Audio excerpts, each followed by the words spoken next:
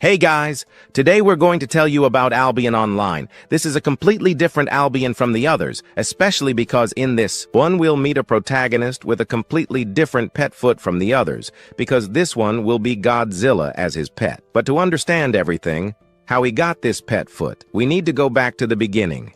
Here in a classroom. Then we see all the chaos happening while a poster says that on a certain special day it will happen. But among these students who were all messing around in the classroom, one ends up waking up. He wonders if he really managed to come back. Coming back before the entrance exam, knowing this then, he ends up waking up completely scared by this. While all the students there are scared of our protagonist because they see that he suddenly went crazy. And so, then, he holds his head.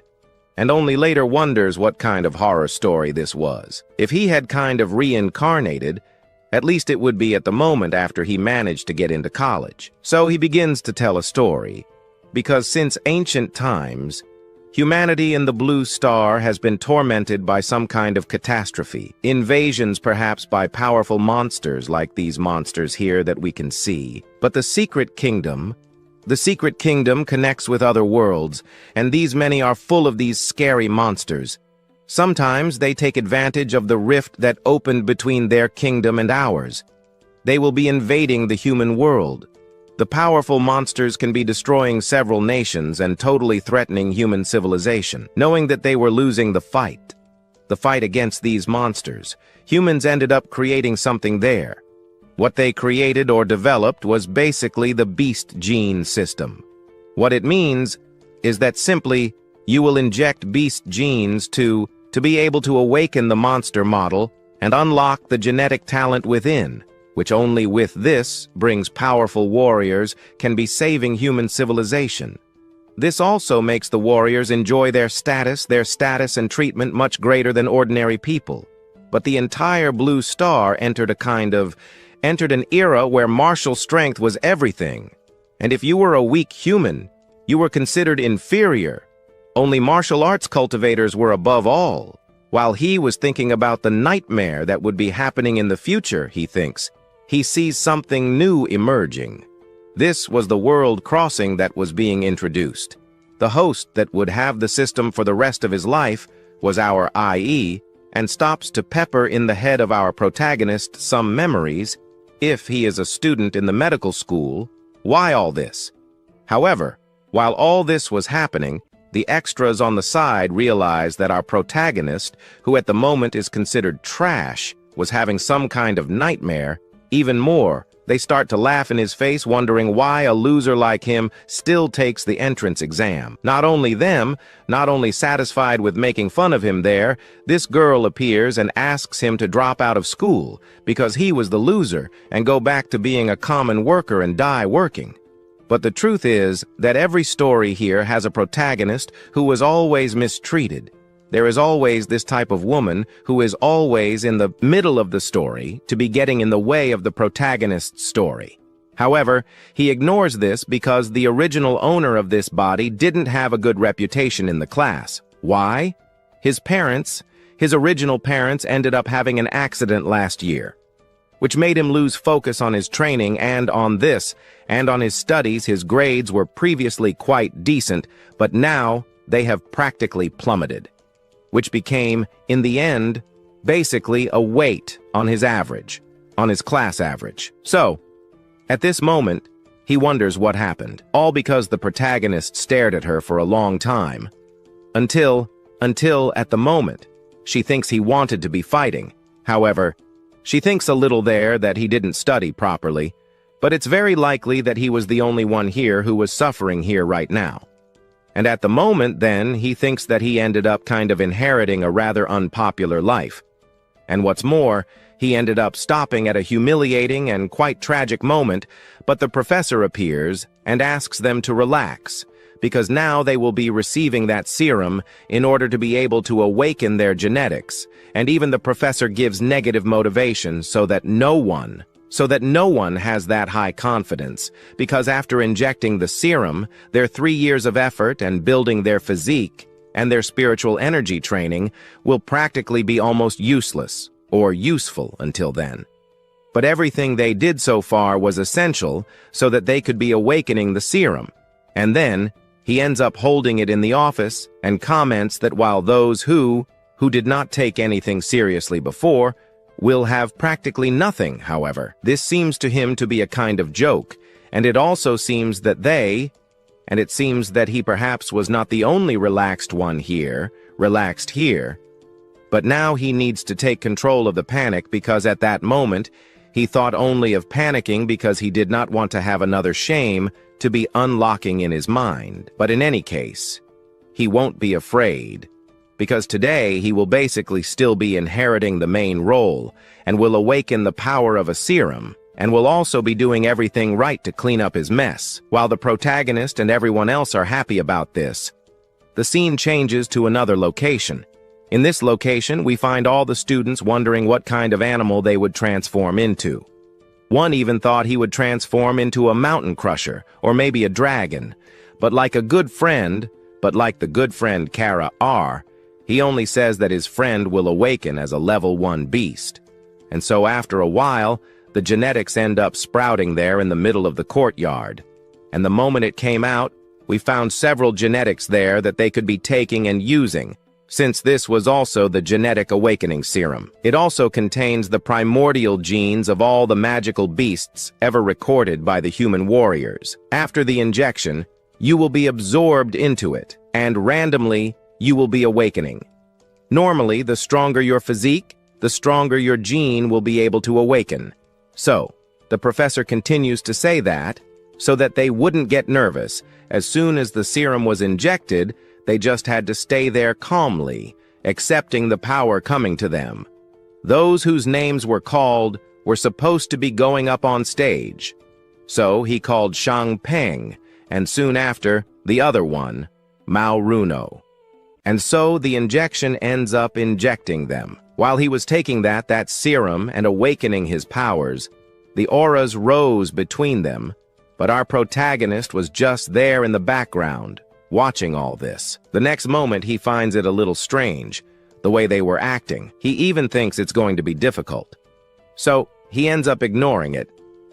He simply takes that needle he was holding and goes towards his neck. As soon as he gets closer, he ends up injecting it into him. And the moment he injects it, a blue liquid enters him. And only after it enters, our protagonist widens his eyes, and he comes face to face with the professor. Soon after, the professor realizes that Rier doesn't seem to have changed much. Then he even thinks that maybe he received a fake dose. But that girl from before appears, mocking him, calling for Rier. As always, Yi was a failure and couldn't awaken anything. So she continues to mock him, because he was a bird that, in her vision, woke up without wings. What? What did that mean? That he was doomed? He realizes the next moment that this girl was annoying. Until now, she was the one who led the bullies against our hero. However, she continues to say there that all this suits our hero. Now that he will no longer be a warrior, she only asks him to leave and go home. However, thinking that everything is over, he feels a sensation coming. The system appears, showing his status. Knowing that he managed to awaken an extremely strong beast, he only asks her to leave, but she, on the other hand, ends up wondering what he wanted to say with that. What was he awakening? The guy was the weakest of them all. And what's more, all because they should be leaving here. But it was too late, because now our hero has awakened his power. And at that moment, a shadow of a gigantic Godzilla appears there. And that little shadow there ended up showing a little bit of power. That little power made that girl who was near our hero fly back a little. Not only was she thrown back, but so were the rest of the students, who soon fell to the ground and wondered who had awakened this shocking power. The boy's aura was so powerful that they couldn't even stand up. While they couldn't, the scene changes to another location, and we find this girl controlling her pet beast, while looking at our hero. On the other hand, the other one who had an ice pet beast looked at him and realized that that power was different. While he commented that things were different, the system appears commenting that the model he had just awakened was rank A, Amola's insane flame. Its bloodline skill is incendiary breath. Looking at this thing in the system, he doesn't believe it. A rank A monster? He was surprised by this. And at this point, looking at the palm of his hand, he realizes that he received the golden finger. The one who was the loser, Rier, has now become extremely powerful. And not only that, but he also used his aura to throw his companions back a little. Even that Yang ended up being knocked out with a single blow from our protagonist's beast, and bet we found her completely unconscious. So they wondered what kind of model he had awakened. However, they couldn't just stand by now. They kneel down and start apologizing. However, our protagonist ends up commenting that he ended up causing a huge mess here just now. But before causing this mess, he ended up commenting so that he would look away.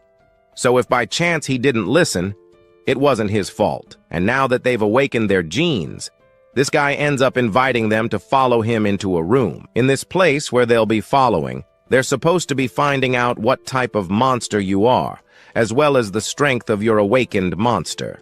Since in order to discover your real power and your pet's strength, they'll be using gene advancement detection. He might be testing your guy's magical beast gene, and he might also be testing his martial level. While everyone was talking about this, another person was commenting that Shiozu really lived up to his title, best student in the class. And not only is he a 9th level martial apprentice, he has also awakened the top level bloodline of the 3rd level Ice Dragon bloodline.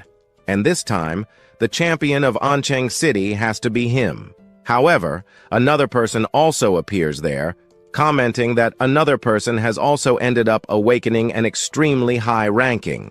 She then even comments to herself that a rare 4th level Netherworld Sparrow is practically considered the highest score in the province. If a level 4 bloodline beast appears in front of him, its true form could practically destroy most of the city. And the warriors like now, who are quite weak, they can't even deal with a monster like that. Only a grandmaster could resist such a monster like that. However, our protagonist, on the other hand, realizes that their awakening models are either level 3 or level 4. However, he wonders why his is A. At this moment, the girl in the background calls out to our Rie.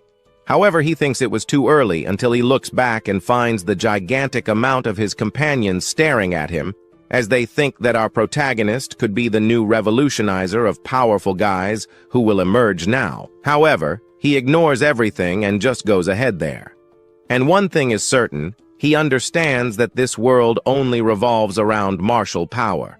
They then, seeing him enter, seeing our hero enter, realize that he will be the greatest student of this era. That aura there would also transform him into an extremely strong monster. So they make way for number 1 to enter. He, who was curious to know who had that strong aura, finds out his name. This might be Rier. He was really worth waiting to see what power he would be awakening. Then on the screen, our protagonist appears. It showed some basic class information, that he was class 7. Rie, the martial disciple stage level 3. However, his beast lineage was unknown. But seeing level 3 lineage, everyone who was there laughed in his face. And unknown lineage, maybe he doesn't even have a beast. It could be shame, disappointment. But everything that happened before, maybe it was even a joke that happened. However, our protagonist leaves in the end. This expectation was not so high, especially because the model was not detected, but he ended up announcing a prompt for a model of an infinite monster. But the infinite monster model is practically an improvement guide, because there you can complete some missions, or also increase your reputation, which you can get some additional monster models. And by completing missions, increasing your reputation, your strength will increase more. His rank and his model here are now different from them, but this means one thing, that he still has a chance. After all, as long as he still meets the conditions, our protagonist can be drawing monster models, basically as much as he wants, infinitely. And with a face and a smile, he then realizes that in the end he will become, maybe or not, he would be the king of the monsters. While he was considering all this, the scene changes to another location. In the teacher's office, They wonder why the protagonist wanted this break so much. He even says there that he wanted this break so he could be improving his power more and more. Then the teacher, for the last time, ends up wondering if he really would stay there at his house studying. So he calls for our Raya. He knows a lot about this. If he really wants to become a warrior, the only way is to go to college. And he also knows that he ended up awakening a bloodline, but its function was still very weak, and there is no way for our protagonist to pass the entrance exam. Beijing University is something that was not easy to get into, so he should be preparing a lot. If he fails once, he will have to test several times. However, our hero ignores him. He says that he was desperate to learn. He might not understand, especially since he awakened a powerful bloodline. As long as he can train hard, he will achieve everything he wants, and to tell the truth. He asks him to look into his eyes. His eyes would not lie to our teacher. If that was really what he wanted, the teacher agrees, but if he happens to fail and repeat, he will be making him go back to studying with him again. But in the city, we find our hero walking. He mentions there that his parents' house was mortgaged for about 600,000 won. And with the compensation from their city, with more than 1 million, he now has enough money to be heading to the main city. But to improve his power now, he has two options. One is to level up as a warrior, but the other way is to increase the contract rate with the Timora model. And according to the data of the infinite monster model, each model then starts with only one accounting point. But Timora clearly has 3 compatibility points. What he doesn't understand, where did the last 2 points come from? And for that, there is only one answer. The Timora model absorbed the power of the genetic awakening serum and gained 2 accounting points. This proves that the serum basically related to the genes in this world may be improving its model abilities. Instead of training to death as a warrior, he could be spending money to increase his compatibility. For him to be, which, for him, to be honest, will be much better. So he needed to hurry up and buy some genetic enhancement serum. But when he passes by the card there, our protagonist has a huge surprise. His eyes widen, and in front of him he finds people who were walking. But walking, he notices the presence of his genes. Everyone here has already awakened their lineage. After awakening the flame model, Intense Flame of Mora, our protagonist obtained a unique sensory ability, the magnetic field of life. Since Timora may be sensing vital signs emitted by creatures through the release of his vital magnetic field, he may be clearly feeling the chi and blood of the warriors burning them, as if it were a furnace inside them. And along with the roars of his beasts, of his lineages, the warriors, the monsters, he can no longer suppress the power to fight within him. But unfortunately, he was just a rookie now. Only at the moment he might be suppressing the Timora fighter lineage for now. When he gets stronger, he will show the whole world the meaning of his king of beasts. However, a girl appears behind him and calls out to him. And the next moment, she asks him not to stare at her so much without at least disguising himself. However, she ignores everything. She only came here to buy some genetic medicine, but this place was huge, and she ended up getting lost. She asks our protagonist for help, but she also realizes that he has just awakened his genes, and it is very likely that he was not able to control his powers, which is normal now. But she asks what our protagonist was doing here at the Warrior Center. He tells her what he wanted, it surprises her a lot. But his real reason for being here was to buy some genetic medicines. She, on the other hand, ends up thinking that these things were not cheap. It means that he will have to spend a lot of money to have just a simple genetic medicine. But even if he wants to maximize the effects, warriors usually wait for their bloodline to at least reach a bottleneck level before using it. But he asks how much it would cost to buy something like that. To which she ends up saying that at the moment here, they were at a very low level. Even at that level, he will have to shell out about 400,000 yen. Then he gets scared by the price, because that was expensive. His savings would almost all go away. Now looking at this, he wouldn't even be able to buy 5 portions like that. However, he knew he would buy it, but he wanted an extra discount, so he asks her where he could find one. She, who is a good person, ends up giving our protagonist a business card, which means it's a recommendation from a veteran warrior, so he could get a really good discount. And after he gets the card, he ends up thanking her for it. And only then does he end up leaving, but she ends up commenting that fate, very likely, will make them meet again. And as soon as he says goodbye to her, our protagonist moves on. But now it's time to get everything he wants, to get those little upgrades. And first he goes to the bank, and there he ends up getting the good amount of money he had. With the money in hand, he first buys a gun. This gun was already expensive, but after some insane spending, our hero unfortunately has it all. But our scene changes to night. In a very, very, very poorly located house, we find our protagonist in his room doing those upgrades. He takes those injections and injects them into himself. However, that was almost taking control of our protagonist. But now, he has achieved what he wanted so much. He has leveled up a few levels, from 8 to level 10. However, he realizes that leveling up seems too incredible. However, with each genetic dose he takes, his physique improves a little. But last time, it only increased. But from last time to now, it only increased a little. But it seems that as his body gets stronger, the basic mutation will become increasingly difficult to trigger. But for him, it wasn't bad at all. In a few minutes, he managed to achieve what others would take 3 or 4 years to achieve. This was all thanks to him for using those physical and basic strategies of his. If he can activate the power of Diamond's bloodline, perhaps he will have the chance to be the first to be placed in the school exam he will be participating in the next few days. But if the cheating model cannot defeat the geniuses, then this cheating seems too weak for him. But for now, he needed to go to the strongest realm, to the secret realm. The secret kingdom are places where monsters are not classified as S or R rank. They themselves have a much stronger classification than that. The beasts in the kingdom there are S class, which for them are completely uncontrollable by humans. And if one day these monsters there decide to invade the human world, that would be an apocalyptic disaster. While telling this beautiful story, the scene changes to another location. There, he realizes that there are much fewer people here than he expected. Maybe it's because the secret realm was developed very recently. After all, it is a kingdom.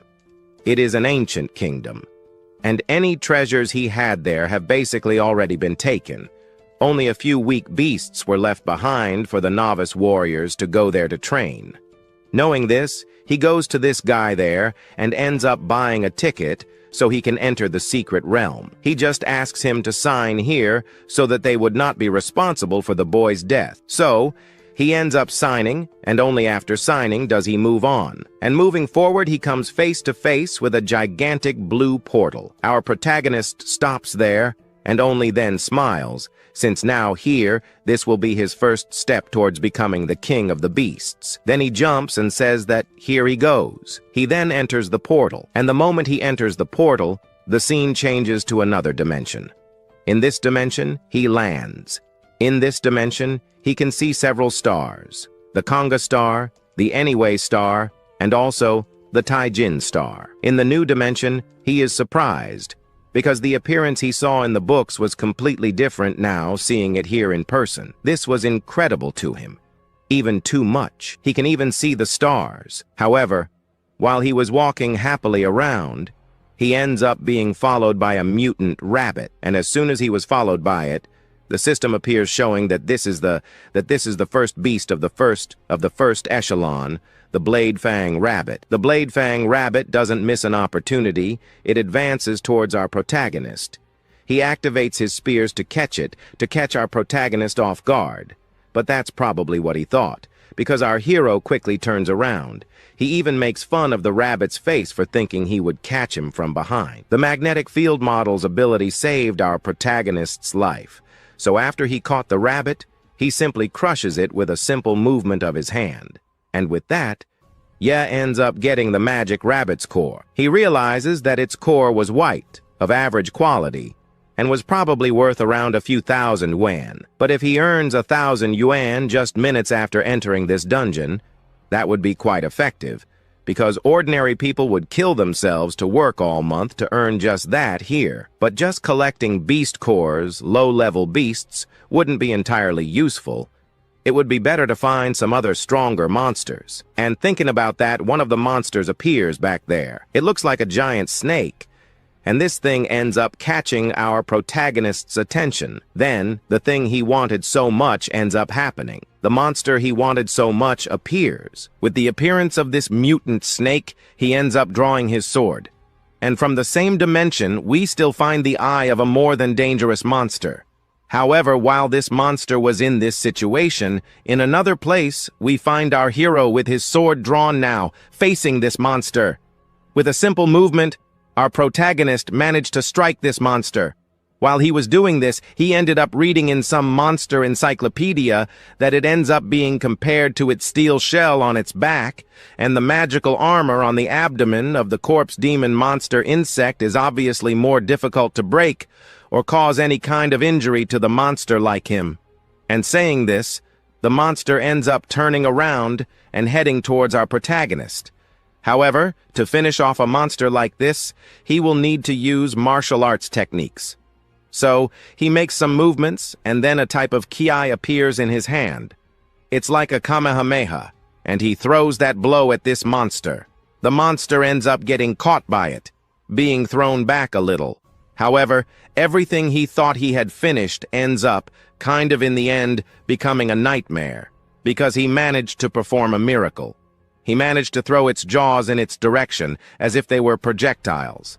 And of course, he saw this thing approaching. So, as not to be caught by this, our protagonist quickly dodges to the side. Those two things pass by him. However, even so, he managed to tear our hero's clothes, making him angry. However, his current level of martial arts, he doesn't even have a way to deal with a monster like that. And to do that, he needed to unlock some deep dantan. However, his strength was so weak that he can't even put out 50% of his true strength. Why? The original body of this body here, which he reincarnated, was a complete failure. So, unfortunately, fighting hand-to-hand and fair here was unfair, so he would have to do those cheats there. To do that, he ends up activating those crazy tricks.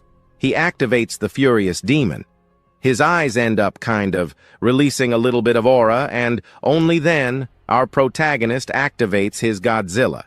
His hand ends up transforming into one of its paws. At that moment, an aura emerges from his hand. He knew that now would be enough. But the insect opens its mouth, and only after it opens its mouth, it tries to devour our protagonist. But whoever is fast in this game gets the joke, and our protagonist is faster. He manages to jump and goes towards the monster's mouth. However, with a simple movement, he manages to destroy this monster from the inside and out. He manages to get through it, and, after he gets through the monster, we see him from the outside, coming out intact, and he still manages to destroy the monster. Now that his overall physique has gone up to level 21 and completely crushed the level 2 corpse demon insect like this, the short sword he ended up, kind of, buying was corroded by the corpse demon insect's poison. After deactivating his transformation, he must still be expelling the heat from his body, which made our protagonist feel like he was a turbine. On the ground, he sees the $250,000 weapon, which didn't even help him deal with a level 2 monster. He realizes that the blow is there. He falls. And the quality control of that was terrible. The evaluation of that was bad. But then he wonders if he had consumed enough energy for his first hunt, because after the fight, he felt a little more hungry. And to make matters worse, he didn't even bring back a single piece of food. But the next moment, he smells something coming from another direction. The smell seemed like a sweet perfume, and then he finds it. This was a magic core. The core of a green-grade corpse demon insect. It even seemed to give off a tempting aroma, but who cares? He then takes that crystal he had just found and ends up putting it in his mouth. After putting it in his mouth, he ends up swallowing it. And after entering our protagonist, that crystal ends up transforming into a few points, making his compatibility increase from 7% to 7.3%. He is happy with these small increases, but this makes him quite happy because he had previously spent hundreds, thousands of genetic portions. This only increased his compatibility by 1%, but this green magic core here increased his compatibility by 0.3%. Taking that there, he would need to take 3 or 4 needles to reach that level. Now that he has seen all this, he realizes that he wasted a lot of money buying those things. He even cries about it. Knowing that he was dissatisfied with it, he needs to turn this into satisfaction. He would be hunting until he felt satisfied. So to do this, he will be activating the life field, which ends up detecting if there are monsters nearby. After a few hours, his compatibility ended up increasing to 9. His overall physique increased to 15.8, and after reaching 9% compatibility, he is happy, especially because he consumed countless white magic cores, which at the moment will no longer be increasing anything else for him. Knowing that this will not increase any more of his compatibility, he will have to sell these cores now. And now, at the moment, he has a total of 20 white magic cores and 1 green magic core. So, he goes to the stand there and ends up putting them in, which leaves this girl completely surprised. She ends up not believing, because a simple student managed to collect so many magic cores. Since, according to the regulations of some governments out there, martial artists must be handing over 1/10 of their loot to them. So, for the green magic core, he must be handing them 5 white ones. By doing this, he will be able to receive perhaps around 200,000 credits from the Xiaoman kingdom. In the meantime, he leaves. However, there are 9 days left until the entrance exam. Meanwhile, in the completely blue portal, we find some people, one of whom is called Captain Leon. And he, at that moment, comments that they should be able to complete the Jade Flower mission. Since, during their exploration, they managed to find and locate the general of the Bloody Jade Flower.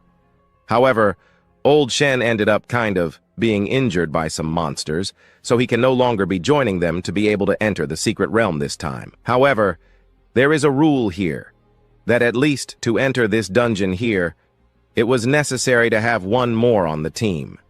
To enter the D-rank secret realm, it was necessary to have 5. However, he said that he didn't need to worry, because he had contacted the martial arts agency there and ended up sort of asking them to introduce a student to him. He mentioned there, pointing back, that this was a level 2 martial artist, Leon. Looking at this person, it means that there are now 5 people in the team. He picked his nose and said that he was still a student who hadn't yet qualified to enter the D-class secret realm. So he had to use some illegal agencies to create some fake identity and join their team. However, to join, he had to spend 100,000 credits, which he thought was a bit too much of a rip-off. But saying our protagonist's name, he found his name a bit too strange. He then said that if he happened to choose this name and was using his original name, it would be violating some copyright. At first he was worried about his name, but he asked them to forget it. So with his level 9 martial disciple strength, he shouldn't be able to qualify for a D-rank secret realm.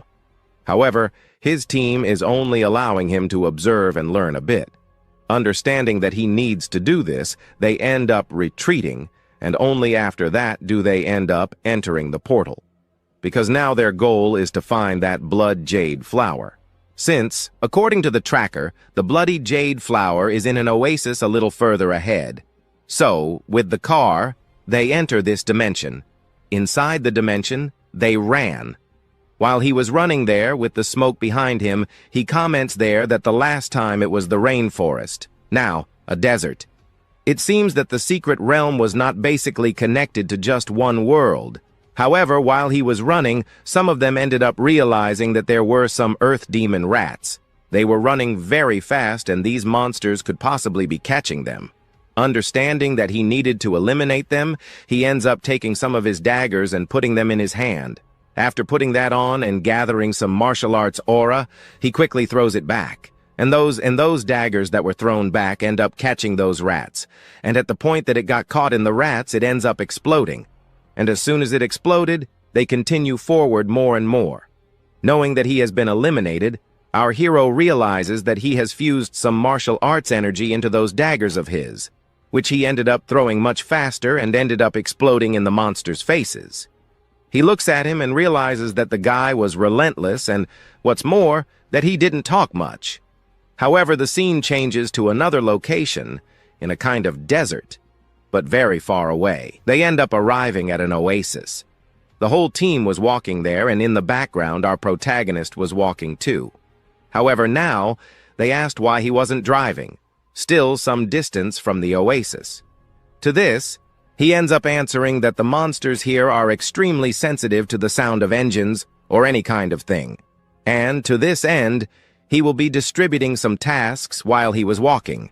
Xiaojian will be throwing some stun grenades just a little later so that he can attract those beasts. Next, Xiaohu and Road, these, basically, could be preparing some traps, and old Lu will be providing him with some suppressive fire. And now our protagonist, well, he doesn't know what needs to be done for him. So he just asks him to stay there and watch, to take care of the front line. He agrees to this, and after he agrees, they then start their games to attract the monster's attention. They throw some firecrackers into the air, and after a few minutes, they end up exploding, attracting the attention of some of the monsters. This little bomb that they threw causes something to happen to the monsters. This is practically a kind of threat, and the monsters understand it as if it were some other monsters trying to invade their territories. And as soon as he talks about it, the level 2 monster, Earth Dragon, gets up. So, they call the newbie and ask him to be careful, because the monster is coming. While all this is happening, a mysterious shadow of an unknown guy appears there from afar. And this person ends up picking up the dagger that was on the ground. Then, he simply decides to lick it, and after he licks it, he just starts laughing in their faces, out of nowhere. But in this story, then, it continues. Right there in that same place in Oasis, we find that gentleman using his sword, who with a single strike manages to be cutting off the captain's head. Another one approaches Captain Leon.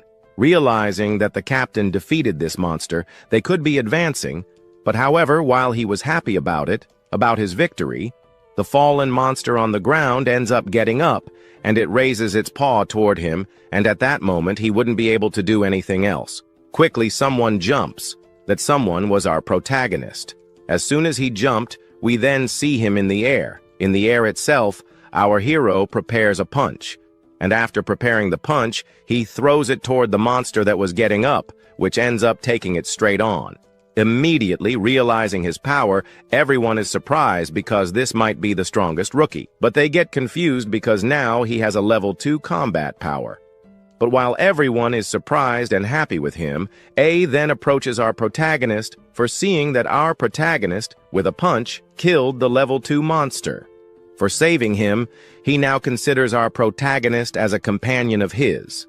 Now he talks to the captain. If the monster was defeated, they point in a direction and ask whether that red and shiny thing over there would be worth that much. He says yes, especially because today they made a good harvest. But however, our protagonist looks over there and realizes that thing was delicious. Only this time it was close. They almost couldn't get him. But they managed to defeat the dragon in the end. However, someone ends up taking him by surprise. It was that guy from earlier who had stayed silent until now. He says not to be surprised. Meanwhile, others from his group wonder what he did, but realizing that he committed a betrayal, he ends up swinging his arm backward to knock him down.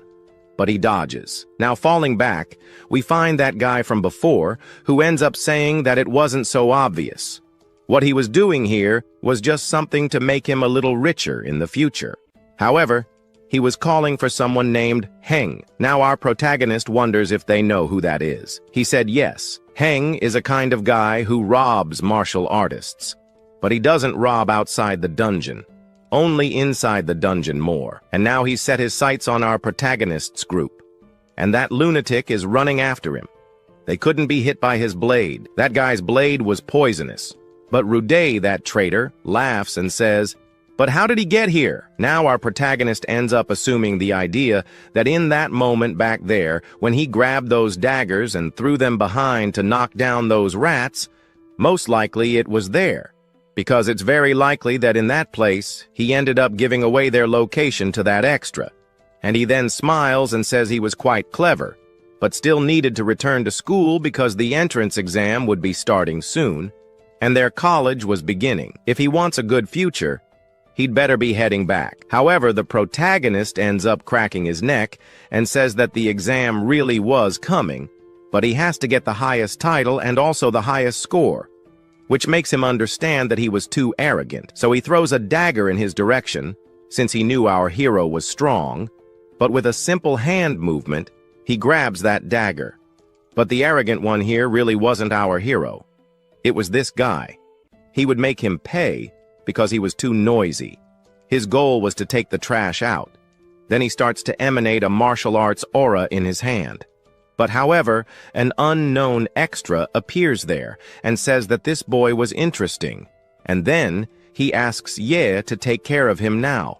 And that request is immediately obeyed. He then grabs his daggers and throws them toward our protagonist. Our hero knew that those exploded, so he used that power, or better, the Godzilla roar, which ends up making those daggers fly away a bit, backwards. Knowing that it didn't work at all, he then ends up using another move. Disappearing there, he appears behind our protagonist. Now, very likely that he won't be able to dodge this blow. Only that, for him, it was the more than perfect moment to test his new ability. For that, he puts his finger on his face, and only then he lifts the finger up, where a lightning bolt ends up piercing the guy, falling to the ground. Everyone is surprised to see that he managed to defeat Rude with just a single move. However, that other extra is surprised because he just used a genetic technique. So he wonders what kind of big family he was from. If it was a great family, he doesn't know, but he's from the Demora clan. Only that, if he begs for mercy now, he might be letting this extra run away. But that irritates him more and more, even because, with his genetic techniques, he could end our protagonist with a single move like that. So he begins with a very powerful aura, a purple aura. And only then he begins to transform into a bear. After he transformed and goes towards our protagonist, he knew that the bear had some weak points, but he didn't want to use that. So he ends up activating his ability again and ends up landing one of the blows on his leg. After the blow hit, he ends up screaming, but he was already closer than ever to our protagonist. He prepares a blow and tries to hit our hero, but he managed to dodge.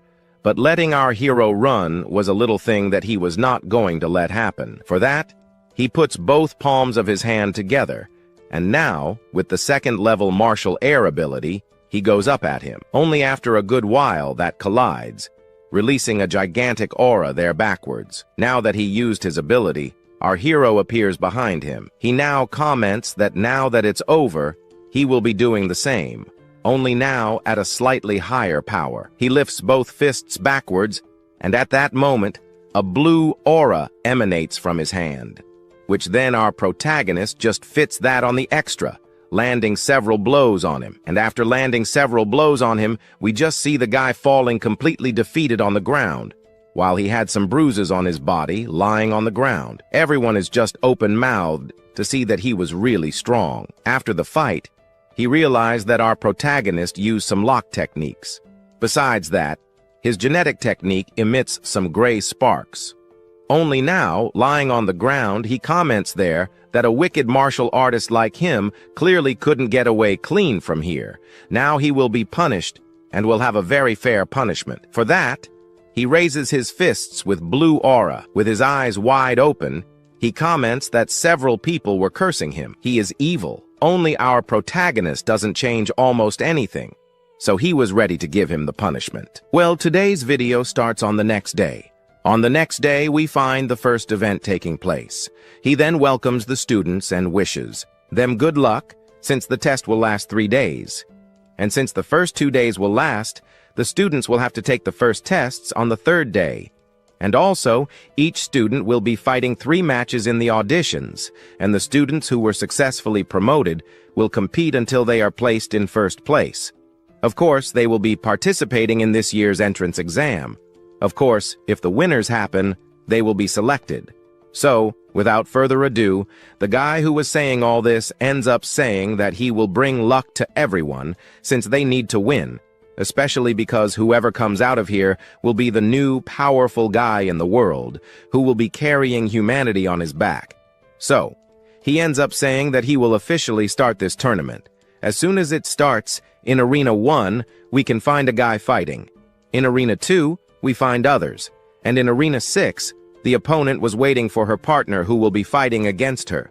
And it seems that her candidate hasn't arrived yet. He took a look, and the two competitors are Huang Tong and our Wei. But according to the rules, if Wei doesn't show up after the start of the competition, he will be considered disqualified. While saying this, she comments there that being made a fool of at that genetics conference was totally, I think it was, her biggest embarrassment. However, now that she had the chance to get revenge together with her little fire dog, she comes to the conclusion that he finally ran, but that scoundrel hid from her, and she was upset about that because she wanted to show her real power. While she was sad, the scene changes to the bench, and we find some people thinking that our Wei was too cowardly for being able to run away from that opponent of his. Since then, our protagonist didn't show up. The first-year high school practically chose to abandon this fight. So then, he will be disqualified. But before anything can happen, they look up and realize that something is approaching. A huge aura. Then, at that moment, they look up and notice poisonous smoke.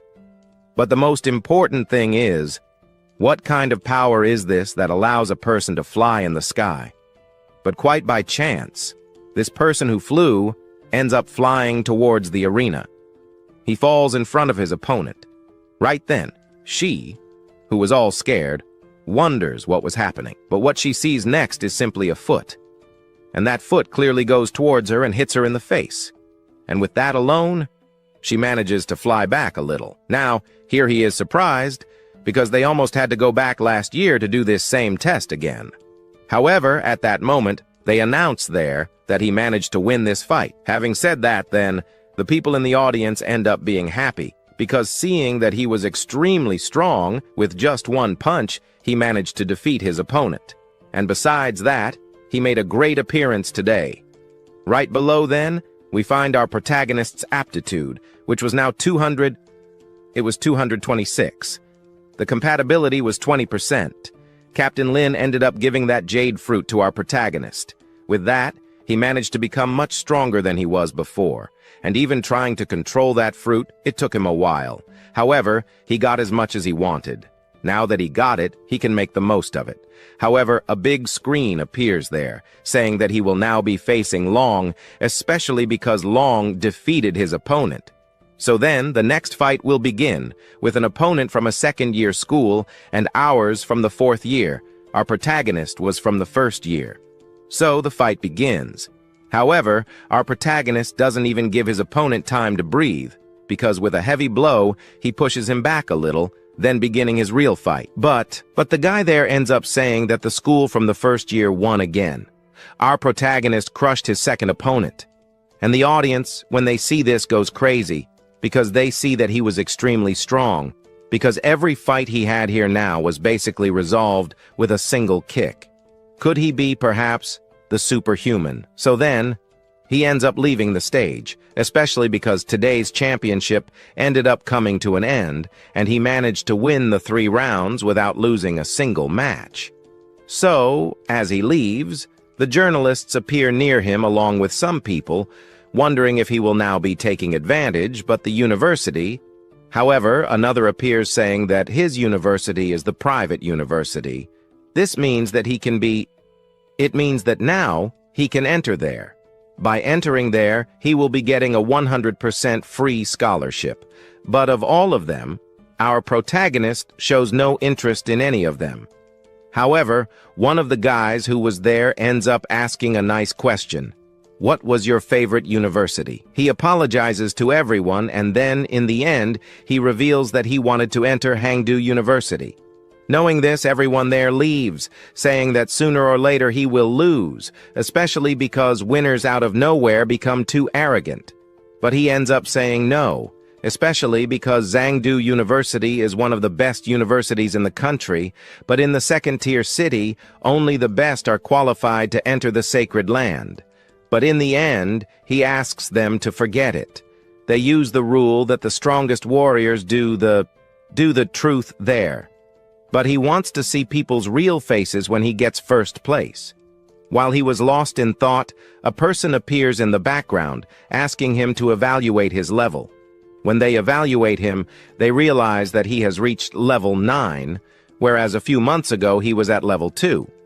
Knowing that he couldn't tell some truths there, he ends up making up an excuse that his father, before he died, ended up giving him a warning to go to a secret realm. There, he would be able to awaken his real power, something that they were confused about why. So he, a university student like our protagonist, wanted to enter the secret kingdom.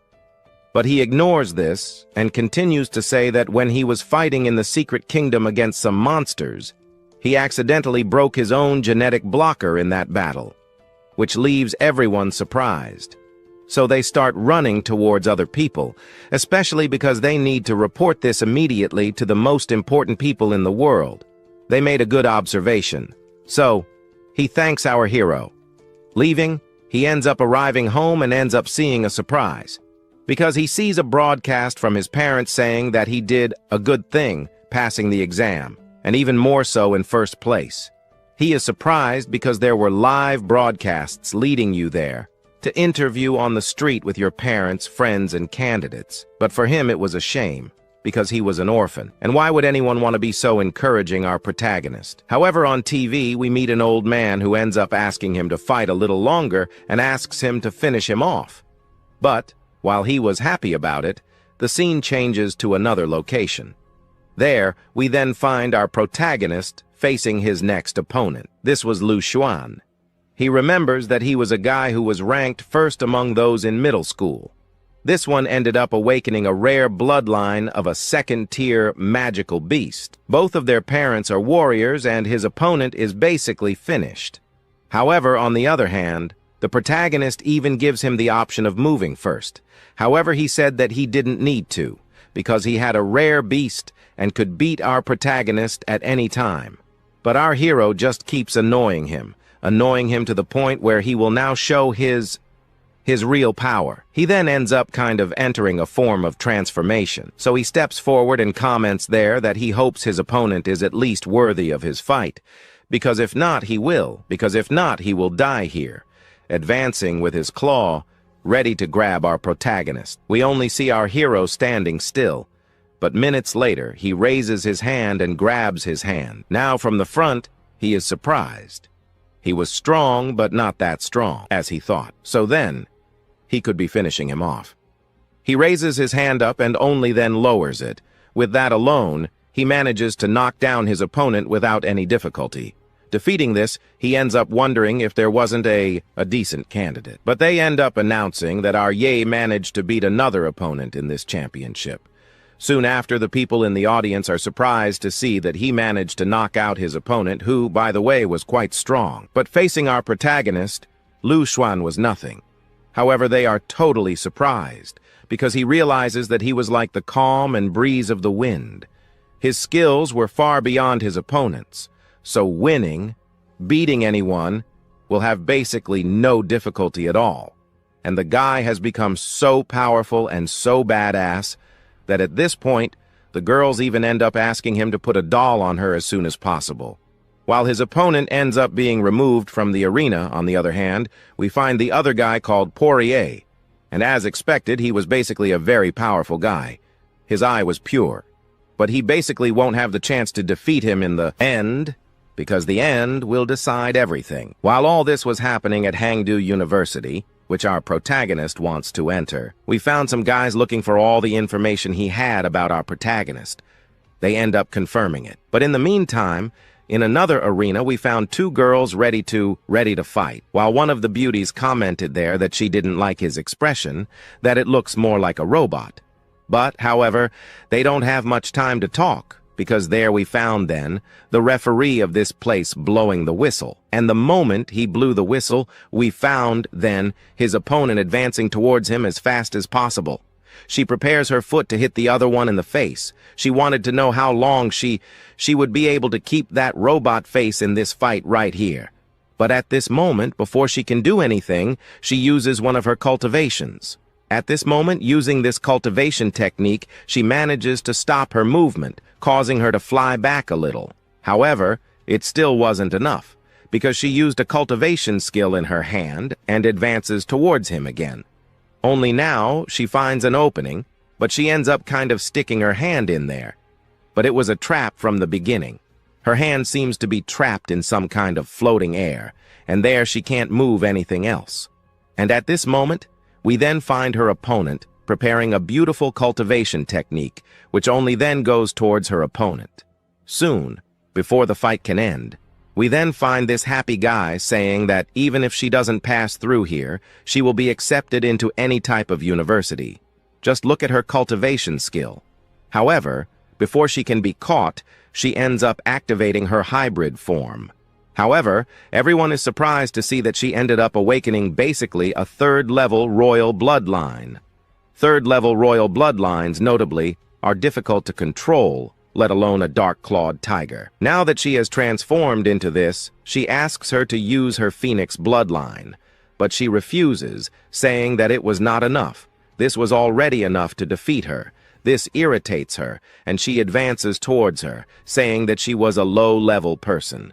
So she tries to land some blows on her opponent, but nothing she tries to do works. She manages to dodge all of her blows. However, she used a more powerful claw now to grab her legs once and for all. However, once again, she uses her cultivation.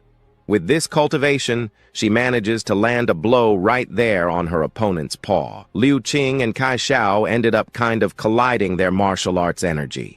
Between those two, others end up pointing out here that Kai Xiaolin could be the winner. And standing there, we actually find her there in standing. She kept staring at something else. However, before she could do anything, she simply passed out minutes later. And it seemed like she fell down from exhaustion. So, the winner was Liu Qing. And to demonstrate her strength, she didn't even use a skill from her phoenix transformation. In itself, her cultivation alone was enough, and they even considered calling her a genius. Meanwhile, in the broadcast chat, everyone was happy about this, but while they were happy about this victory, the scene changes to another location. There, we find our hero who was basically choosing his next opponent. After choosing, he appears in front of him, and he is surprised to see that his opponent was here. They were both in the same class, practically, but now they will basically be fighting. But now they deserve to take a break and watch the fight that was happening. On the big screen, we then find the opponent. They comment there that Lu Xun was extremely strong. He even repeated a year, specifically trying hard this year to get into Hangdu University. However, against that opponent, Chu Zal, he basically didn't even stand a chance. But now that the fight has been settled, he turns to his opponent. In a fight between him and that other guy, who would come out on top? To this, he is surprised to see that it was a rather interesting question. He was a president of the martial arts club. In terms of combat power, with his two teammates together, basically the two of them couldn't defeat him. But honestly, for this year's exam here, he thinks that basically the only person who could threaten him would be our protagonist. Since childhood, his sense has always been sharp, but I can tell that Ye is basically a dormant volcano, and if he really wakes up, it will be pretty bad for everyone. Only now he ends up kind of pointing to the arena, and only then reveals that here they might be going up on stage to settle everything there now, to find out who was the strongest. And on the stage itself, then, we find the two of them. The two at this moment start to face each other. And our story today begins with the narrator above saying that whoever wins today's championship will be getting a very good reward. And what you'll be getting is just a pass to be able to enter one of the best schools. And the second fight ends up starting Ye versus Shen Guan. Both then, after starting, collide there in some punches.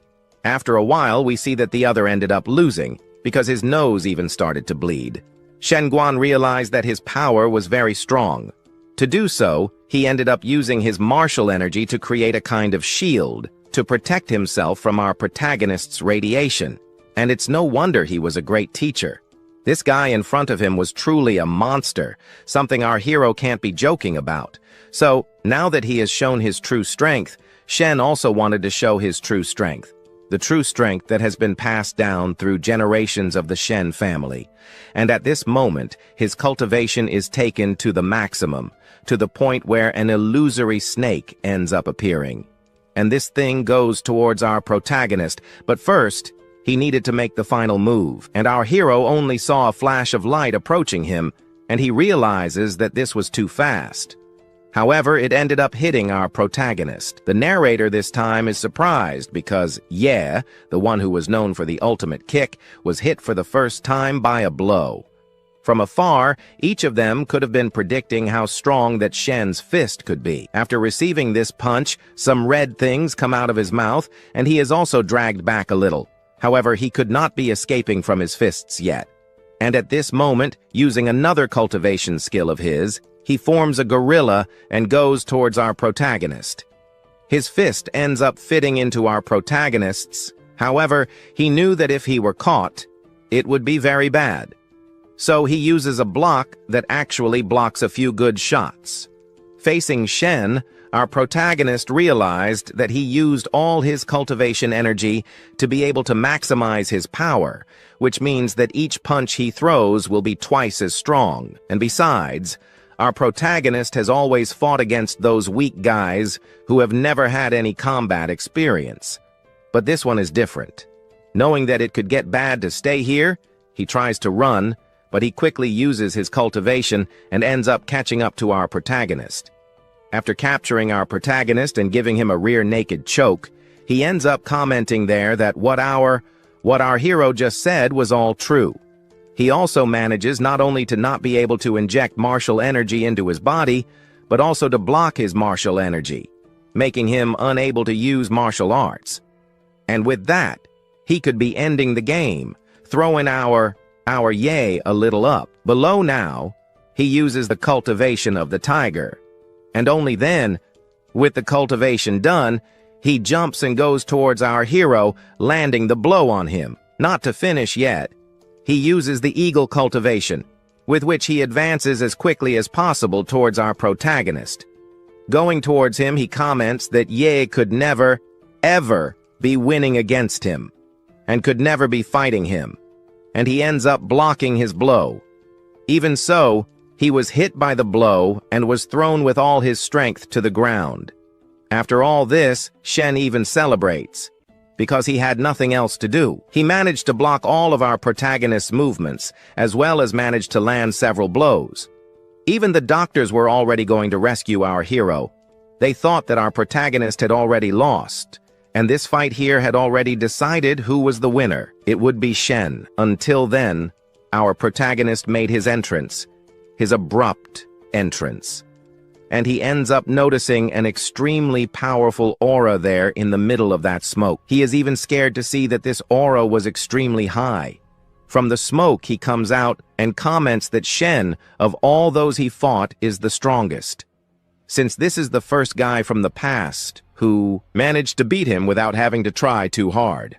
However, everyone is surprised by the incarnation of using a type of magical beast, but by having managed to use this, you can enter Hankdu University without having to try too hard. The incarnation of a magical beast is an extremely difficult thing to achieve, especially because the one who achieved it was only a martial arts genius.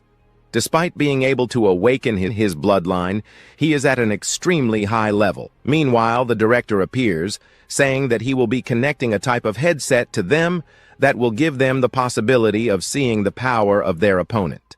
And there it is shown that the value of our hero's nuclear radiation was 999 infinity, which leaves him totally more than scared, because after seeing the incarnation of a magical beast, the examiners seem to have discovered some kind of problem. This was radiation, and for that, the old men ended up putting a type of protection so that it would not leak to the people who were watching. Meanwhile, The people watching were surprised and happy with the new ability that our protagonist had just awakened, and it seems that a new gigantic opponent had just appeared. However, going back to the fight, we noticed that his nose started to leak red liquid again, which seems to indicate that he understands that his martial arts are no longer comparable to our protagonists, and he realizes that he might not be able to continue the fight, but he still can't stop. So he activates his cultivation again, only this time a little stronger, since his goal is to advance and take him down,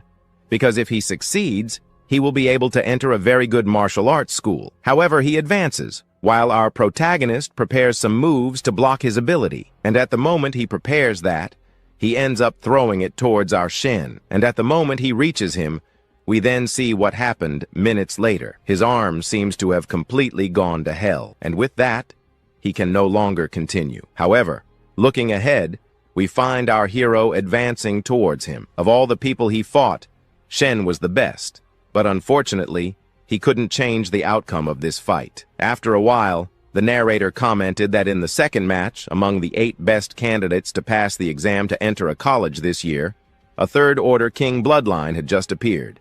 And on the other side, there was a type of true, unknown bloodline that had also just appeared, a magical beast type, which for them is quite rare to see. Meanwhile, Shen commented to himself that after the Ye bloodline awakened, his strength was now practically indestructible.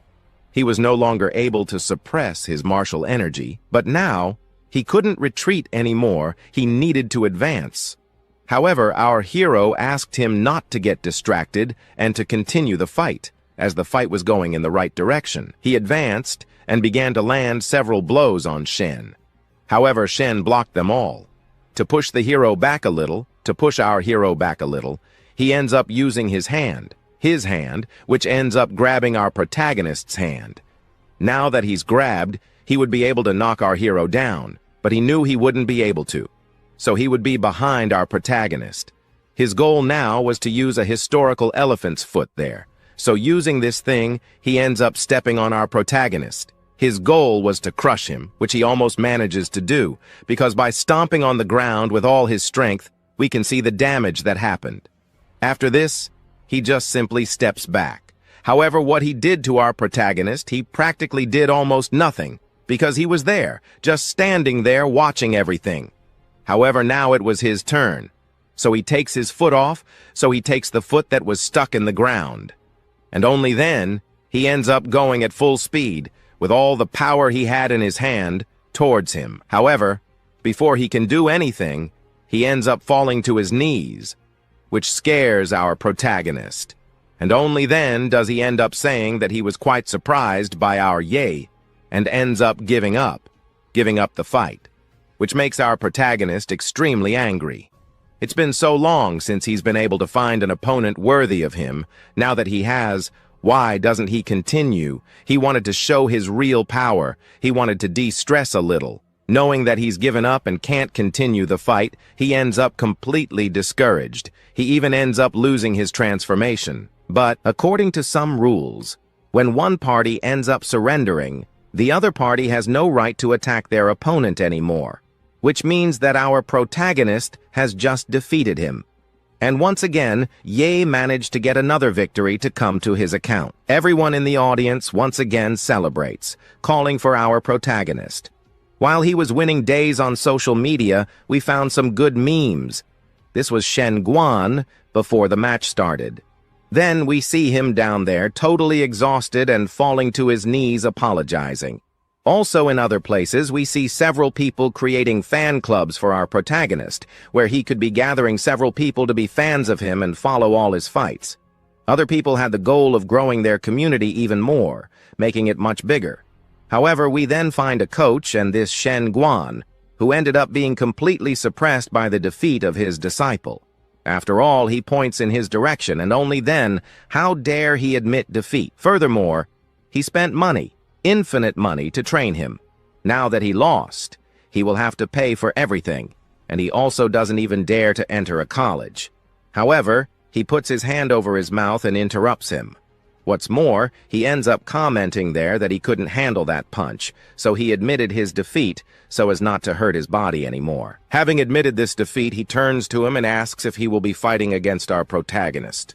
Knowing that he can't, he then continues to say that his kindness was very good. Furthermore, they will become a great warrior in the future, which will be giving back a lot to him and his school. And for that, he understands everything. After a long time, other championships have just happened, and they were basically decided by the 4 winners, but there was one there who was leading everyone. Yeah, our protagonist. However, the teachers and principals of the school that our protagonist was part of saw that our hero had a future.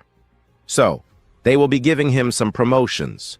According to the rules, the draw will start again, and our hero then starts to draw his next opponent. After a long time, he reaches into that thing and pulls out a ball.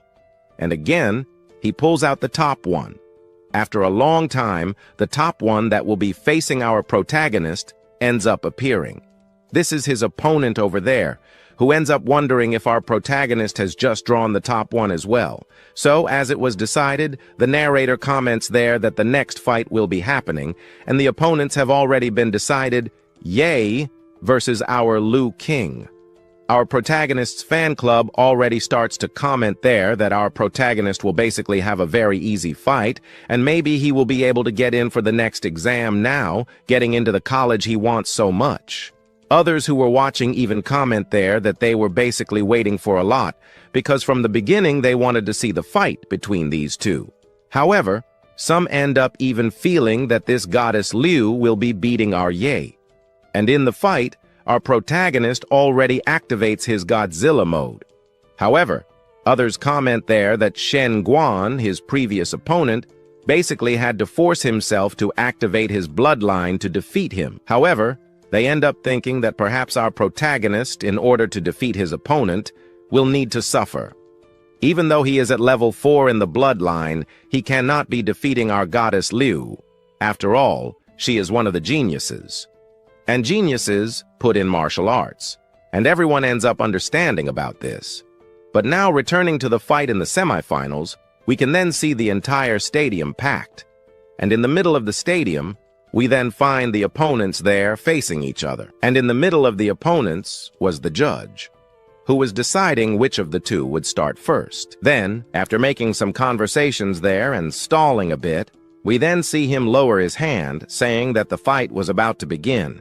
Now they could be starting and using their maximum power, and our protagonist, as soon as he starts using his vapor, forming several smokes and mist behind our hero. And the next moment, we find Liu trying to remove those smokes in front of her, trying to perhaps put them out, that thing. However, after this, she ended up looking ahead and finds a gigantic aura coming from our hero. This also scares her, since Chung also got a big scare when he found that thing. At this moment, she asks our Ye something, if by chance he will be able to face her. After all, she hopes that Ye is strong enough to be holding her movements. And their fight then continued, and from the stage several people watched. Some wondered what was happening. Some could not even see anything, but Ye started fighting our Liu. As soon as the fight started, a vapor appeared, which made it so that the audience couldn't even see what was going on. Meanwhile, our commentator from before was wondering how that talented girl from the Liu family was dealing with our Ye. And they certainly didn't have a result. So, it was better to watch to see what will happen from now on. Others even wondered if Ye, by chance, will have a second awakening of his bloodline again. Luo Yang's martial arts skills are far superior to his. But, with his magical martial arts skills, no matter how strong his power is, with this, he will be able to at least land a blow on his opponent. Furthermore, perhaps this is the kind of martial arts genius who has a very high combat IQ. The longer the battle lasts, the more disadvantageous it will be for our hero. So he needs to do his best to overcome all of this. So, to do this, he starts to make his first move. So he needs to attack with everything he has, using his cultivation. He advances towards her, but she uses her blocking cultivation. And he needs to make her at least start. or give her the initiative so that she can attack him. And that's what ended up happening. But the next moment, he manages to duck down, managing to deliver a very powerful blow with his Godzilla tail. And at this moment, when the blow is caught by her, she comments to us that our protagonist tricked her quite well. At first, he shouted that he will use his martial arts fists, but in the end, he ends up using the whip from his tail. However, he ends up activating his Godzilla form. And with that, a gigantic aura ends up appearing. And only then does he prepare a punch. His punch was prepared to be thrown at her. Of course, her fans basically end up feeling sorry for her because our Yae, for some reason, was advancing towards her at such a fast pace. She might not even be able to handle all of this. Of all the evolutions she has had so far, our protagonist might be the only obstacle in her path, preventing her evolution from reaching its peak. And to make matters worse, with every move she made back, Ye advanced closer to her, not even giving her a chance to attack our protagonist for a minute. And then again, he uses his Godzilla claws, preparing to strike her. But again, he used another slash, only this one was a dimensional slash, and it was aimed at her. And at this moment, she was just watching all of this.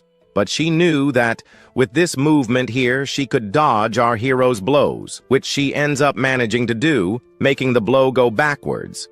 And with that, again, she manages to evade our protagonist's blows, which leaves our hero, on the other hand, quite angry. Advancing with an extremely powerful aura, he prepares some punches and only then begins to throw them in her direction. Advancing with several blows, she begins to wonder. She begins to wonder something. Does this boy not get tired? Because the blows that were thrown at her were very tiring. Her stamina most likely would run out as soon as possible. But while talking about this, she comments on the two martial arts that she has mastered. These two martial arts that she has mastered were the Liu family's defensive ones. One was the floating shadow, the other was the jade Huan finger. So like this, she activates both skills. But there is one catch. She has not yet completely mastered these two skills. Because if, by chance, she manages to use one of them, one of these skills would be able to escape these violent attacks from Ye. But Ye, for some reason, was not giving her any chance to evolve. And to make matters worse, she will not be able to hold out for much longer. And every minute she realized that she was falling off the stage. And this was true, because every blow that our protagonist gave was supposed to be pushing her back. His goal was win by pushing her off the stage. Knowing that she could fall and would lose here, she uses her final touch and final attack. And for that, a purple aura emerges from her eye, and only then she manages to escape from there using a type of floating ability. She manages to fly from there. Minutes later, wings end up appearing out of nowhere, and these wings then begin to float in several directions. Feathers begin to fall from various sides, and up ahead then we find her, then using the final technique that she wanted to be using so much. And what she wanted so much was this: the awakening of blood. Liu Qing ended up showing a little bit of magical beast lineage, and now this was the first time for her that she managed to do this. So she calls for our Ye. After all, he should be a little more careful, because at this moment she managed to awaken a new power, which gives her a huge advantage. But there's this: she's just awakened her power, which means she doesn't know anything about controlling her ability. She can advance toward him unintentionally and land some fatal blows on him. Having said that, he's more than happy, especially since at this point he's only used 50% of his full strength. He thinks he might be giving it his all from now on. If that was true, she really wanted to find out. And to do so, she uses her newly awakened cultivation, advancing at an extremely high speed toward him, appearing behind our protagonist. Already knowing this, he smiles, and only then does his hand end up appearing a kind of bluish aura. And with that, he then prepares a move, and only then does he end up throwing it toward him. The blow ends up colliding with hers, which ends up causing a gigantic shock. This shock then goes toward the audience, who were all watching. But everyone realizes that his impact was basically the strongest they've seen so far. And it wasn't just the audience who watched and realized how strong he is, but our own Liu, who ended up taking the blow head-on. And that made her get thrown back a little. Now that she was thrown back a little, she ends up opening her eyes and only then notices a gigantic aura coming from the place where our protagonist is. However, now, he knew that the fight could develop, or more. But developing is a good thing, especially because he now knew that she was strong. So with his power now, he could be advancing more freely towards her. Now that our big boy has managed to use his other more than perfect form, she starts to have only fur on her face, especially because she started to see a type of energy floating in the air. This was not good for her. Even the narrator was surprised and wondered what was happening to our protagonist. This magical beast form of his was basically accumulating energy. It's as if it were Godzilla preparing his breath. And every minute, one of those spines on her back ends up rising. And only after a while, those spines of hers finally charge up completely. And the narrator comments that her back, the spines, were basically storing more and more power every minute. And the power that was stored in her back, in those spines, ends up going straight to her mouth. Every minute, her mouth ends up opening more, and a glow emerges from it. Only after a good while that our protagonist has prepared this, he ends up throwing out his breath. And from behind, we only find the rays of his breath, and that breath goes towards her. From the front now, she is surprised by the size of her breath. However, she couldn't stay still. She uses the wings she now has on her back, which she gained from her cultivation evolution, to defend herself from this blow from our protagonist. While defending herself, she opens her eyes while facing all that power being blocked by her wings. And, surprisingly, she actually manages to defend herself from our protagonist's blow. But every minute that she defends herself, the pieces of our hero's power end up spreading to the side. And she thinks this is really bad, because Ye's power ended up going in directions that it shouldn't have been going. Well, that direction it went was towards the audience. And at this moment, we find a girl who was watching the entire fight. She is startled to see that this power was going towards her. But before that power can clearly reach her, something appears and interrupts it. The barrier prevented all that power from going towards her and hitting them.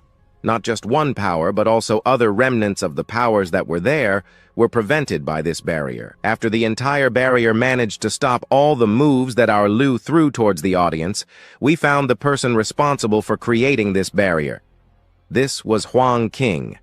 But he, who is here just to watch, asks everyone to watch this fight because it is very likely that after this, the strongest champion of this city where they live will be born.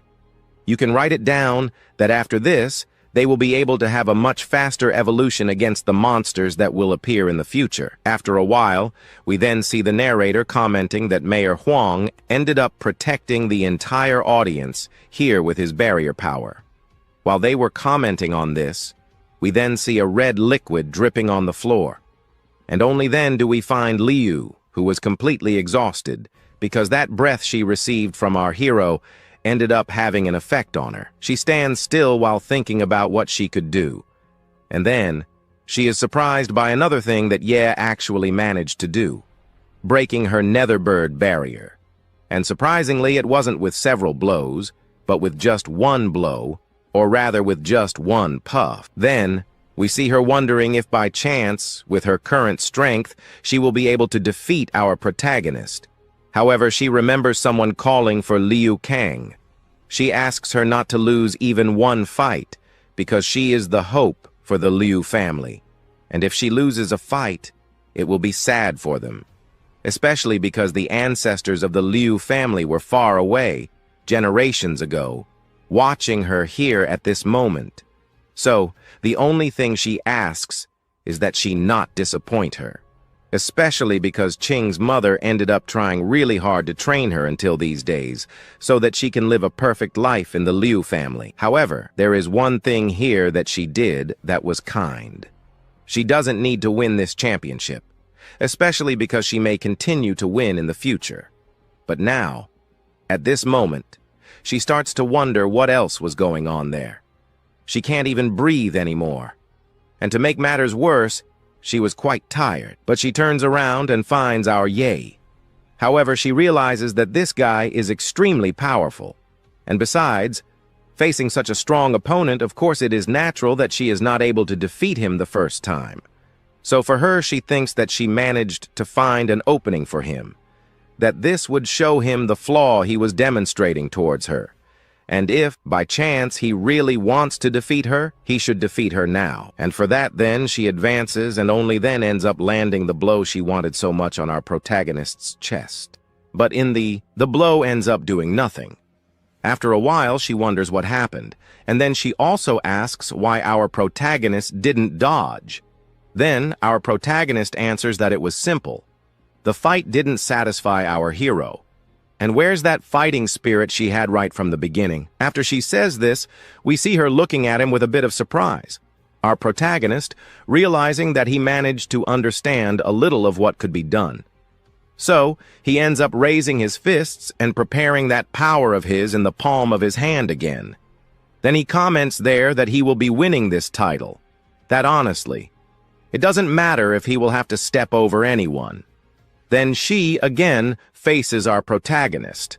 But now she can't do anything else. This gives him an advantage because he almost managed to land a blow on her, but she quickly managed to defend herself from his blow. But now, lying on the ground, we see our protagonist on the other side, asking that if by chance she doesn't take this fight seriously, he won't be stopping. Then he starts to hit her several times while saying that she needs to take things seriously. However, she says that no one has ever hit her that much since she was a child. She wanted to hand over the victory to our hero from the beginning, but why does he still want her to continue her fight against our protagonist?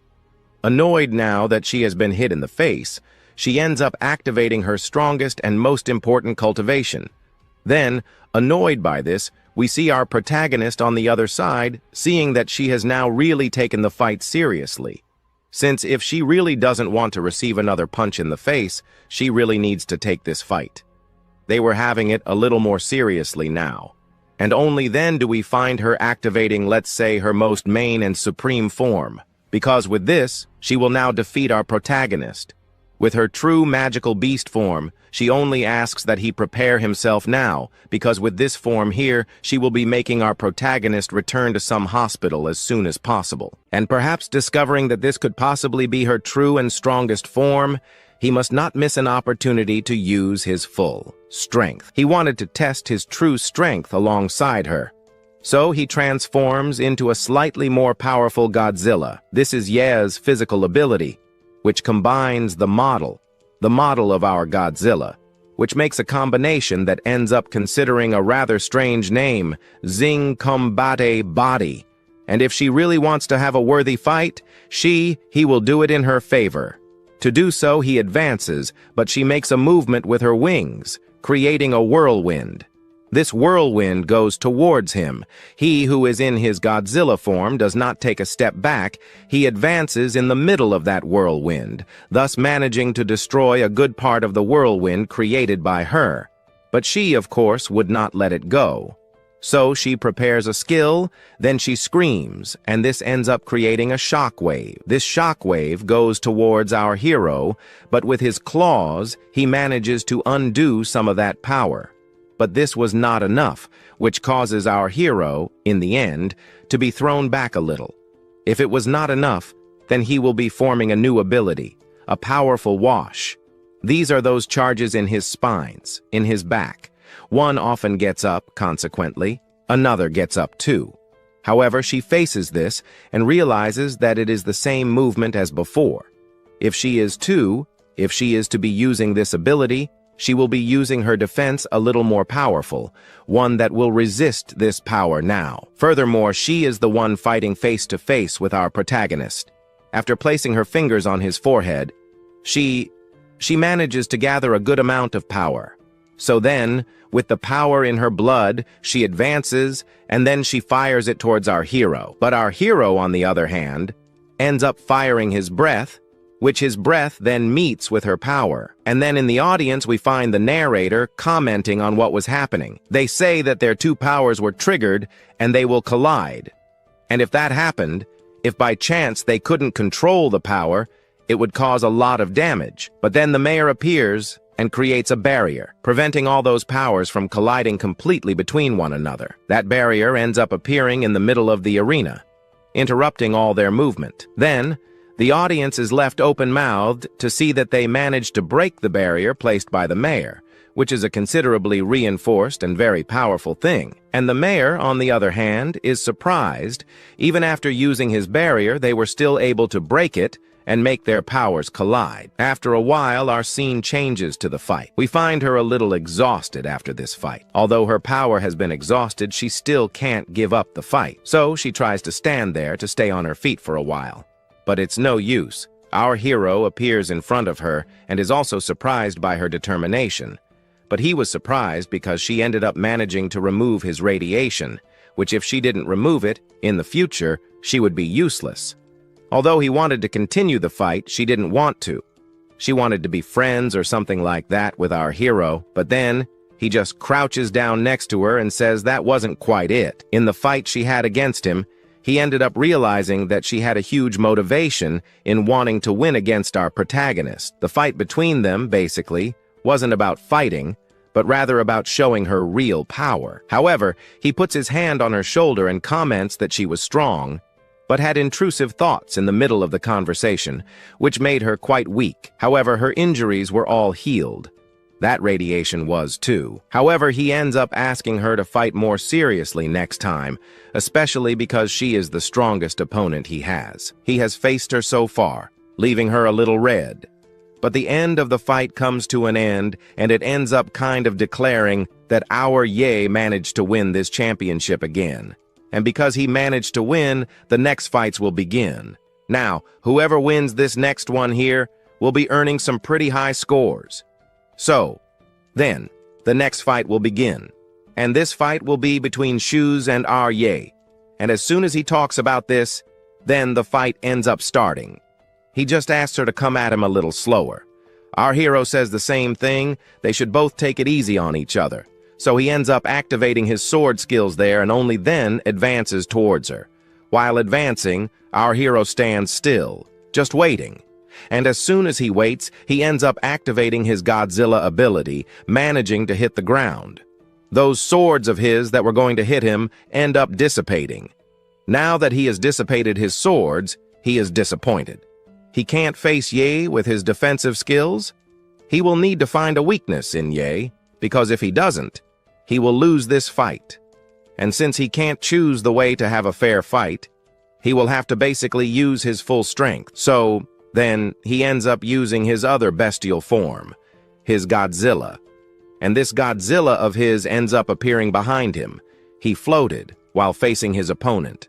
To do this, he ended up using the blood power of the ice vein. The ice power then is formed, and that thing flies quickly towards our hero, and our protagonist was caught. While he was caught by this, his fans were watching from afar, trying to comment on what was happening to our Ye and why he wasn't moving. Our Shuzu's ice abilities were so powerful that they formed an iceberg on the battlefield. And in the middle of the iceberg, we found our Ye, who was frozen, not as well as I had imagined, because he ended up kind of losing the fight against our hero. Using so much ice power against just one guy would end up causing him a huge disadvantage, since he had already used his most powerful combo. However, the ice that was there started to melt a little, and from the middle of that iceberg, a light appears. This light then turns into our protagonist's breath. Then, he gets scared, his eyes widening. In order not to be caught by it, he creates a barrier with his ice to protect himself until he manages to protect himself quite well. After it collided with that ice, an explosion happened. Later, we see our hero commenting that his ice power was not that powerful, although it was strong, but it did not work against him. From the beginning, he only held back his power so as not to win this fight as quickly as possible. Maybe he does not realize it. There is a gigantic gap in power between them, irritating him. For this, he is using his final power. This is his limit. So he will be using his last, his last martial art, creating a gigantic sword of ice. This sword ends up emanating a gigantic aura. Even the mayor who was watching this is surprised. Despite being much younger, he has gigantic power. After he formed that ice sword, he makes his move towards our hero. The power, which was considered stronger until now, was not so powerful, because our hero managed to defend it with his only palm, but a cut was made on his hand. However, he said that he needed a bigger sword to cut his hand, so on the ground, the sword fell there, all broken. He realized what the chances of this happening were. Our hero, on the other hand, simply smiles. He commented on something there that ends up giving him a gigantic advantage in the fight. In the end, he ends up admitting his defeat. And in the end, Ye ends up winning the next fight. While he is embarrassed about winning a boring fight like this, his audience, his fans, go crazy. Not only him, but also the entire world that was watching this fight. Although last year he was the last and the worst this year, as incredible as it may seem, he managed to overcome all the years of his life. Until then, the narrator comments that Ye was considered the strongest guy in this championship they held. Maybe, not even in the future, no one would be able to surpass our hero. The audience ends up kind of lifting our protagonist to the heights, considering him the strongest. But the narrator introduces our hero as the winner of these championships they held. But after 3 days fighting to get the best point, the best score in this entrance exam in the city of Ancheng, he finally managed to find the winner of this championship. Now that we have the winner, he approaches with the microphone and wonders what happened to him. How did he manage to get here? Then he starts to thank his teacher for encouraging him to give up everything. And at that moment, he ended up creating that fighting spirit to get to where he is now. The teacher who watched all this cried because he saw that he lost his best student. However, another guy appears who tries to get our hero to enter his school. He will be paying the 2 million yen, which if he were to accept, would be all his. Looking at this, he ends up commenting that he made a good choice. He chose our protagonist as one of his students.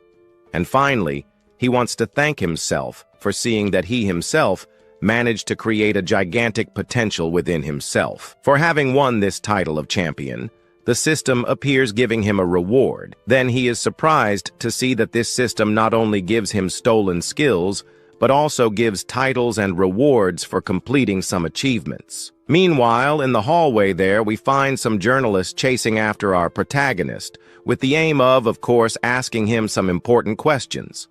But he ignores them all, until one approaches them and asks which of the two he prefers the most. Well, he ignores them.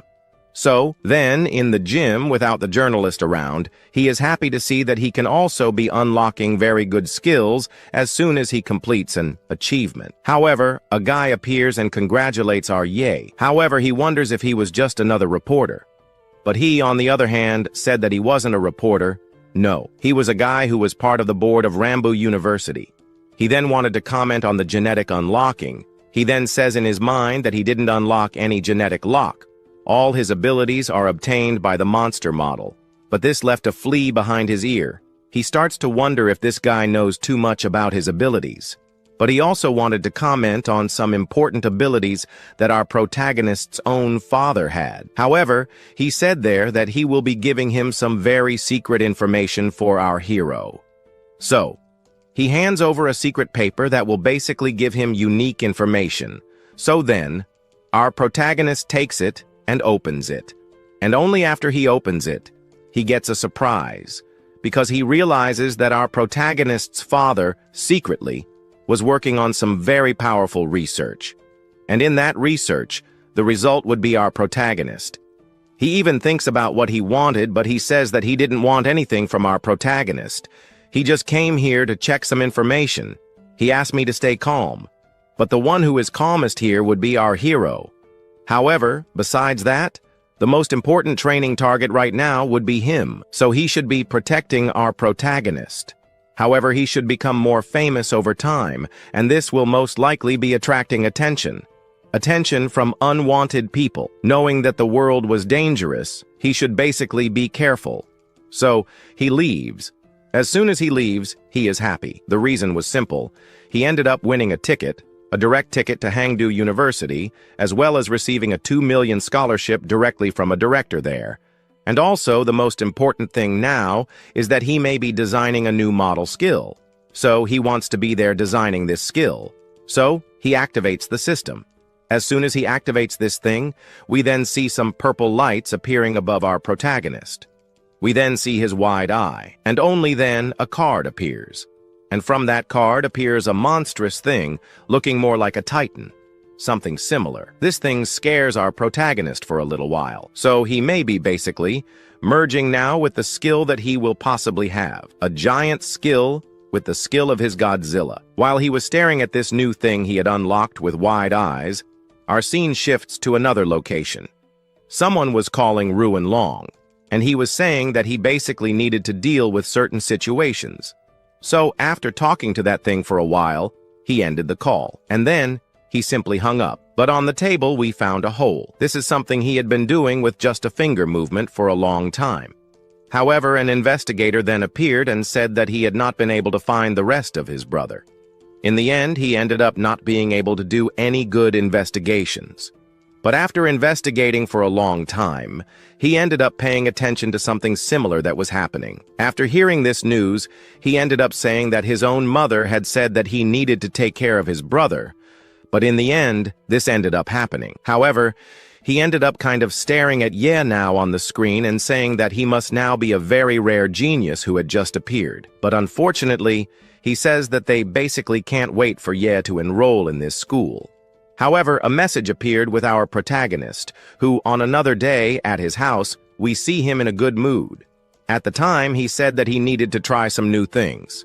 So, he opened the letter, and he ends up reading it, but ends up being disappointed, wondering who uses these certain things nowadays.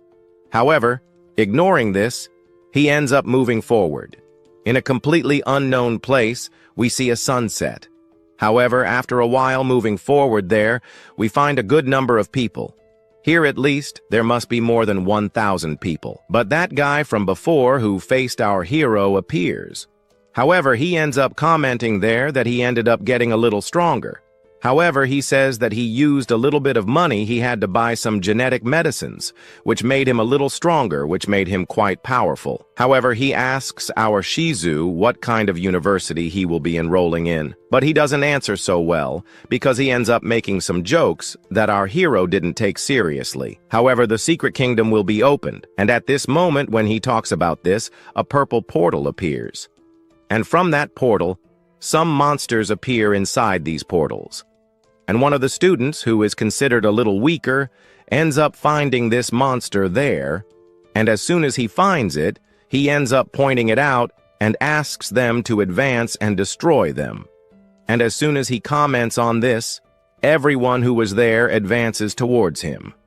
The monster from last time ended up realizing that this time there were many more people than before. However, they were very fast.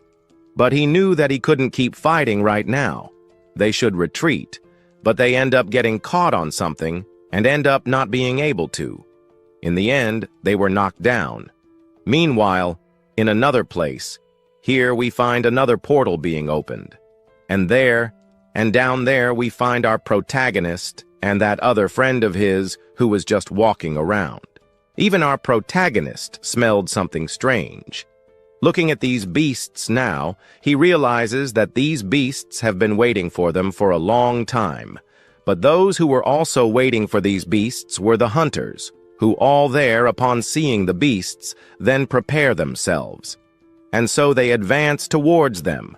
And so then they advance towards the monsters, and each of them begins to take down the monsters that were considered tanks. After taking down one by one, we find our hero's friend who ends up realizing that they were advancing towards him. So, to do so, he takes his sword. Taking it, he ends up creating a movement to the side, creating ice on these monsters, freezing them for a good part. However, one ended up escaping and flying towards him, but he asks him to be careful. He makes a blow that ends up hitting this monster right on the head. He then, after knocking him down, asks him to be more careful. He thanks him, but then he comments that none of these monsters in this kingdom can be defeated. But below, we find all of them erased. But it seems that by defeating the monster, It does not only destroy the monster, but also destroys everything in that monster. He also comments that it is difficult to resist and remain silent at the same time. And the most frightening thing is that he may be directly attacking the cells of living beings. While commenting this,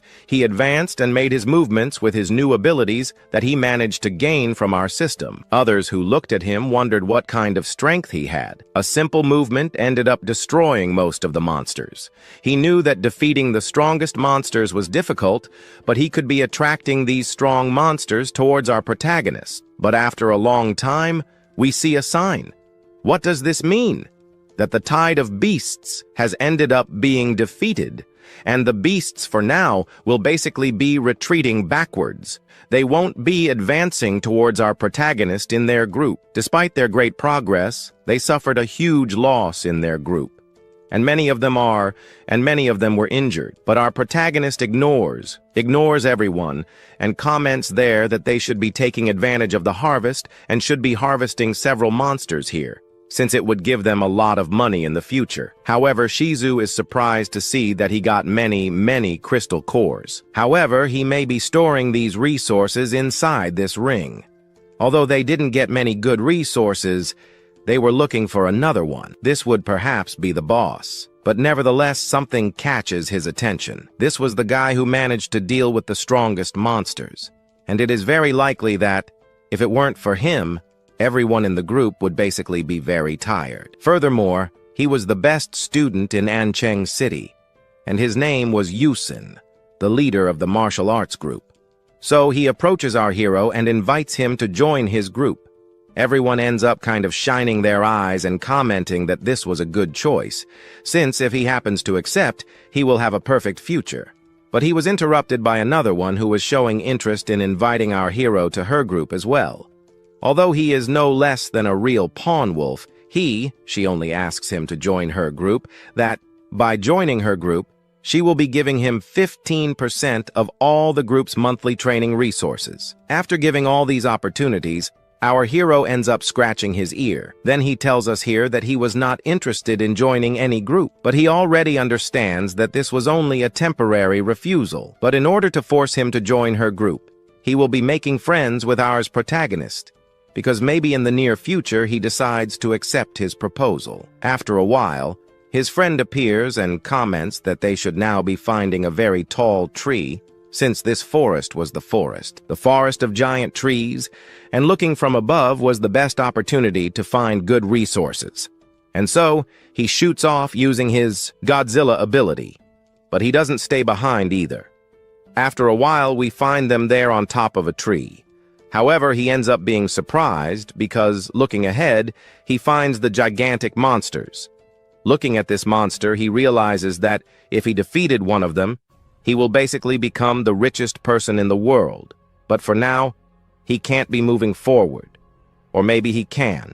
However, in the next few years, he will be returning and will be investigating this entire place here, where he finds these giant monsters.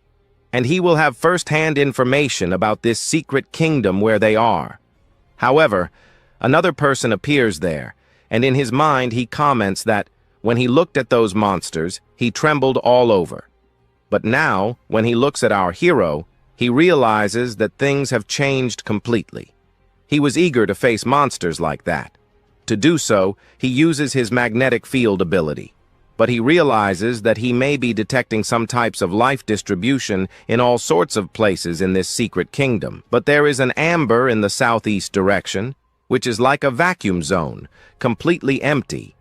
And there is also a saying, the bigger the storm, the bigger the fish collected. So he ends up pointing in that direction and asks him to follow him. But before he can follow, she appears, the Julia from before, who our protagonist already recognizes. And she also recognizes our protagonist. However, another member of his group is surprised to see that they both know each other there. As soon as they introduce themselves, he ends up asking how long they had been there.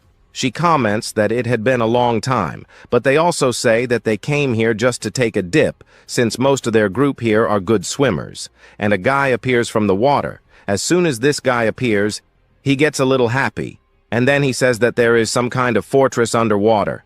They must be going down there to check these things out more closely. Watching all this happening, he wonders what was going on. Why were they happy to find small buildings? He then says that they were some buildings of some ancient people who lived in this secret world. However, when he hears these two talking, he is surprised and ends up almost grabbing his sword. Before he can do anything stupid, she says that these two were Ye and another was Shizu, some guys who came out on top in the entrance exams. After a while, he ends up agreeing to let them in. The reason wasn't even simple, because it's very likely that these two were powerful, and becoming their ally now was the best option for now. And as soon as he comments on this, they go underwater. Underwater, then, we find the whole group swimming. But after a while, they arrive at a kind of cave. But now, inside the cave, they wonder where their other companion is. He comments that maybe he found some very good resources, and after he found it, he left it here. But nevertheless, he called for his friends, for his transmitters. Then, he just doesn't get a response from anyone. So it means that something happened. But he ends up commenting that he shouldn't worry, because he threw some monster bomb baits here so that he could capture the monster. But to their disappointment, not even a single monster appeared there. However, the other comments that he was the strongest. If he hasn't appeared by now, it's very likely that he was caught by these monsters. So, they should be retreating, but he ends up thinking otherwise. If by chance he wants to retreat, he can just retreat. Besides, if he advances here, they will become quite rich. And if by chance he wants to become poor, he can just go back. Well, they end up taking this a little more seriously. So then, they end up moving forward. He then uses a type of flashlight that allows him to see the tracks of his friend, who was there on the ground. As he advances, we see our protagonist walking along with them, but he notices something strange happening here. He comments that this here was too strange too. It was as if he had a perfect map of everything that was happening. He looks ahead and stares at himself. He realizes that things will go in the same direction as in that other mission he did in that secret dungeon. He even thinks about telling his group that there is very likely something happening there. But no, he ends up feeling kind of happy about it, but they end up moving forward.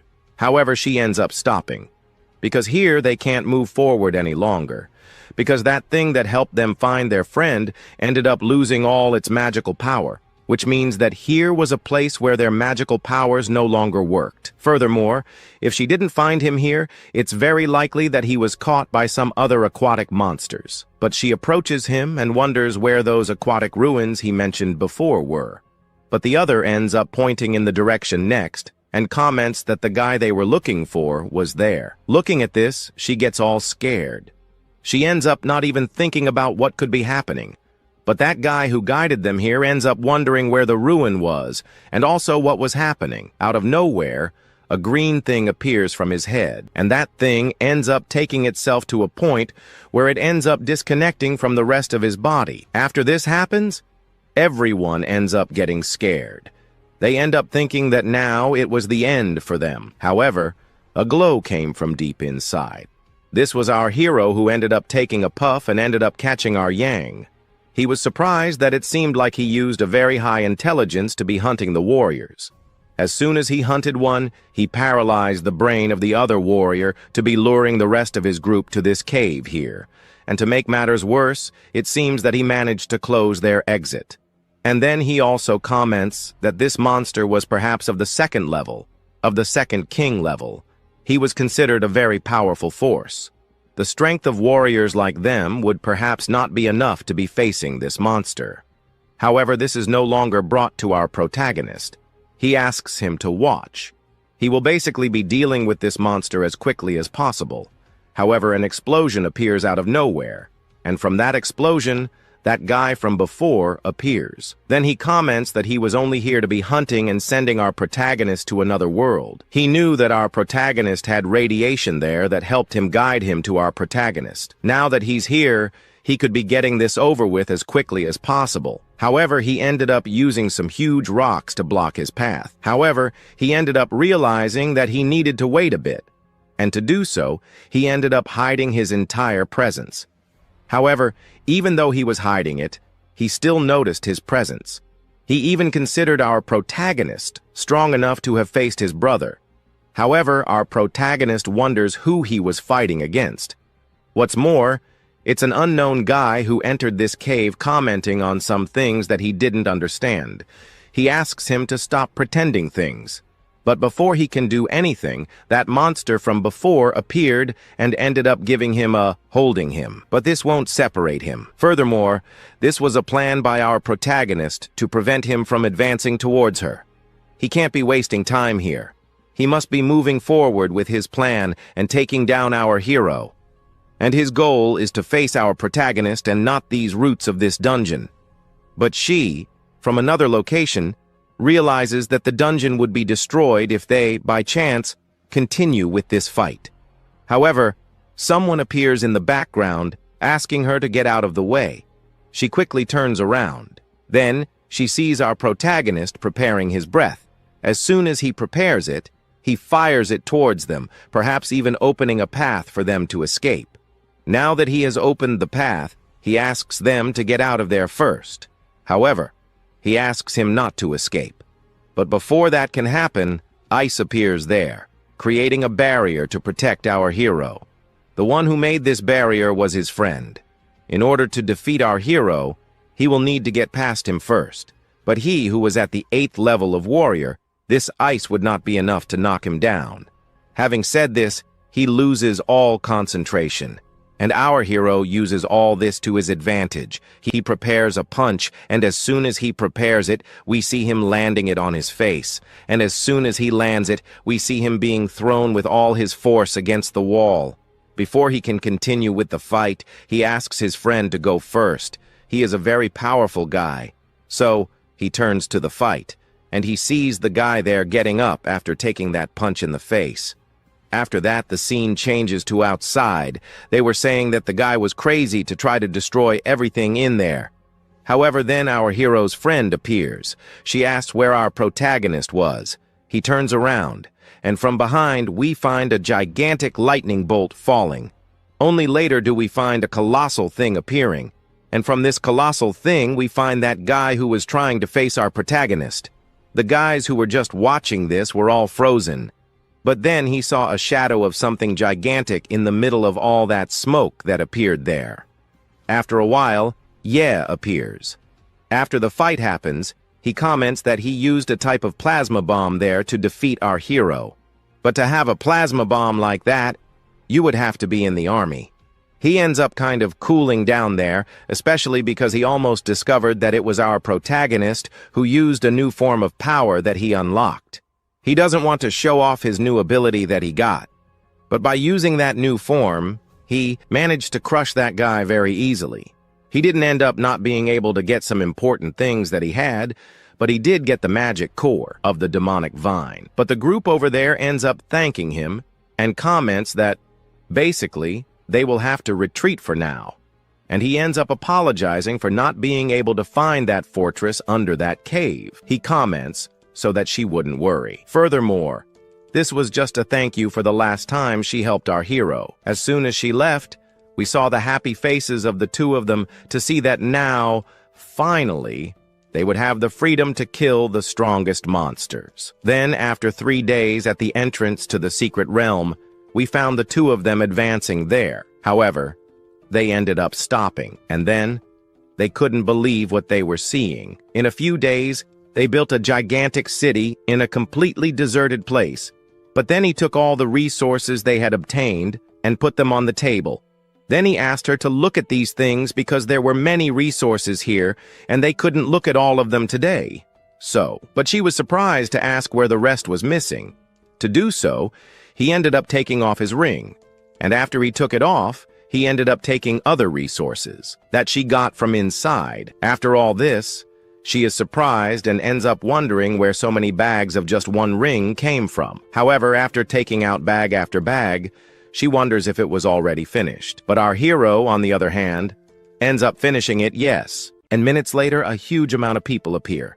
On the table, the same people look at it and can't believe it because on the table there were medicinal things that, if put up for sale, would reach 30 million yuan, which made some people start to wonder how he managed to get these extremely rare resources. Among the items he has there, he has the magic core, which for him doesn't have much value to himself, so he might be exchanging it for some money. While fighting the tide of beasts, he ended up collecting some 5 third-level blue monster cores, which he ended up collecting, that the green monster core with the gold pattern that ended up exploding from the demonic ghost scallop is his biggest gain that he has here now. Until then, someone appears out of nowhere and offers 27 million. So then, we are introduced to this guy. This is Lin Yutian, the boss of the pharmacy. He heard that our protagonist got some extremely rare spiritual medicines, so he wonders if he was willing to sell it to him. He was willing to buy any item from our hero at any price. Our hero's personal information is confidential, but it seems that even though it is confidential, his personal information ended up being leaked, but that's something he shouldn't worry about. He ended up thinking that he would run after someone to sell these items, but the person came to him and bought the items from our hero. He shouldn't worry about that. Furthermore, a good amount of money, but even with all that money here, it won't be enough to improve even 10% of his real strength. And as for the genetics that he needs to buy for his monster inside him to devour, they are quite weak, and he would need to buy a lot of them. And like, for example, a blood jade fruit, which has advanced genetic potential. This is high-end, which even at this moment, he is not qualified to buy an item like that. He thought of another way, and in the end, he ends up thinking of one, which is martial arts.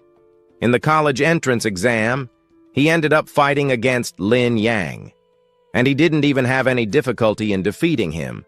But if he wants to compare martial arts strength, his strength is extremely low, so he'll need to go to that martial arts master. So he takes off and ends up going to another place. He goes to a certain school where he meets a principal. At this point, the principal acts kindly towards him.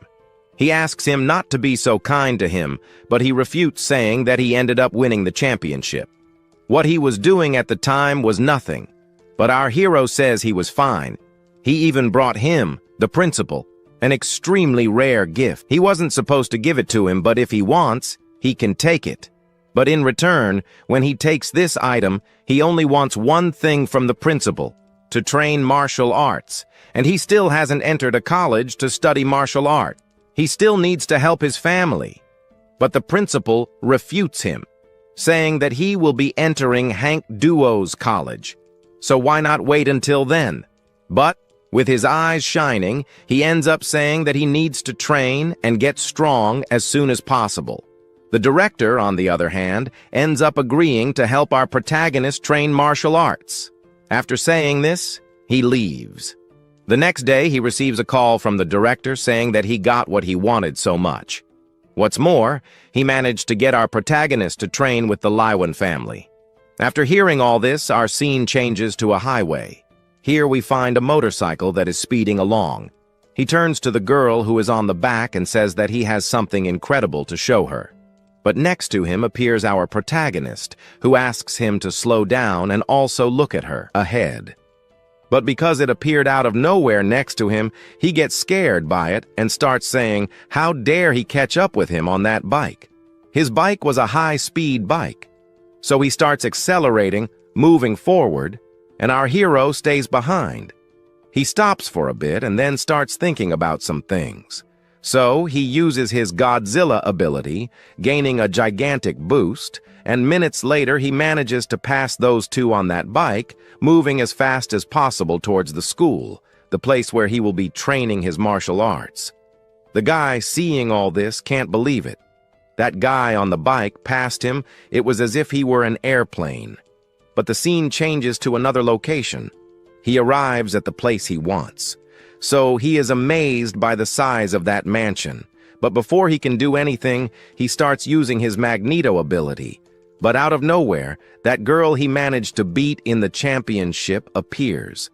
As soon as she leaves, our protagonist asks her if she is happy to see our hero. With a slightly red face, she says otherwise. However, our protagonist ends up having a surprise. She didn't come here on her own, but because her mother asked her to. So they enter the mansion. Only then does she end up calling for her mother. As soon as she calls, she ends up going down a few steps. Then, going down, she ends up greeting our protagonist. And here she is, introduced to us as the head of the Liu family, and her name is Qian Lian. And as soon as our protagonist bumps into this MILF, we see his face of surprise, and not only his, but also our narrators, who most likely, both of them here, most likely have good taste in finding good MILFs. Of course, before everything happens, we need to go back a little. She ends up meeting her mother. She was going to apologize to her own mother, but she interrupted her a little. She watched her fight against Ye, and ended up realizing that Ye had a gigantic strength. Even if she gave her all, she wouldn't be able to beat our protagonist. Our MILF here even sided with our other beauty. But even so, our MyLF stands up and comments that her younger brother has no talent. He can't be inheriting the Liu family. In her generation, she is the only one who can be taking on this responsibility of the Liu family. Looking at her face, she realizes at first that she was a beautiful girl. But something happened. Her father ended up dying, and because of that, her family ended up declining a lot, and they had to move to this small town. And to make matters worse, she was a girl. She was a beautiful girl. And if she came from an extremely strong family, she can't have the option of refusing a marriage between them. And also, if she gets married, it means the end of the Liu family. But there's one thing. She ends up wondering if, by chance, she couldn't be making a union between our protagonist and her. Of course, before she can say anything, I speak for him. Of course he will accept this union, because his face already reveals almost everything about what will happen from now on. Furthermore, our MILF realized that our hero was an extremely strong person, but came from a humble family. Looking from afar, he realizes that he doesn't have many ambitions. So she was going to say something, but she is interrupted, asking her not to answer that for now. So our scene returns to the same place as before. She, our MILF, welcomes our Ye to her mansion. Our hero, who already wanted to be accepted at first, ends up almost giving her a gift, but our MILF ignores all of that. She heard that a certain director wanted to make our protagonist come here to his family so that he could train martial arts. Knowing this, she asks Qian to guide our hero. Our hero is surprised to see that she has just agreeing to this, but Qian will take our hero to the Liu family's martial arts pavilion.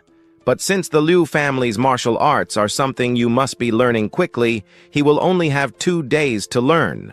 And there are 3 Huan Yu martial arts deep within the pavilion. If he learns them, regardless of his skill, he will be accepted. Thanks to this, then, our hero immediately thanks the Liu family. She is surprised and begins to wonder why he thanked her right away, and instead thanked her in the family's name. Having our hero as a great disciple, they will reward our hero greatly in the future. While all this is happening, our scene changes to another location in a kind of cave. We see the two of them walking. Ye asks her there, what is the moment she met our hero, and this whole time she was avoiding him. And at this moment, she says that it was nothing like that. As she approaches, her face turns a little red. Then, she gets scared and moves back a little. She just asks him not to get too close to her like that. But before she can continue with any conversation there, they are interrupted by the stone. She comments that this stone belonged to their family and that it is extremely resistant. Ye, taking advantage of the opportunity, ends up asking her for a favor, if by chance he could be punching this stone. Without thinking twice, she ends up agreeing. The moment she agrees, we see our hero preparing his blue power. And the moment he prepares it, we see her scared, because this brings bad memories to her head. However, after he prepares it, he ends up firing it towards the stone, but with his best and strongest punch, we see that nothing happened to that extremely resistant wall. After he punched it, it seemed like he was under the sea, and also as if it were mud sucking all his power. But she asks him to at least learn some martial arts, and Ye, the one who was the most indestructible, also has his moments of failure. But after a while, he arrives at a library. Here we are shown that there are some types of martial arts here, but there are several. He can be getting a card here. With this card, he will be able to access more rooms. And with these rooms, he will be able to get the recipe for how to learn how to use or fight martial arts. And at the back, there are some extremely good martial arts. To get in there, he will also need some cards. However, even if he went there, he would not be able to learn martial arts from Xuan Huang, because not even her own mother was able to do. And even if she got permission, he would not be able to do anything. However, when thinking about it, we see that our hero thought she was thinking about what our protagonist would not be able to do. At this moment, he only thinks that she was thinking about him. But at this point, she only thinks that she did not want to be talking to our protagonist anymore. But if he really wants to learn this martial art, which is totally difficult, she will be showing him. So, they enter a room where the strongest martial art was, but it also had extremely high protection. As soon as she opened the door, they entered another library, where they found some safes. And then she continued to say that, to learn the Xuan Huang martial art, you don't have to observe but rather feel the martial rhyme left by the creator of martial arts. If you can't feel anything about the martial art, you can't be learning or practicing the Xuan Huang martial art. For her, martial arts is something that was alive. Martial arts is not what the person who is training chooses, but rather martial arts that chooses the martial artist. But, in any case, he will be choosing anyone, since he is the chosen one, sent from heaven by martial arts to learn any skill. Another of the little doors ends up opening in the end, and the moment he opens it, he ends up facing with a slightly scary scene, or a slightly horrifying one. But for him, he also begins to wonder what it was. A statue? After staring at the statue for just a little while, he sits down, and only then looks back. Then he wonders if perhaps this is feeling the martial rhythm. So, he has entered the world of this martial arts rhythm. Xuan Huang's martial art is not a book, but a statue. And it is not just an ordinary statue, but also paintings or any other kind of thing that is like the bearer of the martial rhyme. Only a martial arts master can be condensing a martial rhyme and attaching it to an object to pass on to the next person. Now, she says goodbye to our hero, since the rest only depends on him. He wonders why it depends on him, but he will find out.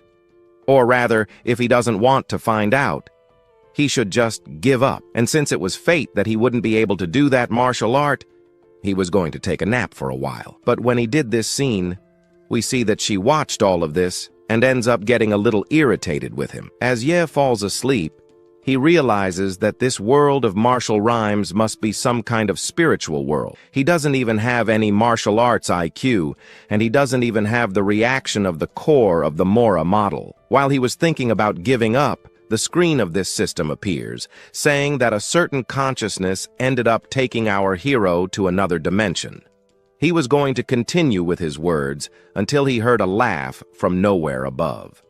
This laugh came from an unknown guy. He also commented that only a real man could be inheriting his martial arts.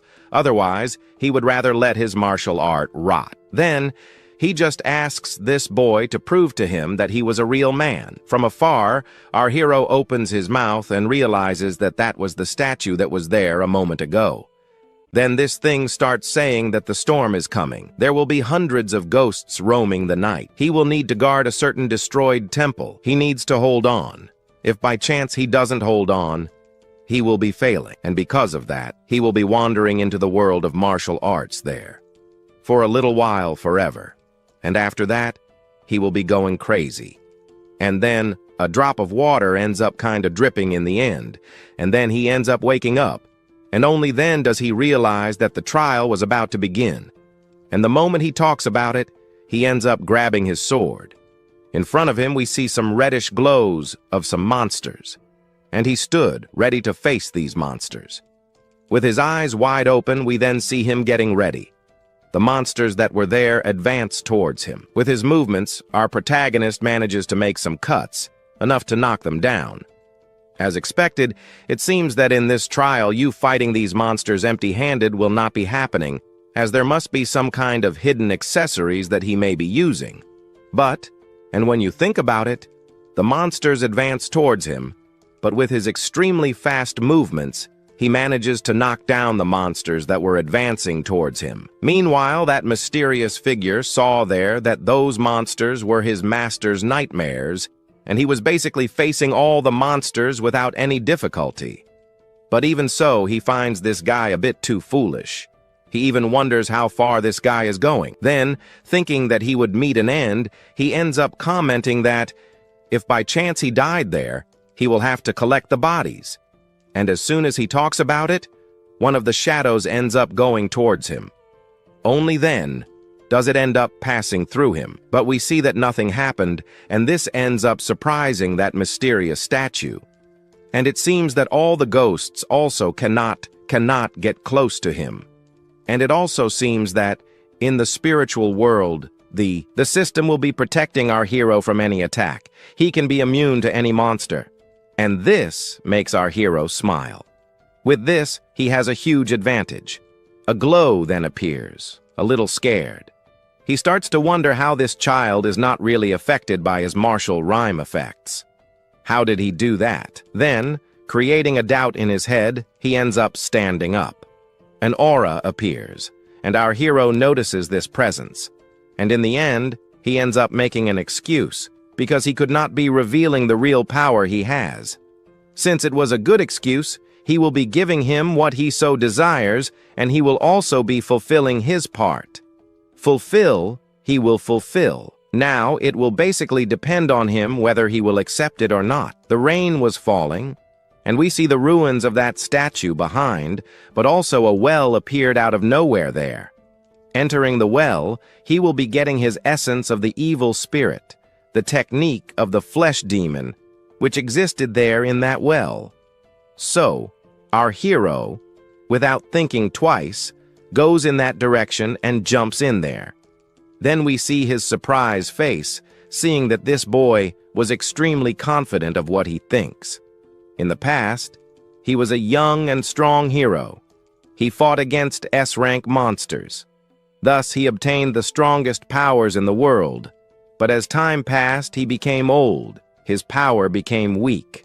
However, he could not be making some mistakes that he made in his past. Thus, he ended up kind of ending himself. And before he could die, he mixed a bit of his soul, which is immersed in that vengeful spirit, and with martial rhyme, he threw it into that statue. Although his evil spirit is still dissipated with all its power, there is still a small fraction, and he does not believe that the boy will not be supplying all that power, and he just needed to go through a certain subjugation. Once he achieves that, he will have all the power. Meanwhile, inside the observation room, we find our MILF and our beauty, who were watching all this. She ends up opening her eyes in surprise because she saw that our hero was having a reaction there. So at first, yes, she noticed that Ye had that smiling face, but now everything has changed. It seems like he was having a nightmare, and to that end she ends up explaining that her grandfather ended up discovering this martial art by chance. And yes, and he, as a third-degree, very powerful guy, ended up trying to use this skill for himself, but in the end, he was rejected. Since then, no one in the Liu family has tried to successfully practice this martial art. However, thinking that he would fail, they end up having a surprise, and he ends up waking up and ends up giving that naughty awakening. And she turns to her mother and tells her that someone who awakens this martial art should not throw away a powerful hour. However, our hero, on the other hand, ends up thanking the statue for teaching him a great martial art. And the statue, on the other hand, realized that our hero is the smartest guy he has ever met. Maybe now he can discover what the secret kingdom is. So, he ends up saying goodbye. However, before he can leave, he ends up apologizing, especially because he didn't want to go into that well. He accidentally tripped and fell in there.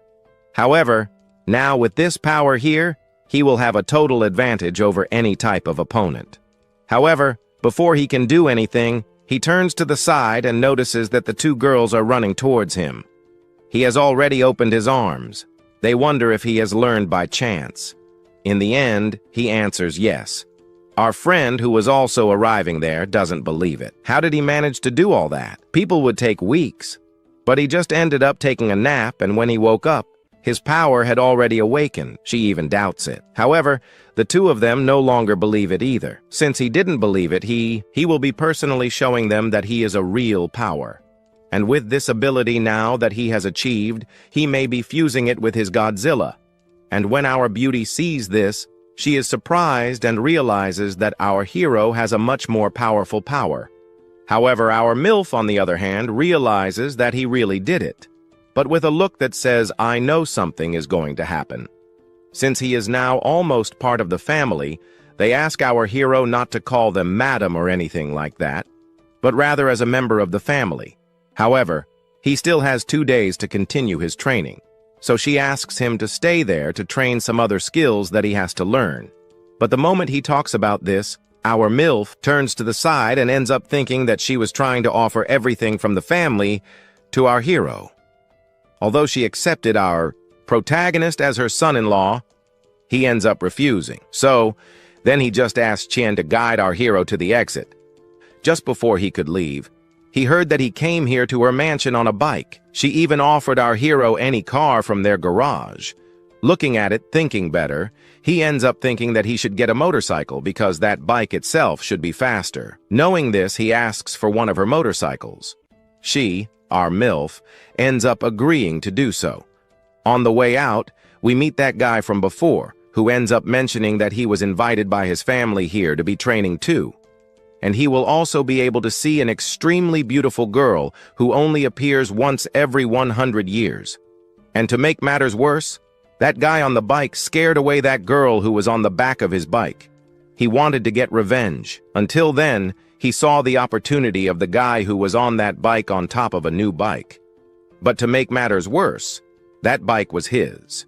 However, the scene ends there, because we return to our hero's house. In his house, we see him picking up some crystals.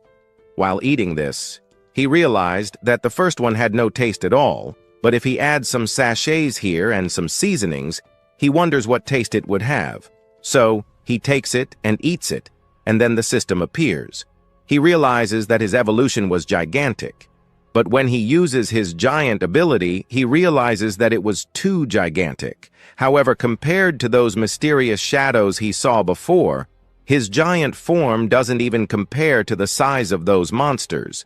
So with the new points, he must add all of this to that giant model. And to do this, he must consume the golden monster core. The next one will be the second-level demonic vine. When he does this, something happens, and the evolution comes to our protagonist. After that, a new system screen appears, saying that he has a new mutation. By activating this mutation, he will have an attribute of some monsters. Even if it gives an advantage or disadvantage, he wants to try to have this new mutation in his system. So, when he presses yes, the system appears saying that he has just unlocked a mutation of rank S, leaving our hero below completely surprised. The model he had just awakened was the wild remnant of Mora, reached 100%. But it has a 2% chance of reaching the universal star of Mora. Just by looking at the name, he realizes that the name alone sounds like something extremely powerful. But it requires the current model to reach 100%, and it seems like he has to be updating it as soon as possible. However, an explosion happens in the background, and this ends up catching his attention. He wonders what this could be. An attack by some crazy people? But after a while, people and guards end up invading the street and asking for everyone to evacuate and find that monster and not let it escape. And at the same time, he hears some noise. He realizes that the original owner of this body, he has no friends, and he also didn't ask for food. And what could be happening at this time now? And for that, he turns around and starts to wonder if this girl by any chance knows who this person could be. And the person, upon seeing that she was discovered, she becomes sad, because she would hide here and hide other things as well. Furthermore, having been discovered, she will make our protagonist suffer just a little. But he ends up saying that he has a lot of savings, so if she wants, she can keep this house for herself. Our hero, with a somewhat serious face, stands up, but he heard that maybe this meant that he would die. But before anything can happen, our scene changes to outside. The guards were dealing with some unknown guy who was causing havoc there. Knowing that he was surrounded and had no way out, he can't do anything else. But there is one thing he can do: blow everything up. He has a thing that does that kaboom thing, and he could be activating it at any time. However, something happens in the window up there, and that thing was also a glow. And after that glow appeared, that thing ends up falling to the ground. On the ground, her brother ends up wondering what happened. Her clothes were previously pure white, so why are they a little dark now? But anyway, he just asks her to get out of there. Throwing a smoke bomb, we see a manhole moving, and only then, what was there disappears. So, after a while, we see the two of them standing there in the middle of some abandoned buildings. Now that she has lost the police, we see that her armor has recovered the damage that was caused by that guy. But our hero, who still hasn't figured out why she was breaking into his house, ends up approaching her and even asking her the question again. It's very likely that this person was going to break into any house, but ended up breaking into the boss's house. Knowing this, he'll be sure to have a lot of fun with this one. However, we see that this guy was irritated when he realized that this guy managed to find him. Ignoring this, our hero wanted to know if this girl was strong and if this was the right time to use his new powers. He advances towards her, but the guy who was there uses his arms to defend himself. However, he realizes that what is happening is not good. He is caught by the blow and is pierced. We see some red liquid appearing in his mouth. After receiving the first blow, he strikes again, throwing him against the wall. Surprised, she wonders where he managed to learn these martial arts, and he says it was a little secret, but he would not beat around the bush. He ends up revealing that he was a disciple of Emperor Ginguala. She then ends up revealing that she did not know anyone like that. However, we see that the guy who was crushed was not defeated yet. He activates his beast mode, and now he could be advancing towards her. And what's more, he has learned some martial arts, so he could be dealing with him very easily. And for this, he advances towards our protagonist. Now that the real fight is about to begin, we see that something has happened. She used some kind of illusion to distract our hero, and now she will be catching him off guard, which she thought. But our hero throws a puff in her direction, throwing her against the wall. On the wall now, she realizes that that useless guy didn't even manage to make a single distraction so that she could attack Ye. So she has to be dealing with this guy personally. Realizing that something dangerous is coming, we see the happy guy there with a smile. He ends up saying that his true form was the demonic beast rhinoceros. His attack power will no longer be enough to land a single blow on him, and he advances towards him with his horn. His goal was to knock him down with it, and we see that this ended up giving almost the final blow to our protagonist, as he was caught by it and thrown against the wall. We see that the smoke appeared, but everything around the building calmed down. After a while, he comments that this brat was no match for him. But after the smoke cleared, he wonders where he went. Looking to the side, he has a big surprise, because that boy has transformed into a colossal thing. After a while, he wonders where this demonic beast came from and how this brat managed to have such power. But a gigantic hand comes towards him and almost hits him, but he dodges it at the last moment. Jumping high, he goes towards our hero, but another blow comes towards him, and with that, he ends up punching him to the ground. However, this was not enough. The Colossal again raises his hand up and strikes again, but not knowing that it was not enough, he strikes again, and several blows were fired towards that. And while those blows were being fired, we found that girl from before behind us. And at that moment, she realizes that she was an idiot for provoking the wrong guy. And if this continues, Zhu will be beaten to the end.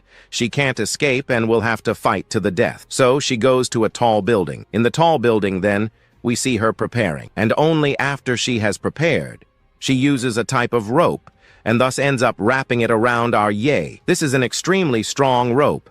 Even though he has extremely rare armor, it wasn't enough to hold this rope of hers. With the movement, we see that she managed to cut our hero. Now that it's over, that thing falls in front of her. She sighs to realize that it's all over, but a glow appears from our hero's mouth. Then, we see her completely surprised face. She, trembling, ends up not believing it. This thing was more than a monster. A lightning bolt ends up crossing some buildings, and a gigantic smoke appears. In the middle of that smoke, we find our hero. And up ahead, he finds that guy who was a rhinoceros. He approaches him. As he approaches, he calls him a monster. But even though he was a guy who defeated other opponents, he was prepared to be defeated too. And since he's going from another world, he ends up commenting that the girl he just eliminated ended up leaving something as a surprise in our protagonist's house. So, with that, he will be hunted forever. However, he interrupts him and ends up looking the other way. He realizes that the police are coming. He has to deal with the bodies very quickly. So dealing with them, he goes back to his house and ends up receiving a message from the person he warned before who would deal with these invaders. Now that he has solved the problem with the police, he ends up kind of commenting on that thing left behind. Looking at it, he realizes that he has seen this symbol before. This was a Prometheus file that belonged to a D-rank person. And then, a laser bridge, a biotechnology giant. It seems that those two stole this laser bridge thing and were hunted during the escape. And since that, it's very likely that they didn't manage to escape. And not really, right? Because our hero finishes them off. However, he needs to go to a hotel because unfortunately, he used his power inside the house. Our scene then changes to another location in the Secret Kingdom Grade B. We meet some people. This one asks the other one if by chance it was he who chose to stay here too. He answers yes, that it was actually good, because staying here, they would get one more shot. However, that was not good. She asks her captain to look back, so her captain turns back and ends up finding a very scary scene there in the back. We find a monster, not just one, some giant monsters walking, but among these giant monsters, there was one there that was maybe 10 times bigger than all of them. However, among those giant monsters, there was perhaps their leader. Here he was already introduced to us as a level 5 tyrant leader demon. They ask him to get out of here as quickly as possible and warn the army because there was a great attack of beasts led by the tyrant leader demon. Since if he didn't warn them, their city would certainly be destroyed by these monsters. And these monsters that were there simply start to act, with their eyes reddened, looking down. His animal that was riding on top ends up opening its mouth, roaring, but at the moment it roared, some sharp rocks end up floating, and these things go towards the players who were there. He asked for help while trying to warn the army that a demon of the level Lord Tyrant appeared. But something ends up happening. He turns back to see what it was, and we see something coming close to him. It crushes him. But even so, he doesn't give up. But now, we find the tyrant standing there and most likely preparing to face the human race. Only then does he ask for them to advance as quickly as possible. A portal opens, and the monsters enter towards the portal. But our scene returns to the human world. A news story ends up being echoed that in 20 minutes, one of the very powerful B-class monsters will be advancing towards them. So what they were asked for is for each of them to protect themselves. And the army troops are preparing, and at the same time, the guards summon all the warriors so that they come here to protect and provide support. But as soon as they say this, we see some people asking them not to behave like animals, pushing each other. The other just asks them to stop and at least protect the little child there, that at least she should survive this whole attack. Meanwhile, in an office, we find the mayor, asking her to come and ask for help from another city so that soldiers can come. But she says that this time Ancheng is not suffering just one, a large invasion of beasts. Many places in the country are also issuing a beast invasion alert. Those cities that haven't suffered from beast invasions said that they will build defense works and prepare for possible future beast attacks. Then he asks what Hangdu said, if he managed to ask for some kind of martial artist, master level or higher. The neighboring city of Hangdu, Gyeongjin-gan. An S-level secret realm has appeared there, and all the martial artists of Hangdu need to be going there, so they can't be asking for help from anyone. It seems that they should not trust anyone anymore now. They need to rely on their own defense to defend themselves, and while saying these things, our scene cuts to a place in a dojo. We find our protagonist and his companion training there. They fought fiercely there, but after some training, our protagonist stops and then relaxes, while his companion is surprised to see that he managed to learn some very powerful martial arts. What makes him surprised? He reveals that he learned this in less than a month. Meanwhile, an announcement ends up echoing throughout Ancheng, saying that some people have the right to leave through the Ancheng airport. And yet, our hero hearing this, he begins to realize that something was happening in the middle of the city. He ends up wondering if the protagonist was going to this fight, maybe that was happening in the middle of the city. He told him to stay calm. He would not run away. With the talent he has, he may be testing these skills now and much more powerful monsters. Meanwhile, we find our little girl, who ends up asking her mother for permission to fight the beasts. She ends up revealing that she is confident because fighting those monsters would be difficult. There were perhaps 30,000 warriors. Assuming that those elderly retired martial arts fighters fought, even if there were 50,000 warriors, they wouldn't stand a chance against that powerful monster, especially that tyrant over there. To face that, you need to be at the level of a master, and you probably wouldn't be able to face a monster like that. But a family of warriors doesn't protect others. She doesn't understand the meaning of continuing with this career as a martial artist. She leaves, but someone else appears there. She asks her to leave Ancheng, but she ends up wondering about that other guy over there, that boy named Yang Shang, without her answer. She doesn't know what she could do, so she asks him to send a message to him so that he can perhaps make his own choice. Meanwhile, already in the secret realm, we find some people asking why an old Sheen was here. He asked her to retire, because if she didn't do that and died here, he would take her granddaughter away. Angrily, he asks her to keep quiet and just pay attention to the fight that will be happening. After saying that, the entire army there ends up advancing towards those monsters, and here behind we find a line of defense from Ancheng. They ask her to stay on guard for a monster like that. They are using 60% of Ancheng's troops, which are level 6 and master-level martial artists. Even though they have this extremely high troop, they must be careful, because this tyrant is too powerful. Facing him would be dangerous, but moving forward a little, we see someone asking her to bring information quickly. He ends up saying that everyone might not survive long, but he managed to achieve what they wanted. He was exhausted, but he still falls to the ground. However, this pen drive contained all the basic information about their vanguard troops. The worried mayor wonders where the others are. He reveals that everyone, unfortunately, went to the other world. Furthermore, that entire army was crushed, but he asks them to be careful with that bloodthirsty pig. He tricked them. Otherwise, at least a few thousand of them would have survived and come out of that portal alive. But we see a rock coming towards the gigantic portal, and after that rock was thrown from there, it ends up leaving the portal and ends up going through one of the buildings. The mayor soon realizes that his objective is to use defense implanted in the buildings, and his objective is to detonate the underground rays and destroy the defense works that are being built. This was very bad. Meanwhile, a guy from the Ikaria asks the mayor to take care of the enemy. He would take care of the rear guard. With a determined look, he realizes that these monsters are doing what? Exhaust all their powers first, and for him, these monsters were very despicable. After a while, the second wave of spike attacks seems to have arrived, and at this moment, it appears and ends up falling everything to the ground, destroying a good part of it. But while one of the guards was aiming in the direction forward, we see that some monsters appeared right behind him, and it seems that these monsters came from inside that spike.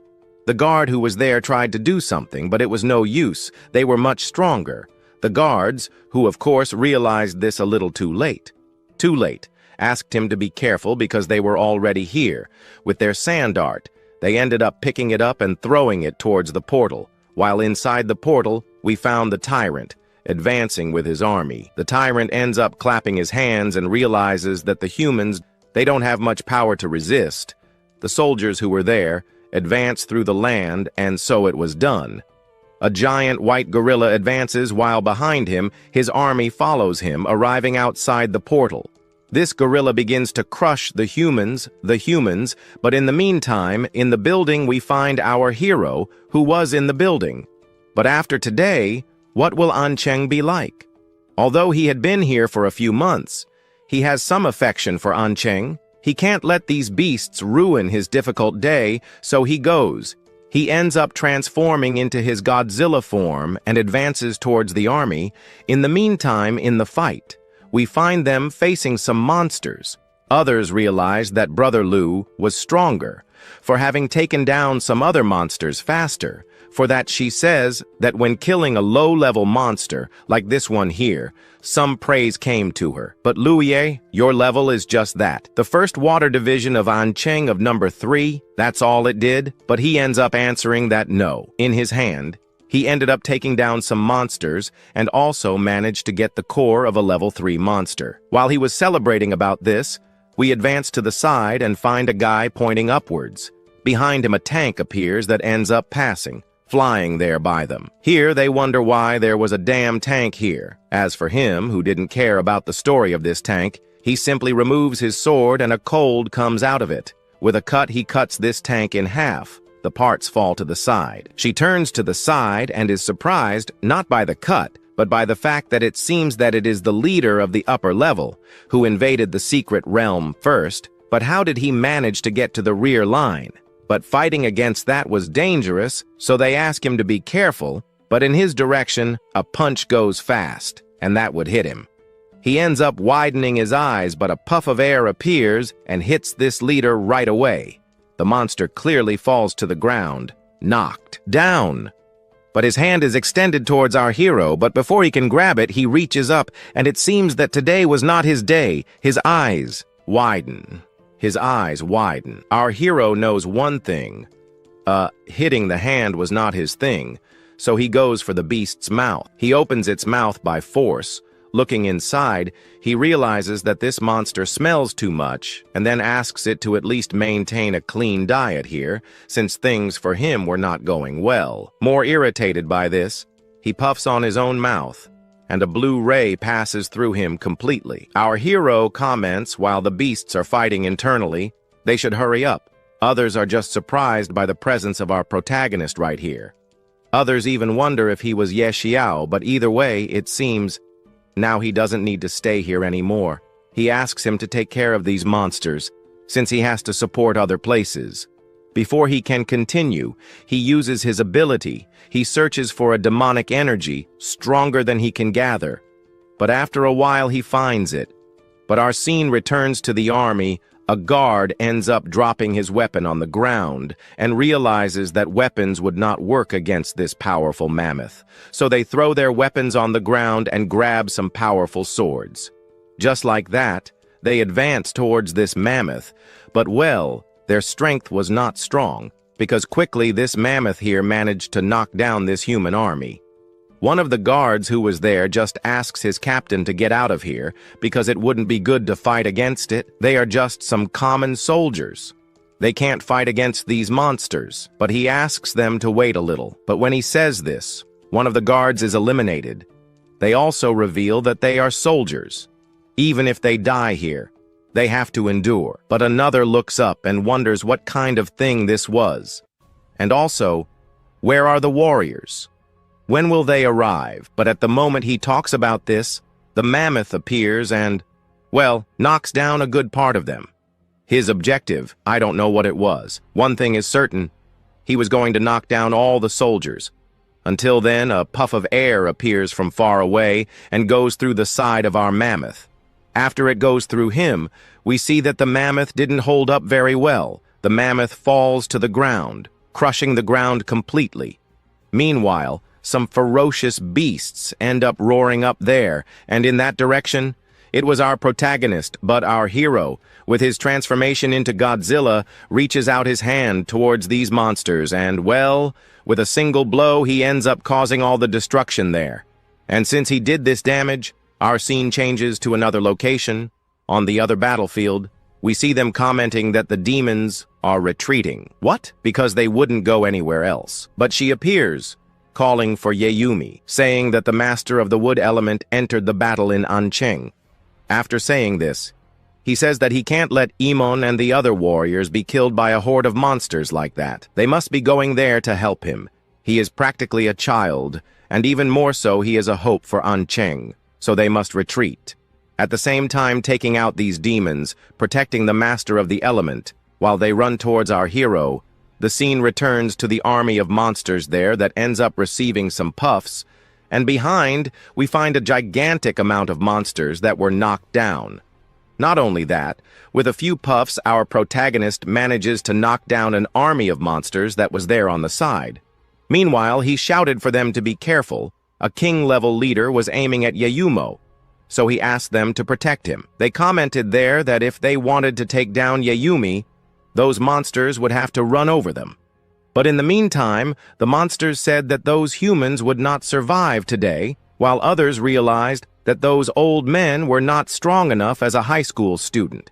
In the meantime, he asked them not to wait for a certain master to arrive and to finish off those monsters as quickly as possible, while in the meantime we found from another direction some bull running towards the city to destroy it. But with his goal of destroying it, he ended up having a surprise. His power was not enough to knock it down, so he ended up falling face first against this wall that was built by our mayor. After that, he said that the map of the expelled from the earth can only be imprisoning some higher-level demons, but if they want to eliminate all these tied, they will have to be killed one by one. Meanwhile, the mayor was staring at the monsters, but one of them advanced at an extreme speed towards our mayor, but he prepares a hand movement. The monster that tried to grab him ends up having a surprise with the glow staring at his face. He was caught and most likely killed by it, but the mayor turns to the side and has a surprise with an extremely giant monster, where above him was the tyrant of the Sheem Mountain, the leader of the fourth-level species, the Black Wolf's mount, and it seems that the mount ran away. It seems that Giant Ape can't stay still since he ended up putting his hands there on those buildings, and the moment he does that, the entire territory that was fine there, it starts to float a little into the air. The monster that was just staring at this just stays calm, because he knew that this wasn't enough to knock him down. However, the mayor says that this attack wasn't a ranged attack, but rather an attack that he used to be distracted, hunting his main attack, and for that, he had to get very close to him. He ends up being surprised, because in front of his eyes, he starts to use his fire abilities, and that goes towards the monster's eye, and part of his eye up there. He ends up being caught. His mouth ends up opening. Minutes later, after opening, we see some glass being broken. The ground begins to emerge some giant spikes, and while those spikes were emerging, behind us, we see the mayor, while facing his entire city being destroyed. At the same time, a monster there in the background, facing him.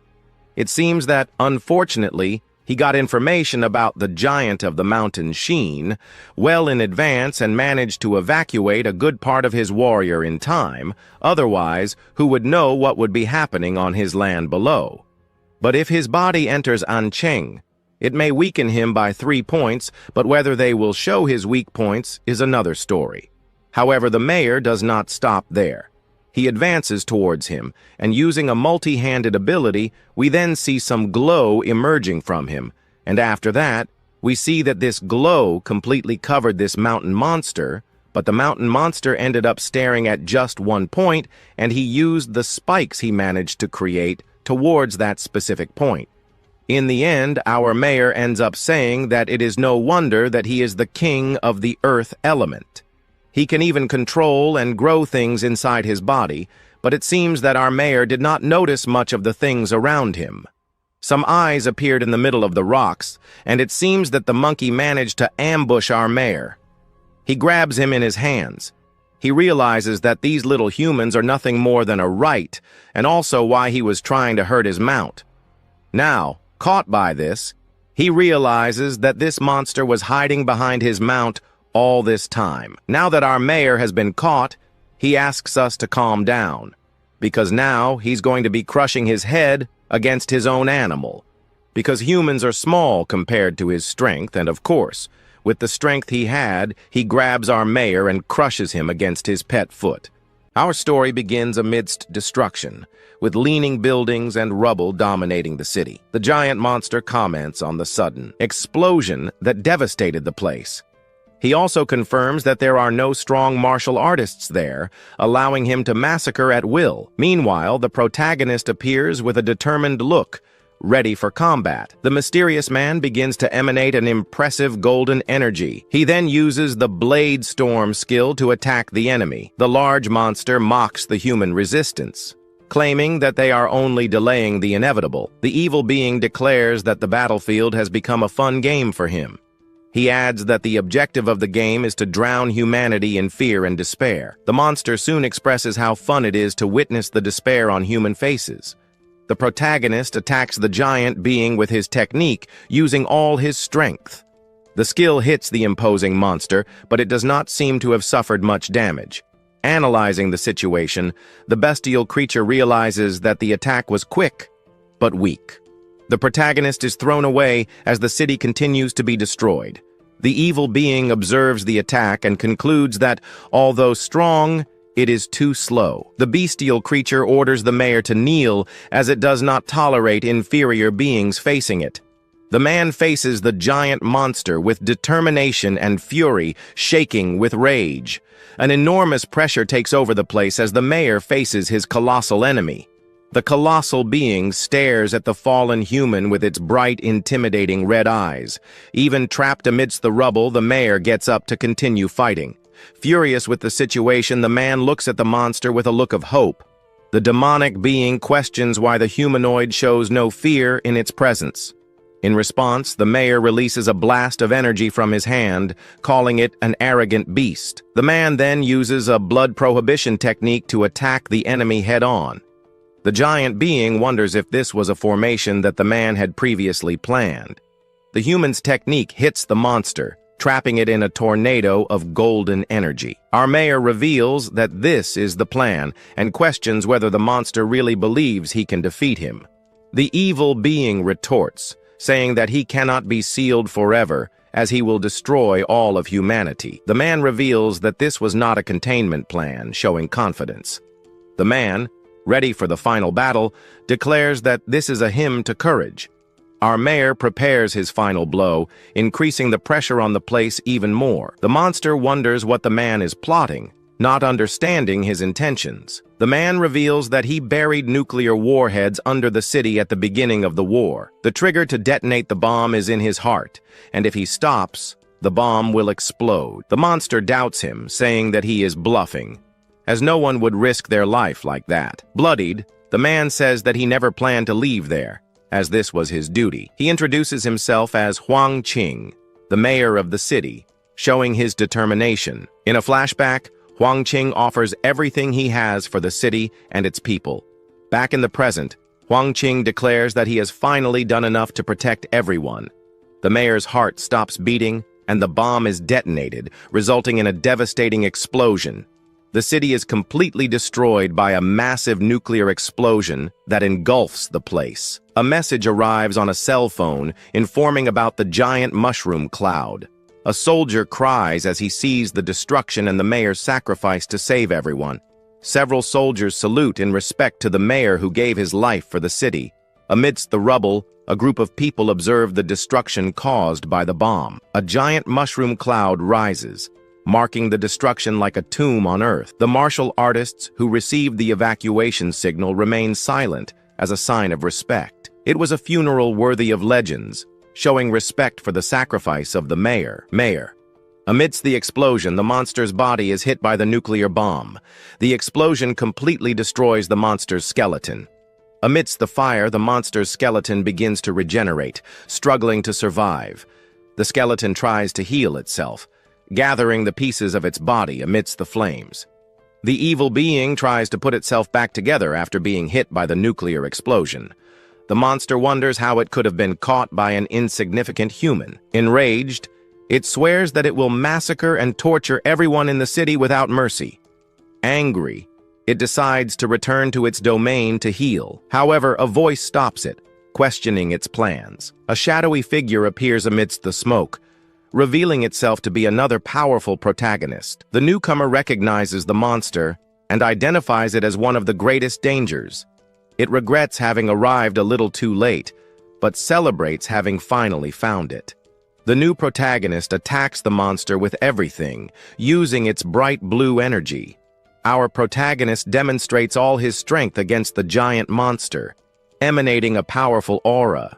His eyes glow brightly, showing his determination to defeat the enemy.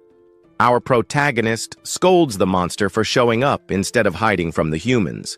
He declares that this is the perfect opportunity to eliminate him once and for all. Our protagonist taunts him, saying that the mini-nuclear bomb wouldn't have reached him if he had run away.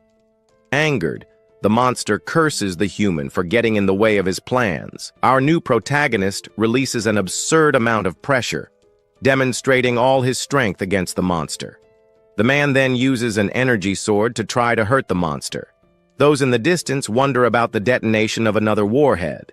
The population wonders if this was also a trap set by the mayor. The pressure increases, and a dark, deformed figure appears amidst the destruction. Frightened, the survivors realize that the monster survived and despair. Our protagonist observes the monster and is amazed by its ability to recover. The demonic being reveals its true form, claiming to be not like the other monkeys. The monster retaliates with a powerful attack, but our protagonist skillfully dodges it. The pressure of the attacks is so intense that the earth shakes with the force of both. The monster is thrown away by the impact of the blows, destroying everything around it. Our protagonist states that there is no point in the monster running away, as there is no escape. Angry, the monster tells them not to underestimate it, as it is a high-class being. Our protagonist then uses all his power to attack the monster with full force. The attack explodes on top of the monster, throwing it away again.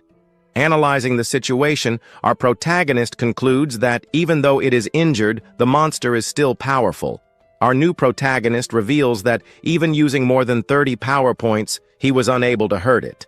Furious, the monster gets up and realizes that its arm has been damaged. The monster heals from our protagonist's last attack. Desperate, our protagonist realizes that he cannot defeat the monster alone. He advances against the monster with everything he has, saying that he will not allow the mayor's sacrifice to be in vain. The protagonist remembers the mayor's sacrifice, filling himself with hope and energy. Shaken, our protagonist despairs, believing that there is no way to defeat the evil being. Our protagonist uses all his power once again against the evil monster, channeling blue energy. The attack hits the monster hard, and our protagonist curses it upon impact. The monster hides underground, pretending to be dead in order to escape. Our protagonist comments that by faking his own death, the monster shows fear of being found. Our protagonist realizes that the monster is badly injured, and this is his chance to eliminate it. Our protagonist laments that if he had found it earlier, the mayor would not have sacrificed himself. Locates the monster and declares that he has finally found it. With all his power, our protagonist attacks the monster with fury. The monster is hit by the attack and thrown away again. The monster regrets having been prevented from finding Gin's domain. The monster remembers the mayor and curses him for thwarting his plans. Our hero attacks the monster once more, seriously injuring him, declares that this is the price for the destruction of the city and the sacrifice of the mayor. The monster warns our hero not to push his luck and tries to counterattack. The monster announces that he will burn the rest of his magical power to drag him to hell. The monster attacks him with one last desperate blow, aiming to end everything. Our protagonist defends himself, but ends up being hit by the blow. The monster's attack is so strong that our protagonist is thrown away, bleeding. The pressure of the attack is absurd and causes him a lot of suffering. Falls to the ground, completely defeated after the last attack. The monster looks at our protagonist's body and declares that he has finally met his end. Suddenly, a shadowy figure appears in the sky and begins to sing, scaring everyone. Our hero looks up and wonders if there is anyone else strong there. A huge number of hands appear from the ground with the aim of capturing the monster. The hands try to capture the monster, who is terrified and tries to escape. The monster tries to escape, but the hands are very fast and strong and hold him. The monster despairs, saying that those hands are holding his body and preventing him from moving. He smiles, realizing that this was his chance to win and finish him off. Our protagonist releases 200% of his energy, confident that he can win.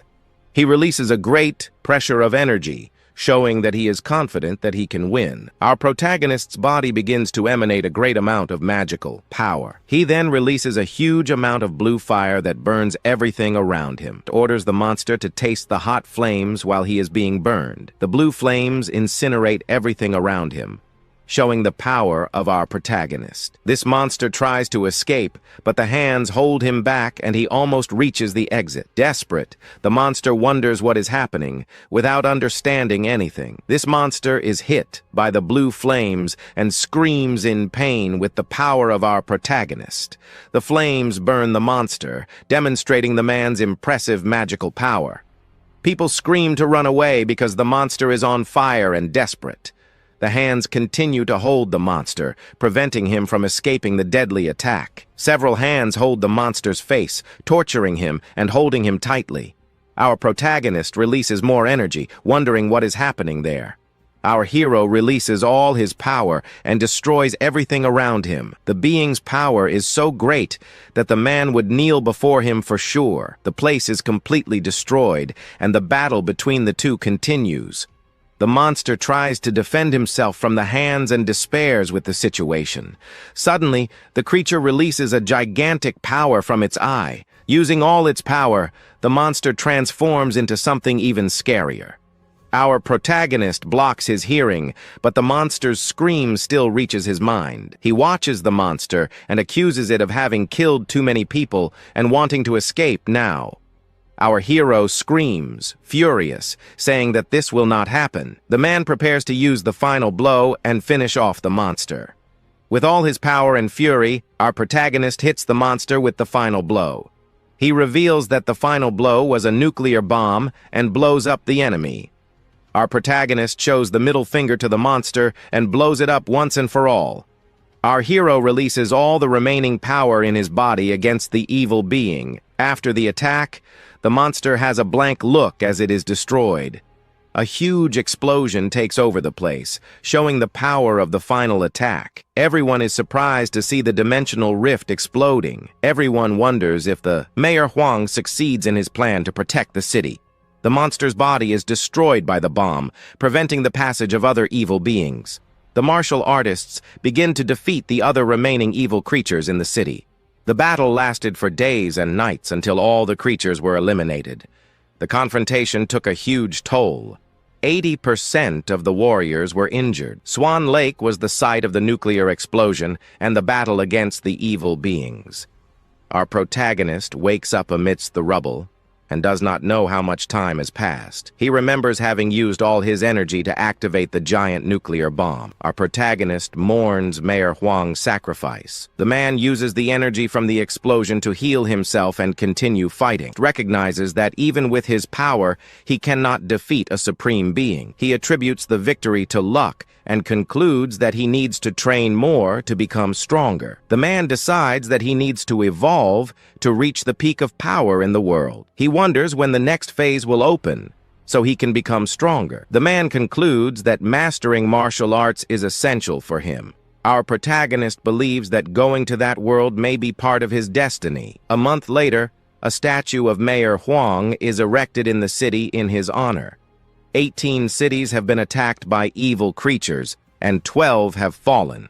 Guanshan City is shrouded in a mysterious fog. The National Martial Organization sends warriors to investigate the place. The invasion of the evil creatures was unusual, revealing a strange secret area. A powerful martial artist is at the edge of the secret area to investigate.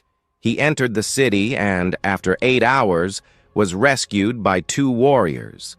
The area was classified as forbidden, and at one point, 8 million people died there. Our hero wonders if humanity is close to extinction. He decides to call his aunt to ask for urgent help.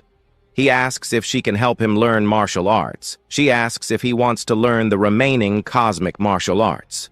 He asks her to get him high-quality magic cores. The woman says that those cores are rare and asks what he offers in exchange. He offers to help the Liu family reach first place in the university. She warns him not to underestimate other warriors. Our protagonist asks her to trust him because he will not disappoint the family. He offers to serve the family if they win the competition. She questions if he is serious about serving the family. The woman gives in and promises to help him because she trusts him. The scene shifts to the large modern building of an city central hospital. A young man named Yihei is mobbed by a crowd of fans.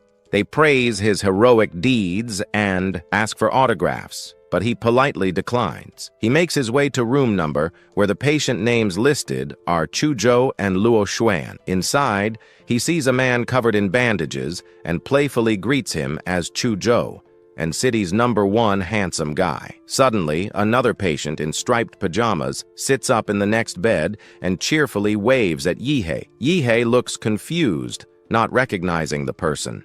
The man introduces himself as Luo Xuan, his first opponent in the promotion match. A spark of recognition flashes in Yihei's eyes as the memory of their fight returns to him. Luo Xuan tells him not to look so pitiful, explaining he can get limb regeneration surgery or a battle prosthetic for his missing leg. Yihei looks at the other warrior with respect, admiring his sacrifice in defending the city at such a young age. Just then, Yihei's phone begins to vibrate in his pocket, breaking the silence in the room. He pulls out his phone, annoyed by what he assumes is another nuisance call, and prepares to block the number. Before he can react, the call is forcefully connected, startling him completely. His principal's angry voice erupts from the phone, demanding to know why he blocked a big shot from Huadu. Another call comes through from Wang Tao of Imperial Capital University, informing him that Huadu will open early for him. Meanwhile, the bandaged Chuzhou is also on a call with a teacher from Huadu University's admissions, receiving his own invitation. Both Yihei and Chuzhou agree to the arrangements. Luo Xuan observes them, thinking that with 2 top students in the room, he feels out of place. With a determined look, Yihei decides there is one more thing he must do before he reports to the university. A few days later, the scene shifts to the Swan Lake nuclear blast site, a desolate landscape shrouded in perpetual darkness from thick ash. Beams of blue light manage to pierce through the dense dark clouds hanging over the ruined city. Standing in the ruins, Yihei absorbs the energy, his body partially transforming into a powerful, monstrous form. The transformation intensifies, releasing massive clouds of energy as his form grows larger and more imposing. His eye glows with intense blue light, pulsing with the immense power he is currently channeling. A system window displays his status, showing his infinite monster template and a sync rate of 90% with his giant form. He reflects that the battle and the residual radiation have increased his sync rate, making this a perfect cultivation spot. After 3 days of training, he feels it is time to leave this place and head to his next destination. Unfortunately, just as he prepares to depart, a massive beam of light descends from the sky. The scene changes to Ancheng Station, where an announcement calls for passengers heading to Huadu West Station. Yihei stands on the platform with his luggage and sword, waiting for the train to arrive. Another young man on the platform spots him, exclaiming with surprise that he is here. Suddenly, a brilliant light flashes in the sky, drawing the attention of everyone on the platform. A figure drops from the sky, landing heavily on the platform and unleashing a wave of blue energy that ripples outwards. It's Yihei, who looks relieved, thinking he arrived just in time for his departure. The other passengers are stunned, with one recognizing the newcomer. Others comment on his terrifying aura, realizing he is the pride of their city. The young man with blue hair from earlier approaches, observing that Yihei has grown even stronger since they last met. Yihei gazes at the city skyline, acknowledging that it is time for them to leave and city. He thinks about how this city was his first stop and his point of origin after crossing over. With a final look, he bids farewell to An City as the sleek bullet train prepares to leave the station. He runs towards the boarding doors with a determined grin, ready to head to Huadu University. The high-speed train quickly accelerates, carrying the students towards their new destination. Inside the train, Yihei walks down the aisle excitedly. His companion asks him to be a little more serious. Someone asks if all the passengers are top students. The blue-haired youth explains the train's advanced defenses and the powerful escorts on board. Yihei smirks confidently, mentioning he used his life sense to detect a few strong individuals, though only 5 could withstand his attacks. Suddenly, an alarm blares through the carriage, alerting everyone that the train is under attack by an unknown enemy. The screen confirms the Level 1 alert, instructing professors to investigate while students must evacuate their compartments immediately. Panic spreads among the students. Some speculate that it is just a drill, while others worry that with the nation weakened, other factions are restless. His companion asks for his opinion, but Yihei just complains that he wanted to nap after training so hard. Despite his complaints, he firmly plants his foot on the ground, preparing to get up. A wide grin spreads across his face as he eagerly suggests they go see what is going on. The red bullet train continues to speed down the tracks, cutting through the landscape. As they approach the next compartment, an injured student stumbles out, causing Yihei to ask what is happening up ahead. The freshman, Zhou Jingxian, explains that enemies control the first 3 cars with a special domain, and the warrior teachers are mostly defeated. A group of other students gathers around, listening to the dire warning with serious expressions. One of the students, wearing a mask, challenges the injured freshman and demands proof of the danger. Another student, Yan Zhengsheng, questions why only this student escaped when he had a friend strong enough to compete for top freshman. He declares that he does not believe the story and decides he is heading to the front to see for himself. Yan Zhengxiong takes a firm step forward, ready to push past the injured student. He and his group ignore the warnings, walking toward the front compartments, as the freshman pleads for them not to go to their death. The injured student then turns to Yihei and asks if he is the person he was sent to find. Yihei's life field senses an anomaly in the student. He confirms his identity and asks how the freshman knows him. The student explains a girl named Liu Qingzhu showed him a photo and told him to find Yihei with a warning not to go to the front. Yihei looks shocked, asking if that is truly what Liu Qingzhu said. The freshman confirms it, explaining that the girl took a heavy slash while protecting him from an attack. Crying, he says he promised her he would ensure Yihei's survival, even if he couldn't stop the others from walking into danger. Yihei suddenly strikes the freshman, angry that he is already talking about the girl's dying wish when she is not even dead yet. Chuzhou holds Yihei back, asking if he still intends to go. Yihei says of course, because he promised her parents. The injured student blocks their path, refusing to let them through. Chuzhou dismissively asks how he even got into Huadu. Power suddenly flares around Chuzhou as he prepares to force his way through, calling out his own name. The freshman accuses him of being unreasonable, but Chuzhou attacks without a word, sending a blast of energy forward. Before the blast can hit, Yihei grabs the freshman and pulls him back, telling Chuzhou to stop the nonsense.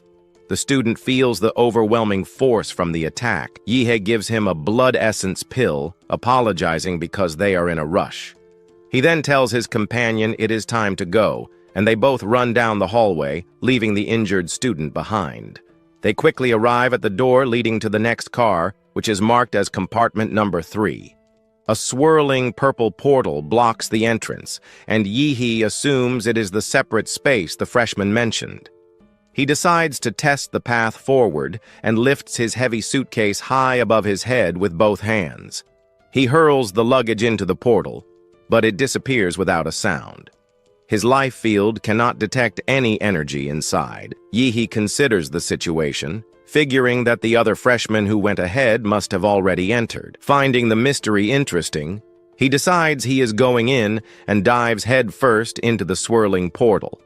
A bead of sweat rolls down his face as he travels through the strange, crackling purple space. The disorienting journey through the void makes him feel dizzy, and he wonders who is behind this trickery. He looks around the strange space, confused that Chuzhou is gone even though they came in together. Spotting a light up ahead, he decides to get out of the void first and runs towards the exit. He emerges into a bizarre world of floating, broken skyscrapers, questioning what this freaky place could be. Holding up his hand, he discovers that his life field is completely unresponsive, seemingly blocked by this dimension. Thinking that the old method still works, he leaps high into the air, releasing a powerful beam of energy upwards. The bright energy blast slams into the top of a massive floating structure, creating a loud, cracking sound on impact. He gathers an immense ball of crackling blue energy, warning his unseen enemy not to play ghost games with him. With a powerful roar, he commands the energy sphere to explode, unleashing its full force upon the dimension. A colossal blue explosion fills the sky, illuminating the surreal landscape of floating debris. The other trapped students look up in shock at the massive blast, wondering which powerful expert made such a flashy entrance. With a new path opened by the destruction, he leaps gracefully through the air between the falling structures. Not far away, the silhouette of a young woman sits slumped against the wreckage, looking out at the chaotic scene. It is Liu Qingzhu, injured and bleeding from her mouth. She looks at Yihei in surprise, weakly asking why he came. He stands on the edge of a floating building, realizing his massive explosion has drawn the attention of his classmates and teammates. It also drew enemies, as a menacing shadowy figure with glowing red eyes materializes in the distance. A large figure wearing a grotesque pig head mask lunges at him, swinging a massive blood-stained blade. Yi easily blocks the attack, mocking his opponent's mask and vowing to rip the ridiculous headpiece off. The pig-masked attacker recovers quickly, holding his curved blade ready for another assault. With a powerful leap, Yi delivers a devastating kick, blasting his opponent away with a wave of blue energy. The attack connects, resulting in a large explosion that momentarily engulfs the pig-masked figure completely. But Yihei is stunned to see his opponent emerge from the blast unharmed, having taken the nuclear punch head-on. The enemy tightens his grip on the blade, the metal glowing with a faint light as he prepares to counter. Smoke rises from the shattered pig mask as a single glowing red eye glares out from the cracks. The mask shatters, revealing a smirking man who boasts that he can block the blade with his muscles. Questioning his opponent's identity, he grabs Yihei by the head, saying he wants to take a closer look at the person who caused such a commotion. He then opens his mouth unnaturally wide and fires a powerful beam of energy, calling it his phlegm attack. Yihei stands over the dissolving enemy, holding the torn headpiece. He states that he is an honest guy who keeps his promises. As he inspects the tattered remains, he notices something hidden inside the grotesque mask. He pulls out a green pendant, wondering if this is a Huadu trial where the goal is to defeat monsters for loot. He deduces his mission is to hunt down these masked enemies and collect the pendants from their headgear. Suddenly, a glowing arrow flies past his face, making him realize this trial is like a battle royale. Another enemy surrounded by a dark aura leaps from below, launching a surprise attack from the shadows. The new foe is a shadowy archer wielding a crossbow, making Yihei wonder if another wave has begun. With a fierce grin, he declares his hatred for ambushes and gets ready to fight back. He quickly dodges a glowing arrow that crashes into the ground right where he was standing. The shadowy archer above him then unleashes a deadly volley of arrows raining down from the sky. A silhouette is hit by the barrage, pierced by multiple arrows as it collapses to the ground. But Yihei's eyes glow with a malicious grin as he mocks his attacker's naive attempt to kill him so easily. His body erupts in a surge of red and blue energy, transforming into his massive armored monster form. The colossal figure raises a giant armored fist, ready to bring it down with overwhelming force. He smashes the skyscraper, causing the entire building to crumble in a massive fiery explosion. One of the other trapped students watches in amazement as the massive skyscraper collapses under the powerful attack. Yihei walks through the rubble, determined to find the archer who nearly skewered him like a kebab. A new enemy with a rabbit head jumps out of the rubble, confirming his suspicion that the enemies are based on the signs of the zodiac. The rabbit-headed opponent lands gracefully and immediately charges forward, preparing to strike with his spear. He charges forward with incredible speed, his spear glowing with purple energy as he aims for a direct hit. But Yihei counters the blow with a deft kick, parrying the weapon just in time.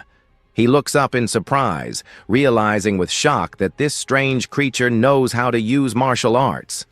The enemy rabbit's glowing spearhead points downward, ready to deliver a final deadly blow. At the last moment, a huge wall of ice erupts from the ground, blocking the spear just before it can reach him. Amidst the ruins of a city, a lone figure plummets from the sky toward the shattered buildings below.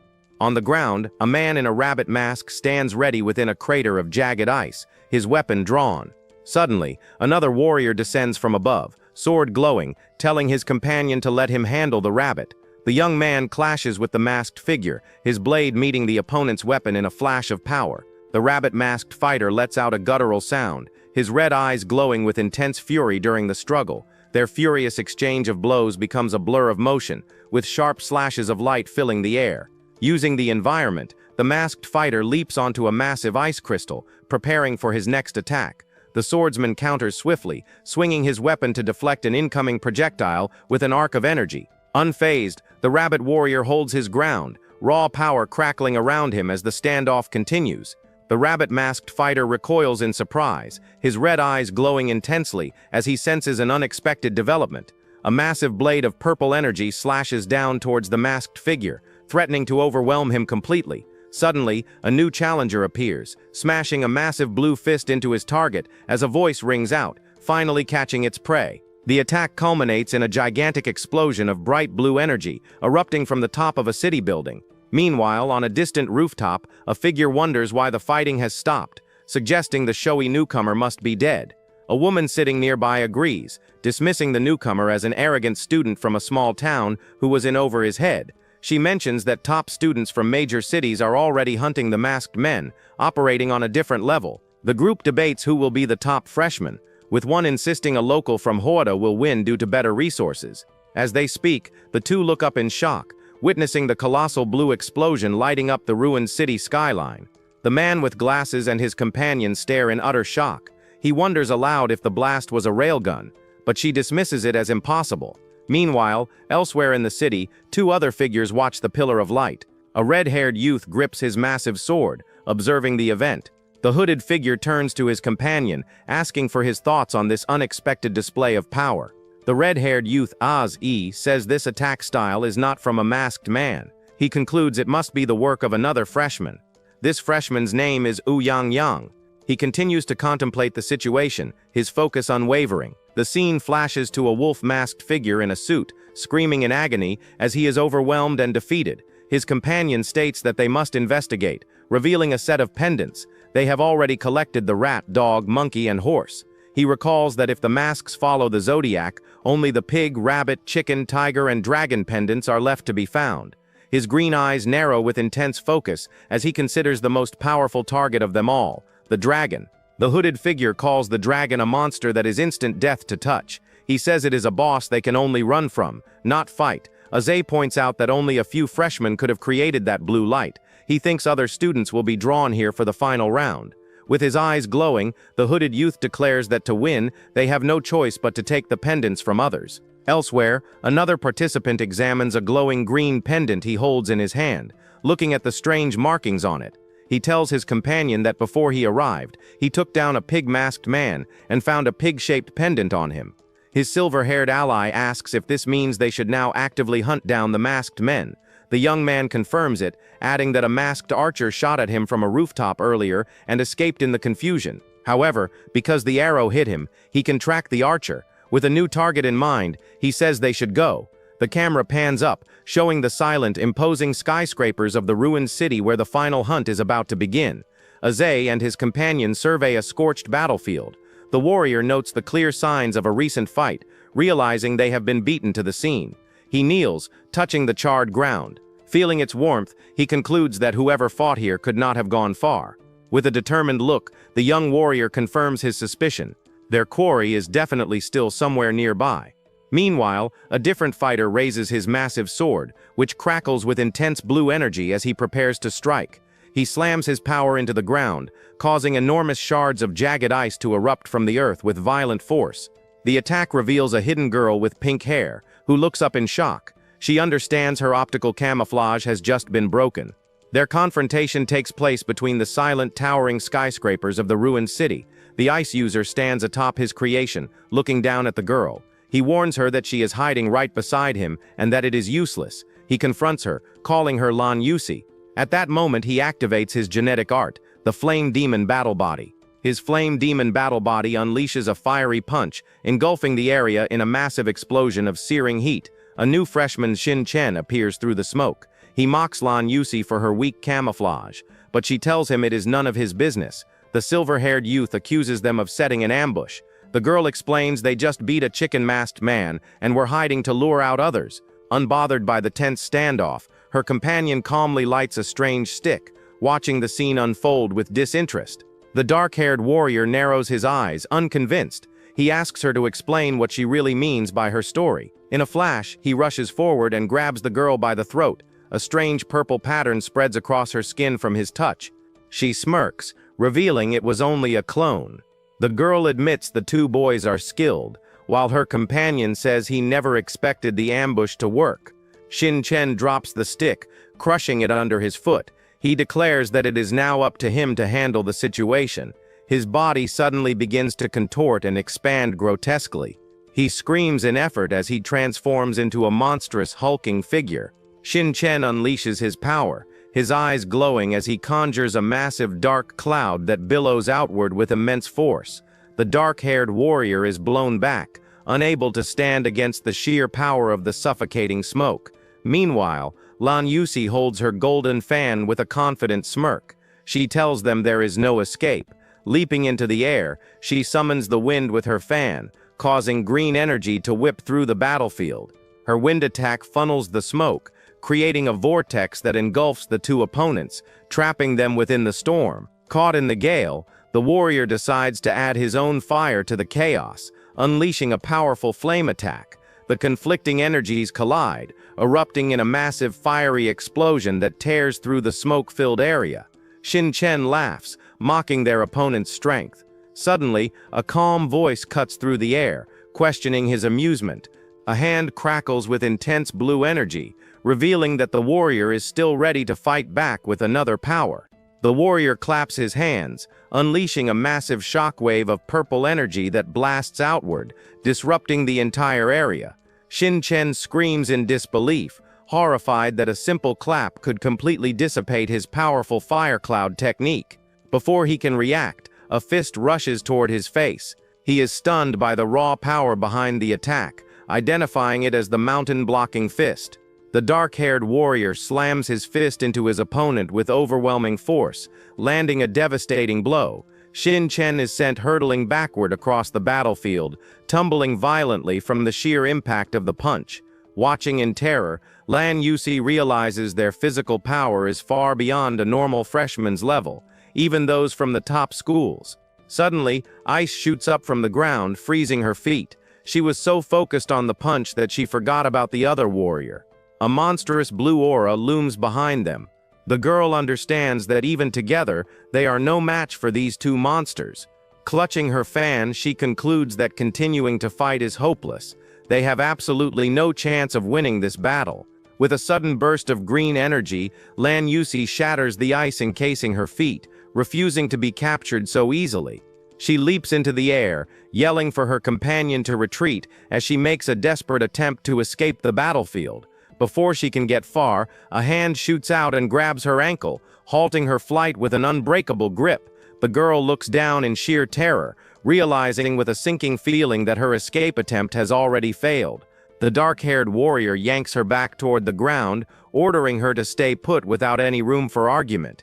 His eyes glow with intense power as he prepares to unleash a devastating Zhonghuang martial arts technique. In response, Lan Yusi activates her own skill, the Chaotic Shadows Dance, creating multiple illusions to confuse her opponent. However, the warrior just grins menacingly, amused by her desperate attempt to run away from him. He then unleashes his own terrifying power, a massive aura of dark red energy erupting with monstrous shadowy figures. The dark energy engulfs Lan Yusi and her illusions. She cries out in panic, realizing she is completely paralyzed by this strange power. Shadowy tendrils tighten their grip around her body, causing the girl to scream in terror and helplessness. Staring at the demonic shapes swirling around her, she wonders what these terrifying, ghostly things could possibly be. The warrior grins maniacally, telling her that since she cannot fight or run, she should just accept her fate. Defeated, she quickly surrenders and offers up her pendants, hoping to spare herself from any further harm. He takes the pendants and demands information. The girl reveals that one must collect 12 pendants to win the trial. With a sly grin, she then offers to lead him to the other top freshmen, hoping to watch them all fight each other. The warrior dismisses her offer but adds that he likes her fan, causing the girl to look back in confusion. As their confrontation ends, the silent, ruined skyscrapers stand tall, watching over the ongoing hunt. Meanwhile, two figures race through the city streets. The hooded youth worries they are too late, but Izzy is unfazed, saying they will take the prize from the victor. Suddenly, his companion stops dead, his eyes wide with shock. He urgently calls out to Ozzy, pointing at something disturbing on the road ahead. On the cold pavement below, they discover a body lying motionless in a pool of blood, a grim end to a recent battle. The hooded youth looks closer and recognizes the fallen fighter with a gasp of disbelief. It is Jin Chen. A flashback shows what happened minutes before. Jin Chen knew his foe was a monster who had marked him. He decided he needed to find allies to survive. As he considered his next move, a sudden presence startled him. He whipped around, calling out into the darkness, demanding to know who was there. A shadowy figure with glowing eyes descended from above, wielding a purple sword. Jin Chen stared up in terror at the ominous arrival. The attacker's eyes glowed with an intense swirling red energy, a sign of terrifying and overwhelming power. Paralyzed by fear, Jin Chen recognized the monstrous power before him. He understood it was the one known as the dragon. A nearby street lamp flickers erratically, its light suddenly extinguished in the tense silence of the night. In the next instant, the lamp flares with a blinding white light, illuminating the street with an unnatural glow. Jin Chen's silhouette is seen being torn apart, splattering against the light as the dragon's power overwhelms him instantly. The dragon stands tall, a terrifying figure in a suit, his head shrouded in dark energy with menacing red eyes glowing from within. Aziz examines the body, noting the clean strike was a fatal blow. He concludes only the dragon could possess such overwhelming power. His hooded companion is confused, remembering the dragon was supposedly confined to an underground parking garage, where they had once tried to find him. In that garage, they met the dragon, who stood over a pile of defeated fighters. Only he and Aziz managed to escape with their lives. The companion admits he never believed their opponent would truly kill, thinking it was just a test, but the fresh blood proves how wrong he was. The sheer terror of the memory washes over the hooded youth, his eyes wide as he realizes the horrifying reality of the situation. His hooded companion asks what they should do now that Jin Chen's pendant has been taken by the terrifying foe. Aziz theorizes the dragon was freed because a condition was met. Perhaps the freshmen have finally defeated all the other masked men. He concludes they cannot fight the dragon directly. They must first seize the pendants from the other students to keep them from the monster. With a surge of power, Aziz unleashes his own ability, sprouting massive golden wings as his aura flares with immense energy. Hovering in the air, he announces their new plan. They will release a signal to lure all other pendant holders to them for a final battle. He soars above the city, creating a giant golden sigil in the sky that acts as a beacon for everyone in the ruins. Meanwhile, a lone girl sits in the ruins. She was brought to this dead city unexpectedly while on her way to Huwada University. She recalls meeting a teacher who could only save one person, but she could not leave during such a critical moment. Looking at a photo, she decides she must warn the boy in the picture, a fool named Yoi, not to get involved in this deadly trial. The girl feels weak, her head heavy. She hopes Yoi is safe, believing his power can stand against the dragon. From her perch on a ruined skyscraper, she gazes out at the desolate city, a lone figure in the urban decay. Suddenly, her eyes widen in shock as a dreadful realization dawns on her. She has been discovered. She knows escape is impossible. Her pursuer has locked on, so she decides to lure them to the parking garage.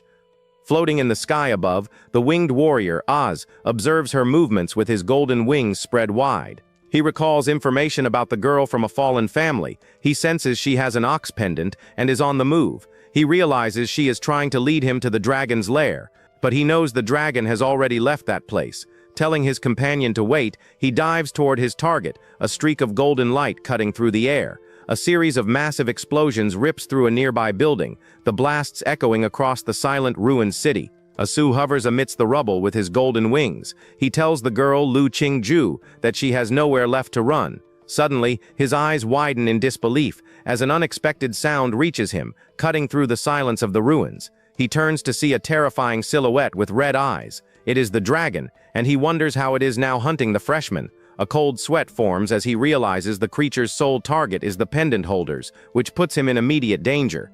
He thinks of the 4 glowing pendants he carries, the rat, dog, monkey, and horse he collected earlier. With the most pendants, he is the primary target. His own arrogance has now lured the monster directly to him. His eyes flare with a green light, his expression shifting from shock to grim determination in an instant. Below him, the dragon manifests as a swirling mass of dark, monstrous energy, with tendrils reaching into the air. The winged warrior is shocked, recognizing the ability as a domain. He never knew the dragon could use such a power. Abase realizes he is trapped in a special domain. To escape, he must defeat the one who cast it. Understanding the direness of his situation, the massive dragon lunges forward, a monstrous beast of pure shadow. The winged warrior prepares for the imminent attack. He quickly wraps his golden wings around himself for protection. The dragon's dark energy whips furiously against his shield. The monster lets out a terrifying roar, its maw wide as it unleashes its overwhelming power against the trapped warrior. Meanwhile, in another part of the city, the silent skyscrapers stand watch, unaware of the desperate battle unfolding. A new freshman appears, blasting a powerful wave of blue energy as he focuses his power for an attack. Elsewhere, the dark-haired warrior Yi looks up, annoyed by the showy display, questioning the newcomer's motives. His silver-haired ally asks to face the challenger alone. He wants to use this opportunity to test his own strength, but their blonde-haired opponent leaps forward, surrounded by a tiger's aura. He mocks them for their confidence. The silver-haired ally's eyes glow. He channels his power, creating an icy sword as he prepares his attack. He unleashes his power, causing huge shards of ice to erupt from the ground, trapping the aggressive newcomer. The blonde fighter shatters the ice with a grin, taunting his opponent as he rushes forward to continue the attack. Their weapons collide in a burst of power. The silver-haired youth struggles to block the ferocious strike from his foe. He is pushed back, shocked by the sheer force of the blow. The raw strength of his opponent is greater than he expected. Refusing to yield, he steadies himself. He channels a new energy into his blade, preparing for a powerful counterattack. With unwavering focus, he prepares to merge his will with his weapon, aiming to unleash his ultimate technique. His blade transforms completely, becoming a flawless crystal of ice that reflects the fierce opponent before him. Unfazed, the blonde warrior summons a massive tiger spirit. It roars as he charges forward, ready to overwhelm the swordsman. The swordsman summons a massive ice dragon that clashes fiercely with the blonde warrior's roaring tiger spirit. Meanwhile, Yi watches the spectacular battle from the side, looking completely bored by the whole display. Elsewhere, Aze's companion looks up in alarm. He senses his friend's energy and realizes Aze is calling for help. Back at the duel, the ice user expertly parries another powerful downward strike from his aggressive opponent. The blonde warrior yells angrily, saying he has urgent business to attend to, otherwise he would break their bones. He glares with fury, making it clear he needs to end this confrontation quickly to deal with more important matters. Suddenly, Yehi lunges forward, his fist glowing with blue energy. The blonde fighter looks over in complete shock. The punch connects, unleashing a blinding explosion of raw power that engulfs the blonde warrior completely. The blast sends the opponent hurtling backward, carving a destructive trench of energy through the city street. The blonde warrior lies defeated, wondering if he was hit by a ghost. Yehi clarifies that he was the one who hit him, because his shouting was annoying. Enraged by the disrespect, the blonde fighter screams, vowing to take the young man's life for his arrogance. 3 minutes later, the fight is over.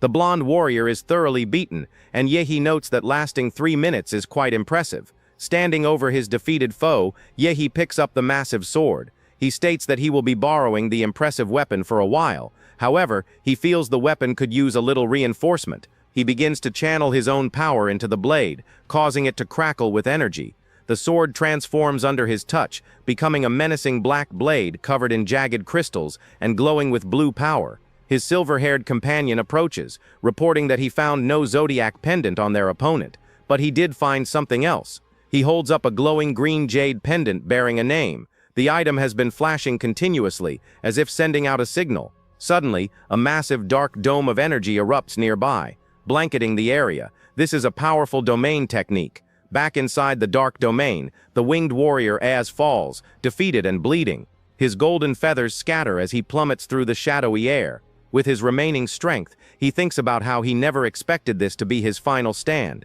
Unable to go any further against his foe, the dragon looms over him.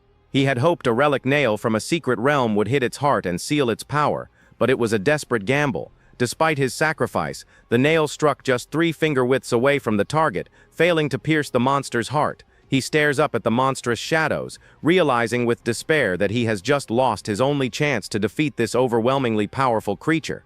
Dark, shadowy tendrils erupt from the dragon's form, lashing out violently toward the fallen warrior on the ground below.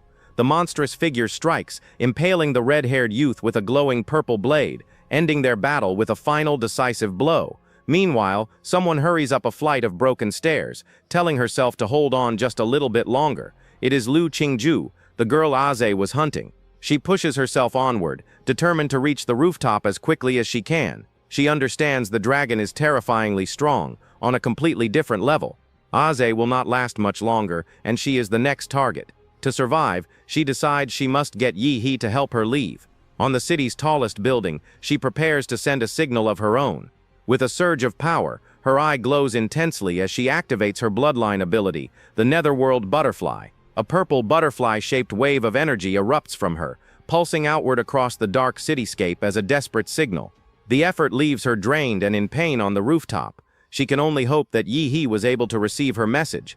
Suddenly, her eyes snap wide with alarm. She senses an immediate and unexpected presence approaching her location. Looking over the edge of the building, she listens with utter disbelief, unable to process the sound she is hearing.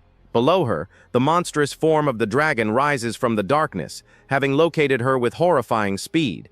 Terrified, she realizes she must send another signal immediately. This time, it will be to warn Yi He to stay away from this place. Before she can act, the dragon's eyes flare with immense purple energy, signaling an imminent and devastating attack. A dark sphere of power materializes atop the skyscraper, crackling with raw energy as it prepares to unleash its force. The monstrous figure looms over Lu Qingju, pinning her to the ground. His glowing sword is ready to deliver the final blow. With a terrifying roar, the creature's true form is revealed. A monstrous dragon's head emerges from the shadowy figure. Her eye widens in terror as she realizes it is too late. There is no time left to escape or warn anyone away. Suddenly, the very space around them shatters like glass, as an immense force breaks through the dragon's power from outside. Yihai bursts through the fractured reality, shouting that he promised her family he would protect her, and he always keeps his word. Looking up with tears in her eyes, Lu Qingju screams his name, completely stunned by his sudden and impossible arrival. The monstrous dragon recoils in shock as the powerful kick smashes into its head with overwhelming force. With his eyes glowing, Yihai screams in pure rage, demanding to know what kind of creature this monster is. He then unleashes a massive beam of blue energy, a torrent of raw power blasting toward the shadowy figure. The attack tears through the skyscraper, sending the dragon hurtling backward with overwhelming destructive force. The young man tells Lu Qingju to escape with his allies. She asks what he will do, and he vows to face the dragon-masked foe alone. His energy beam continues its path, erupting from the building and carving a line of destruction across the city. In the aftermath, 2 skyscrapers stand sliced in half, smoke billowing from the gaping hole left by the blast.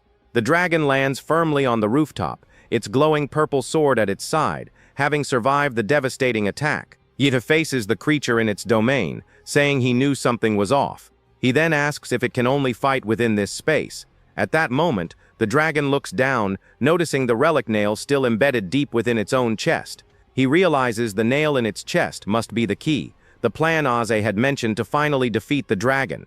The monster roars in agony, its shadowy form pulsing with unstable dark energy from the embedded relic. With his eyes glowing, yet he charges forward, his incredible speed catching the creature completely by surprise. He closes the distance in a flash, his foot stomping down hard as he prepares to strike his weakened foe. The enraged dragon swings its glowing purple sword down, but the young warrior moves to intercept the blow. In a ruined world, a lone, dilapidated skyscraper stands against a chaotic purple sky, its structure barely intact. Suddenly, an unseen force rips the entire building from its foundation, sending it hurtling through the air. The massive structure crashes down, creating a huge cloud of dust as a beam of blue energy shoots upward from the wreckage. Amidst the chaos, a smoky, monstrous figure lunges downward, attacking a lone man on the ground below. The creature roars with rage, its red eyes glowing menacingly as it prepares to unleash its full power. Despite the immense pressure, the young man grits his teeth, his own eyes glowing as he faces the powerful energy blast head-on. He narrowly evades the attack, leaping into the air as a devastating beam of purple energy obliterates the ground where he just stood. The impact kicks up a massive cloud of blue smoke and debris, completely obscuring the battlefield. From within the haze, a new, more terrifying face appears, its multiple red eyes glaring with intense malice. At the same time, a brilliant column of blue light erupts from the ruined building, signaling a change in the battle. Standing tall, a warrior in draconic armor reflects that he has finally found a worthy opponent in this world. With his glowing eyes fixed on his enemy, he acknowledges that his opponent will not be defeated so easily. His foe responds instantly, slamming a powerful hand into the ground with incredible force. The mysterious figure rises, now in a more humanoid form with a sword, as a spectral image of his monster form looms behind him. The M smirks, noting that this is more fitting for an invincible boss like Dragon Mask. Dragon Mask responds immediately, leaping forward with his sword raised high, engulfed in a torrent of violent purple energy. The M smirk watches intently, his glowing blue eyes fixed on his opponent's every move with fierce concentration. Their weapons collide with a deafening crash, unleashing a powerful shockwave that ripples through the air. He notes that after his mask broke, his opponent's speed and even his strength have greatly increased. The foe's crimson eyes flash, focusing his immense power for the next devastating strike.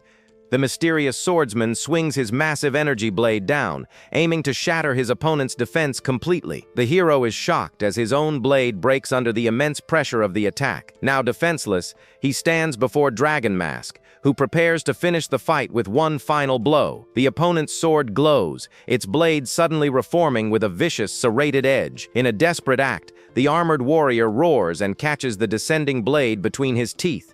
He smirks confidently, declaring that he has finally caught his enemy. At the same time, his sharp, draconic tail whips around and strikes his foe from the side. Dragon Mask's eyes widen in pure shock, caught completely off guard by the swift counter. Taking advantage of the opening, the hero unleashes a point-blank blast of blue energy from his hand. The impact is direct, shattering the remnants of Dragon Mask's face covering and exposing him. The armored warrior grips his own tail, telling his customer that it is not over yet.